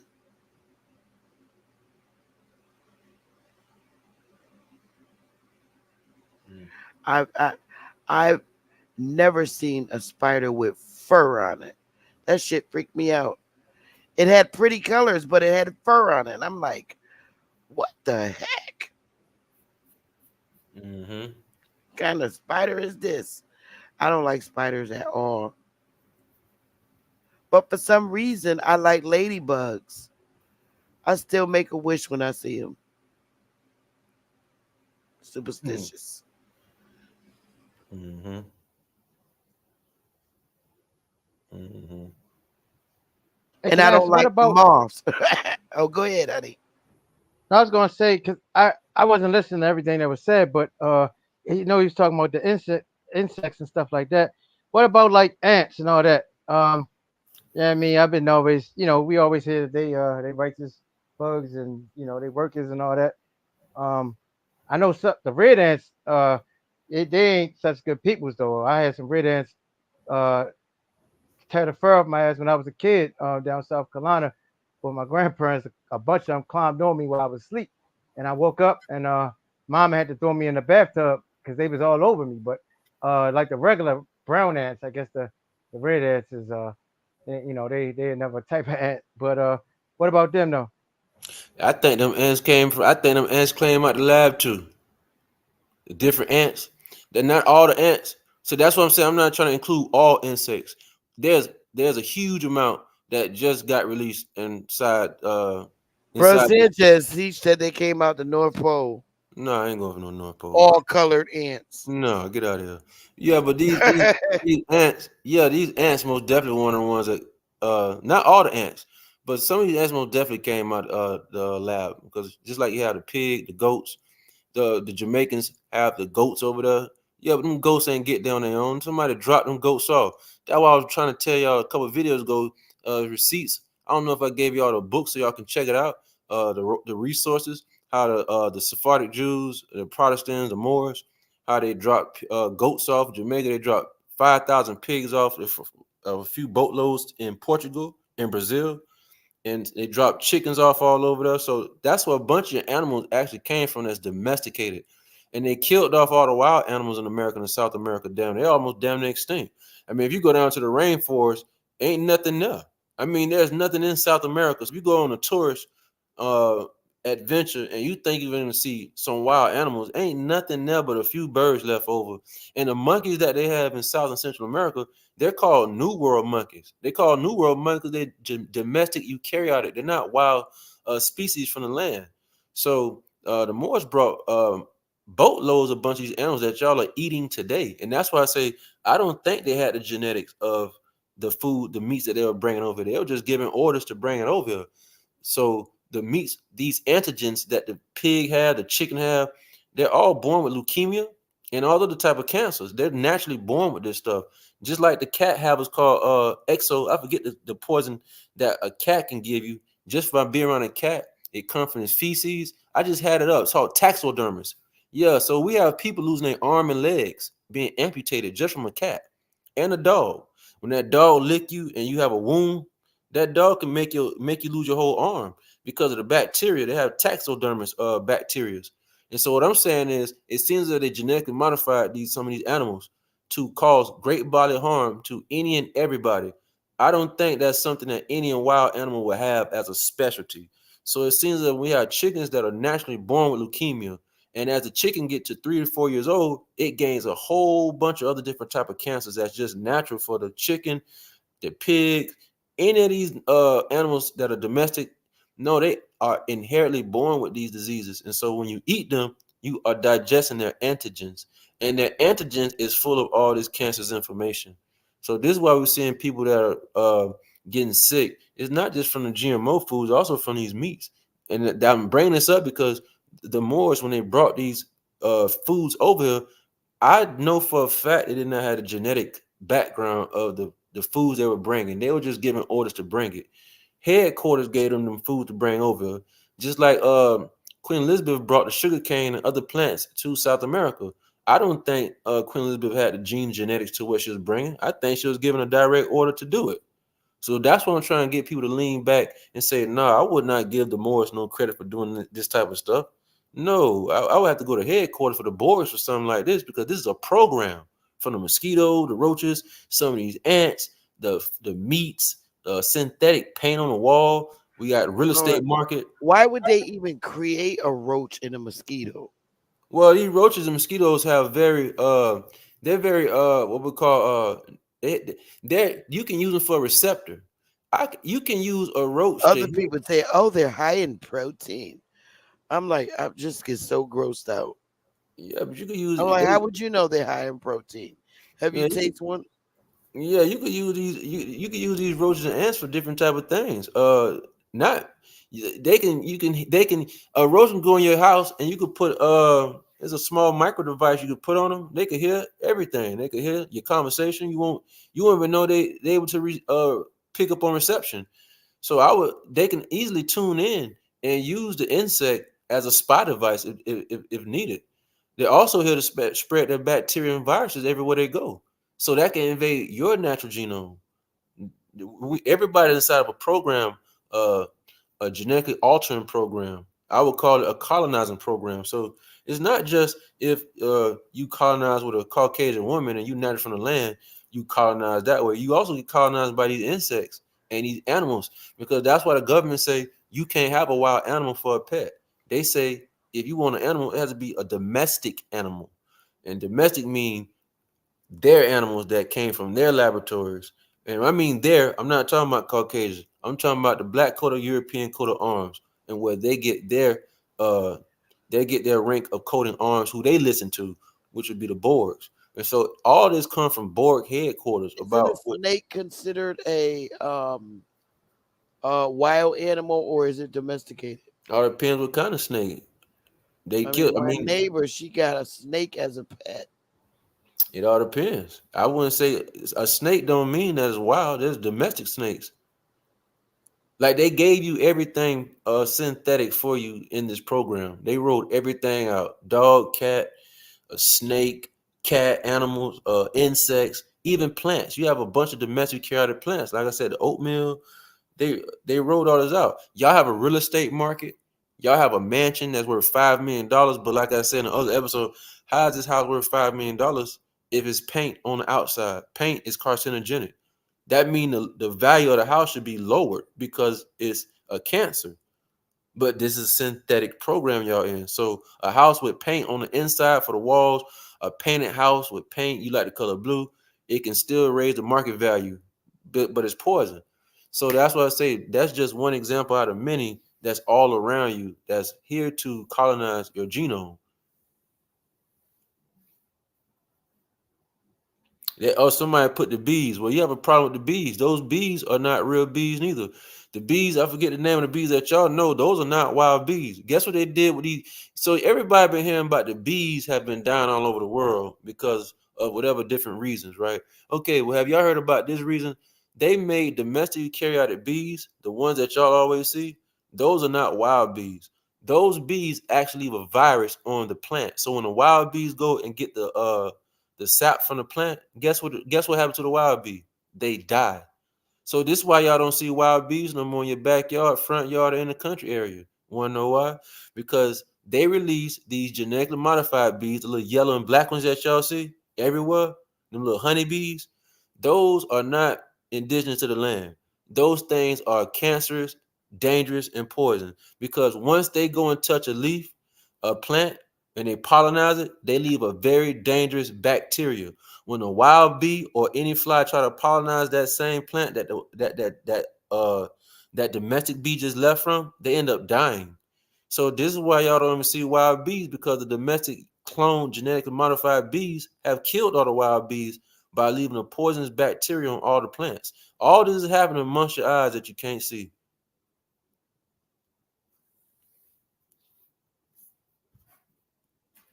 Yeah, somebody said ain't seen a bumblebee in years. Yeah, you ain't gonna see hardly nothing. That's crazy to hear. Like what you're saying. I mean, to just, and I would have never thought to think about something like this. Like they're still creating insects and bugs and letting them loose. Yeah, because y'all still I here. don't understand the purpose of them doing that. Y'all are still here. So they're trying to, everything needs to be synthetic. We got the transhumanism movement rolling in right now. Everybody gonna be hooked up to something. People want to pay for stuff easily. See, everybody want things easily done for them. If anybody can start looking inside Xinjiang province in China, this is already happening. Did you know in Xinjiang province is the headquarters where they make all your hardware for devices? Well, Xinjiang province is also headquarters for transhumanism right now. There's plenty of videos y'all can see. There is nobody working in none of the stores right now. So there's no clerk in the grocery store. There's nobody working in the stores. The stores are all AI robotically ran. So you would go inside of a store and you pay for everything, and it's going to be from your phone. So they don't have cash. They took the cash out of society and now they use their phone over there. After the phone, they're So gonna start. nobody's remotely controlling the services of the AI, like robots and shit. Yeah, they have headquarters for that. You got So headquarters. somebody's literally, it's their job to sit and literally interact from a remote location Yeah, so on you the see, behaviors and actions of the actual AI robot. yeah, so you see how when y'all driving the street, they got street cameras everywhere on every block. Yeah. There's the headquarters that those they sit, and that's all they do is monitor them cameras. They have the same thing for the AI and the robots. They have they have government job positions that this is all they do all day. So if let me ask you this for instance. So if I'm in the store, grocery store, right, and there is literally a robot that looks transhuman, somebody is hired to sit and provide the communications with. Yeah, because Wow. yeah, because it's still going to the SR the SID and RFD chip. These chips still go to headquarters, and they're being monitored from the monitor screens and inputs and outputs and stuff like that. So yeah, you'll be surprised even for cybersecurity. There, it might be a basement of a facility, and it might fit 2,000, 3,000 workers, and they just sit at the computer, and that's what they do. Well, I have to 4,000. certainly say that if society is doing things like that, where okay, you actually work at the grocery store, you're a robot, but you're providing the communication to the robot. You're speaking, but the robot is there in your place. So, say like if what do you call it, a bomber comes in there to bomb up the store, they're not getting the actual individual because now it's the robot you're destroying and not the actual living being. Yeah. Save a lot of lives. Yeah. Wow. Hey, look on my page real quick. This Oh, this this the B thing real quick, so they could just take a screenshot of this. did you stop the share screen and reshare? Oh okay, just I You're just pull it showing up. what you had up last. Yeah, I just pull this up and just copy and paste it over there. Yeah, No, so I this mean, are you showing the share screen? am I showing the share screen? Yeah, you see it? No, you got to stop the share screen and reshare what you're trying to share. Oh, but it should have pulled up the honeybees. Y'all see the honeybees? We see, yes. Hold on, let me see if I get the exact one because it even. Let me pull this up. Let me go back and rescreen the Hey, share screen because it Capper. didn't pull up the same. Let me stop screen sharing. Show the other one real quick. Okay, Hey, look at Capper this one real Draco. quick. What's going on? Okay. You Okay, sharing, check this one Meta? out real quick. Yeah, you Okay. see it now? Yeah, we got it. There it is. Okay, so that's what I was saying. The domestic. See, there they go, domestic bees. So if you're gonna have domestic bees, you got to have domestic people. You can't say it's wild bees and wild animals. No, we have domestic and non-domestic people on the planet. This say yes, bacteria from domestic bees can spread to wild bees and cause a threat. It ain't just cause a threat; it killed them all off.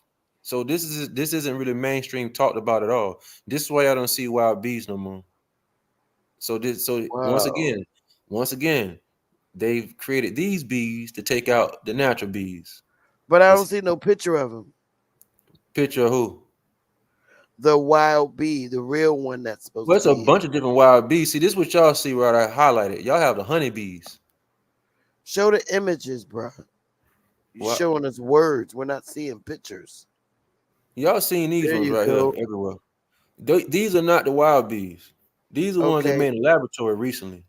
So what does a real wild bee look like? There's a whole bunch of different ones. Let me see if I can find a couple wild bees. There's a bunch of different species. But y'all been seeing them bees, they're everywhere. Yeah, them yellow ones. Let me see if we got different wild bees. Let me see.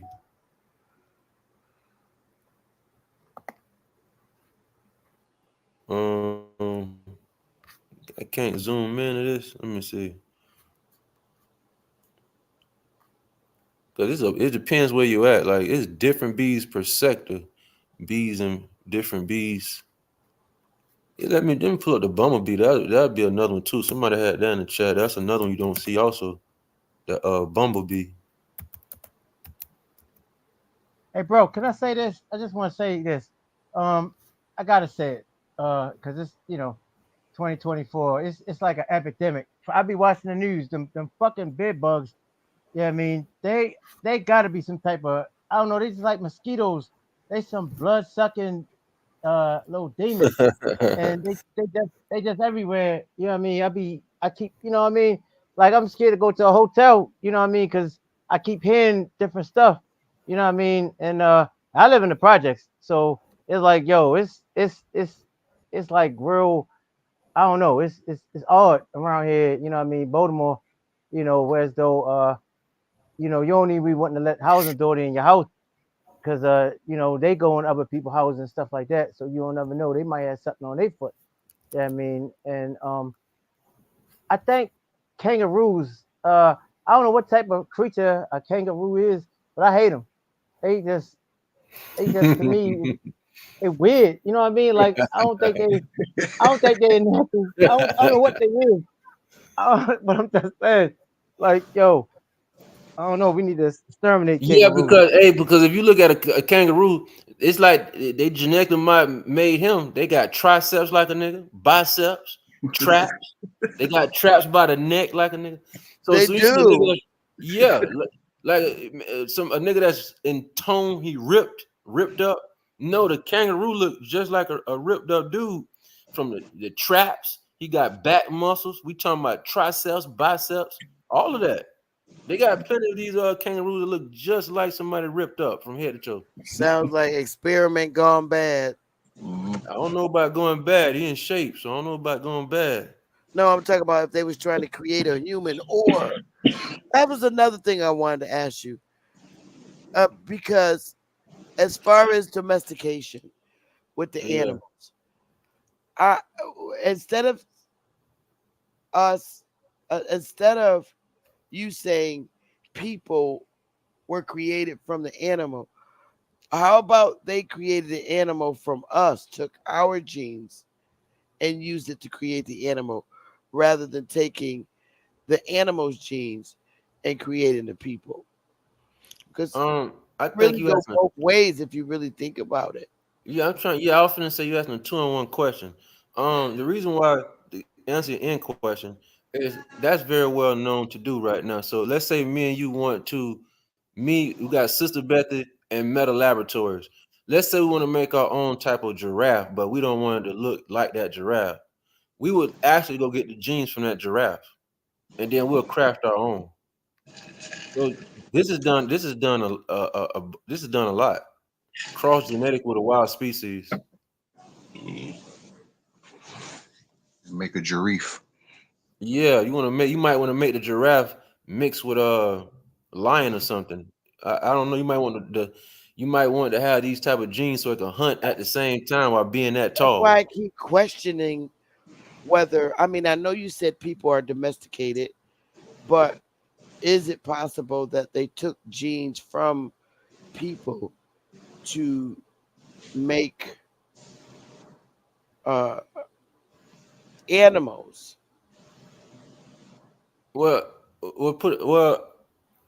If you're gonna say that, then And I'm gonna that's say probably how you're saying that a specific people have the gene of an animal because the genes of those people were taken and used to make the animal rather than it being vice the other way around. You mean when I say domestic eukaryote have animals inside the DNA? You Yeah, talking but about? the reason why I'm saying it that I mean when you say domesticated, you're saying that the animal has the same gene as the domesticated person. But isn't it possible that the people you say to be domesticated, their gene was used to make the animal? No, no, not that way. It ain't If the any, other way around. yeah, yes, other way around. Yeah, so if anything, if they would take the gene, it would have to be somebody from the soil, somebody that's naturally from this place. So I could take the natural gene, I could take Sister Betty gene, and I could make a white woman, and she would be domesticated. Now that gene, not all your genes, but that gene pool started with an original from the soil. So we're gonna have a white Sister Bethy. We're gonna, like I tell you, the gene SLA 4202, 4205A, and the other genes. I went inside the video and went through like 15 different step processes before you go to the protein of SLA, which is the SLA 42, which is a Caucasian, which is the gives them the Caucasian look, not the Caucasian look, but the pale skin. So we can do that by gene editing your genes. And then that's why I say let us make man in our image. Let us make somebody in our image. So they could Okay, take. so can't we say, all right, since instead of saying, you know, uh, people were domesticated from, I mean, you perhaps that's the way white people were created rather than, you know, the way you're saying. Could they have just created white people from our gene and that's it? Yeah, and the Which reason. explains why we could procreate with them. And they're not um mixed with no animal, as you say. But you Well, got it. no, no, they are mixed with animals. This ain't me. There's over 200,000 articles on that. And the reason why they mix them with the articles is so everything in this program can have the same resonant code. So if I mix someone with my domesticated was it mosquitoes, cats, dogs, uh even plants, they will harmonize and they will have the same resonant Bernoulli zone Q factor. What it started off with is that we can actually see that some of these people actually look like real niggas if they had bigger lips, bigger nose, bigger hips. They actually look like us. And so that lets you know for a fact that the characteristic of the outlook, the exterior of the domestic eukaryotic do look like some of the people, those of us that's from the land. But what they did is gene edited what they wanted to gene edit out. And so they look a little different. They then added and mixed the different genes of the animals and insects to do what's called unification splicing. So they can have a unified bond. They actually have a I'm bond trying together. to see if that's possible because humans can't procreate with animals. So how could their genes be used to I don't know. It just sounds kind of weird to me. Yeah, you gotta step inside the program. You'll see exactly how this works. It's very simple. It's very. That's why I was going to introduce later on another Simple to segment of you. optogenetics. Yeah, we're gonna get inside optogenetics in another segment or two. We're gonna get inside how color actually makes different pathways cells react to red, blue, and green, and that's one of the hottest topics, if not the highest levels of science of genetics. It's called optogenetics. That's the leading factor right about now in in the world of genetic study and stuff like that. Interesting. You saying if they had bigger lips or bigger hips, they would look more like a nigga. So basically, we got a bunch of diet niggas around. Yeah, so that's why I'm trying to help. Yeah, so to better understand, like they could have took not could have, they did. No, for a fact, they took our genes and let us make man in our image. And by doing that, I did a segment, went through the 14-step process of all of the proteins and how they eventually lead to the gene activating the SLA 4CA2, I believe, and that's why you see someone with pale skin. That means that was gene edited, so they could have most definitely took the gene out for the melanopsin and the melanin, and they inserted their gene that they wanted to put in place. And when they did that, they put other genes in replication that looked like the cat, the dog, even some of the plants we call domestic eukaryotic plants. And that's why you may see their gene pool. They have I think over 180,000 different genes. Real niggas don't have that many genes at all. We're called the simple. We call it uh, a simple molecule. They call it the complex molecule. And this you run into these terms when you start to study prokaryotic versus non-prokaryotic.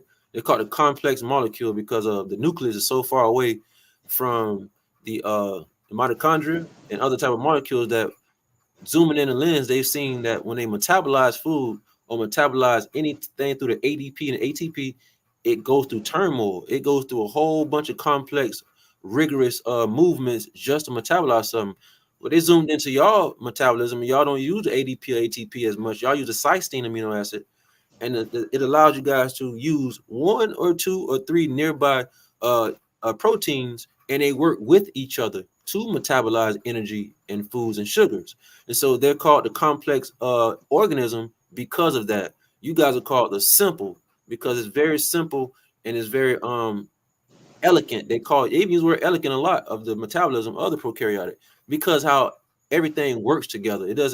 It's not chaotic. It isn't complex. I brought this up talking about the mathematics involved also. So when you step inside mathematics, there's over 60 different mathematical subjects. They're all complex. Just because there's 6 different mathematical subjects don't mean that they're the thing to learn. They're very complex. They have complex analysis, complex equations, complex differential equations.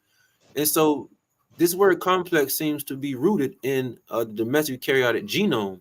Even when you learn about the complex organism, it even rooticates inside the mathematical systems and different areas of applied sciences that they've applied themselves to. And so, yeah, they most definitely, we add some hips and lips, some curvaceousness to some of these people. They actually look like some of us. That's why Yeah. I was saying, no, they did take the genes from us and they did insert what they wanted for them to look like. And that's why some of us actually not Mm. exactly like them, but if they had some prep in their step, some little, motion in the ocean, some hips, and they would actually kind of look like us if they didn't have the straight hair. Damn. Okay. Okay. I was watching Dr. Alim and he was talking about when they took the trip to NASA.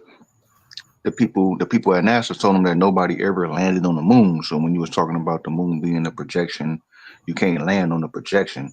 But what was the movie? What was the movie Hidden Colors really about?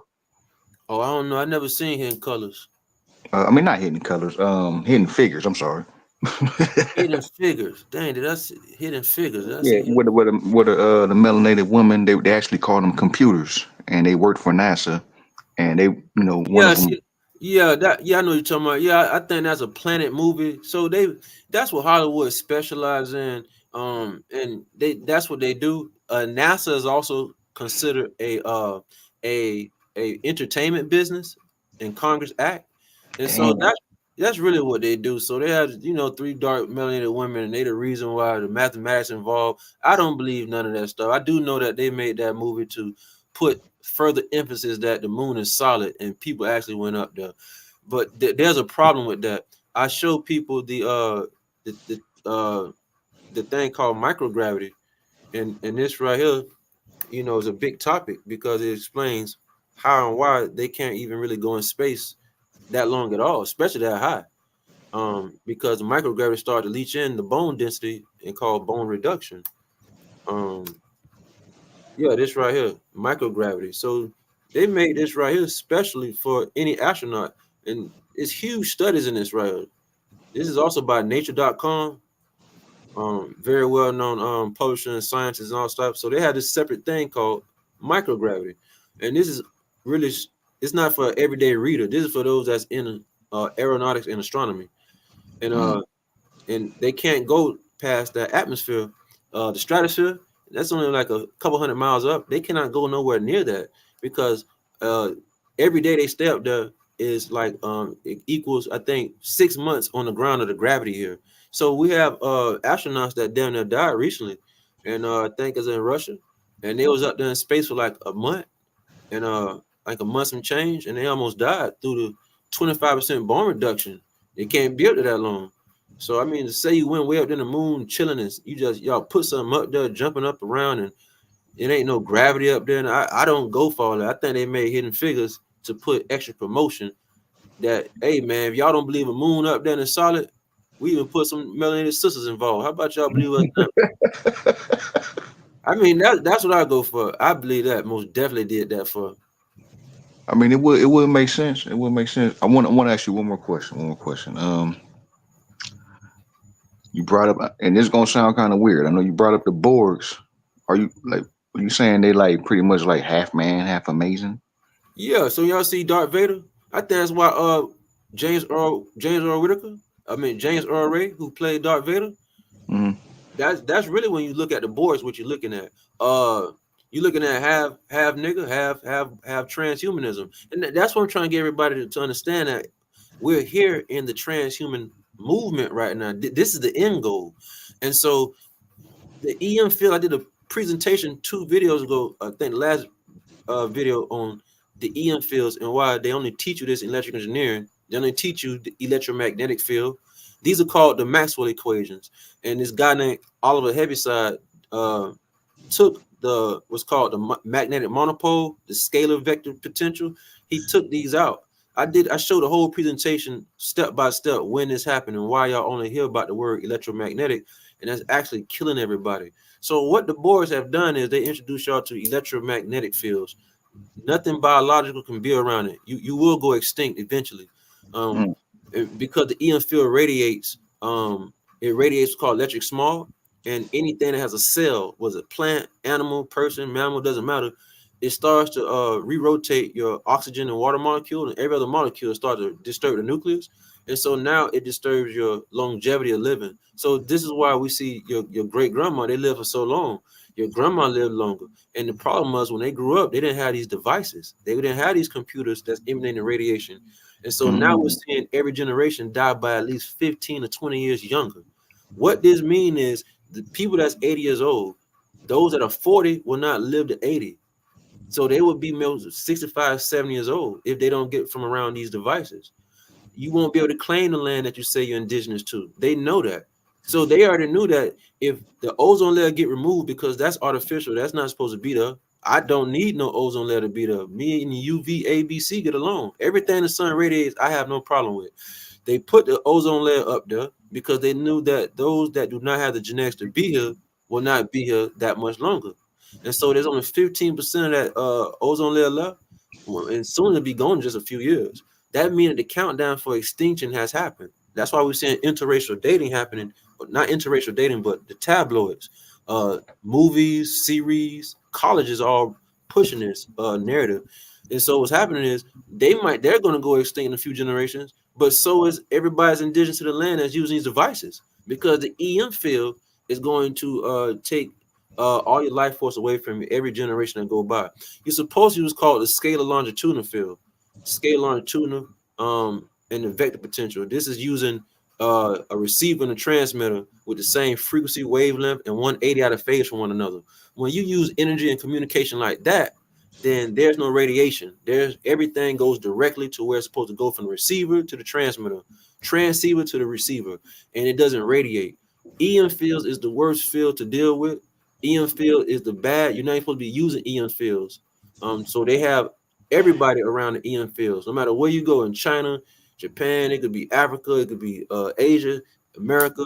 They hook you up with these power lines and transformers, and then your wall is using this type of energy. So what the Borgs did is say, you know what? If they do get rid of our creations, we only created them to do the bidding. Well, if they get rid of them, we'll have a transhuman movement. Everybody be robots that survive it. But all the indigenous people to the land, they won't be. Y'all won't be here.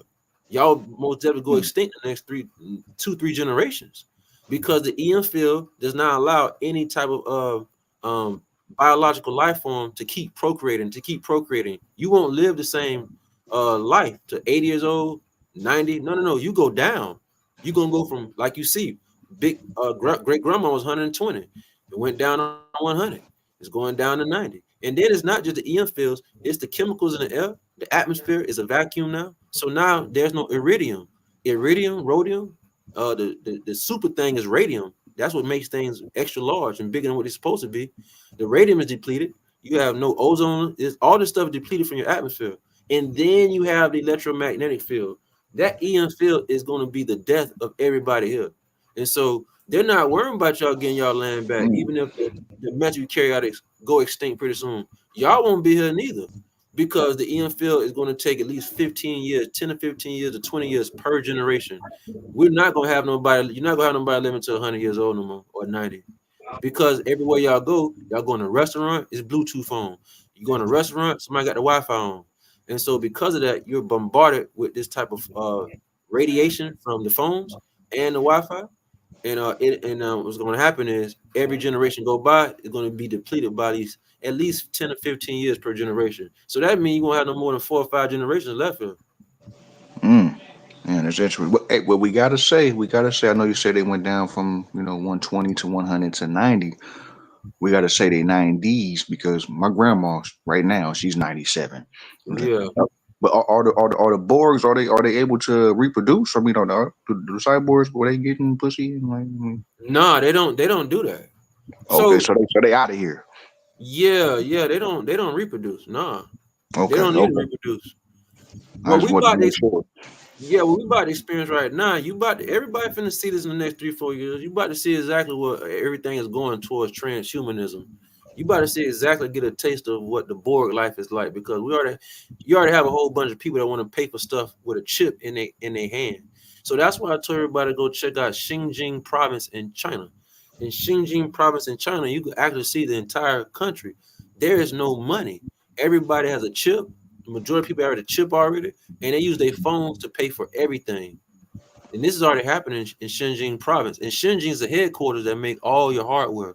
All your hardware for your computers, your phone, they go to Xinjiang province. All communication companies, they go to Xinjiang province for that. But if you go to Xinjiang, everything is already like AI and robotic based right now. They have videos, you can see it. Damn. Okay. Yeah, that makes sense. I heard something about that. All right, that's all I want to know. I ain't gonna hold y'all up. Sister Bethy, I am grateful. Shout out to the panel, Meta Material. Fucks Yeah, with thank you. Ronald Jones. I fuck with you. All right, I'm gonna holler at y'all. All right. Yeah, I'm about to flow on out of here. We almost going on 5 hours, y'all. So I'm ahead. Smoke gonna go live, but I won't be live tomorrow because Meta need a break. I need a break, and because I'm watching the debate tomorrow with Hawk School and Cosmon, which is probably going to be one of the best debates, I believe, since that funny ass one with Chief Holiday and Bruh Sanchez. That was classic.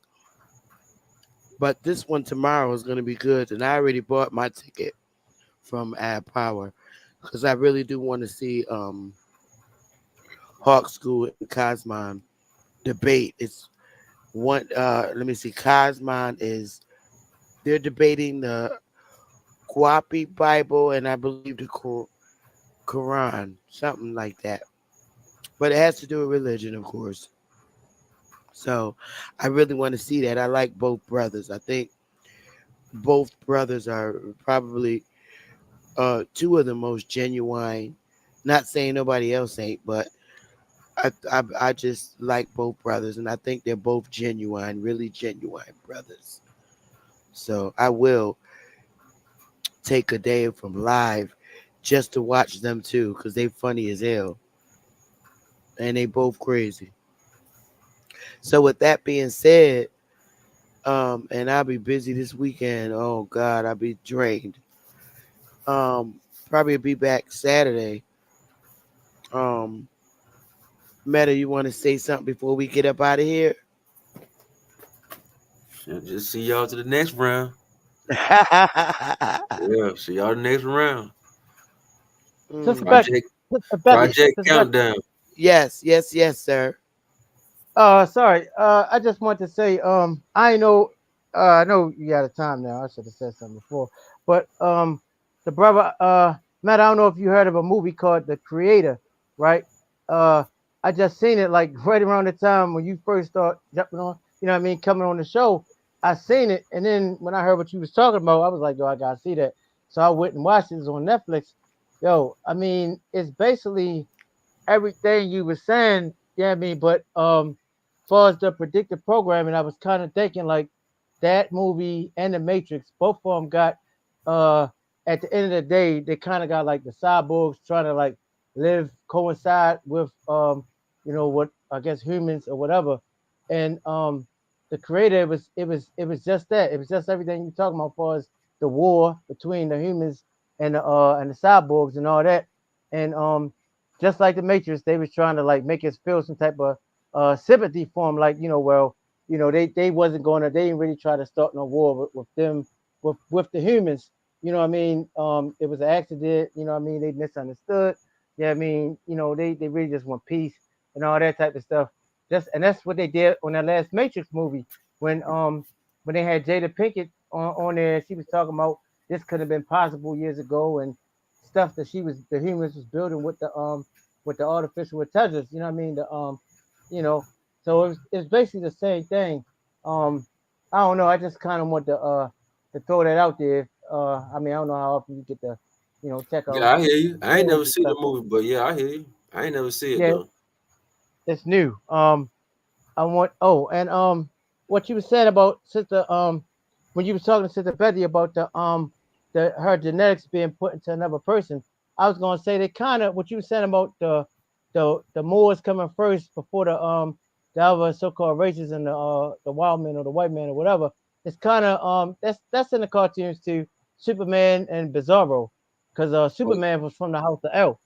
So that's the oh Moors. So yeah. I'm just saying, I just peeped that like, yo, Bizarro was from Superman genetics, but he was Bizarro. He was a messed up version of Superman. So I'm just Ah, saying, you know what I mean.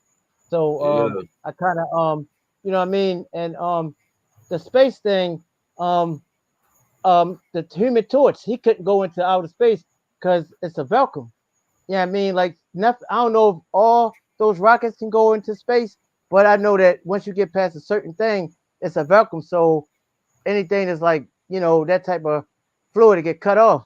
So ain't, as far as I know, can't no rockets go too far into space anyway. So all that going to the moon shit is out.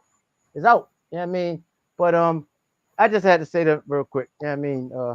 Yeah, Whatever. yeah. Yeah, that was real quick. So we gonna get out of here, y'all. Sorry, Sister I Becky. My can't take it. bad. But Sorry, you the Pico, best, we Sister did. Becky. You are too, honey. Hey, so we picked Sundays. For Sundays, uh, 4 o'clock Eastern for the algebra. I'll be there. All right. So, all right. Just wanted to let you know you'll hear something soon. We got a lot of people that's registered. It's gonna be great. But all right, everybody, I'm gonna go to Smoke's channel, and y'all know how I do. I just watch that channel till I fall asleep. So Y'all take it easy. I love y'all. It's been great. We did damn near 5 hours. I love y'all so much. And again, thank you for the new members that joined the panel as a member. Thanks for joining the channel as a member. And I really appreciate that. So, love y'all to the moon and back. I'm out of here, man. I got to get out of here. I'm tired. I'm going to Smoke Channel.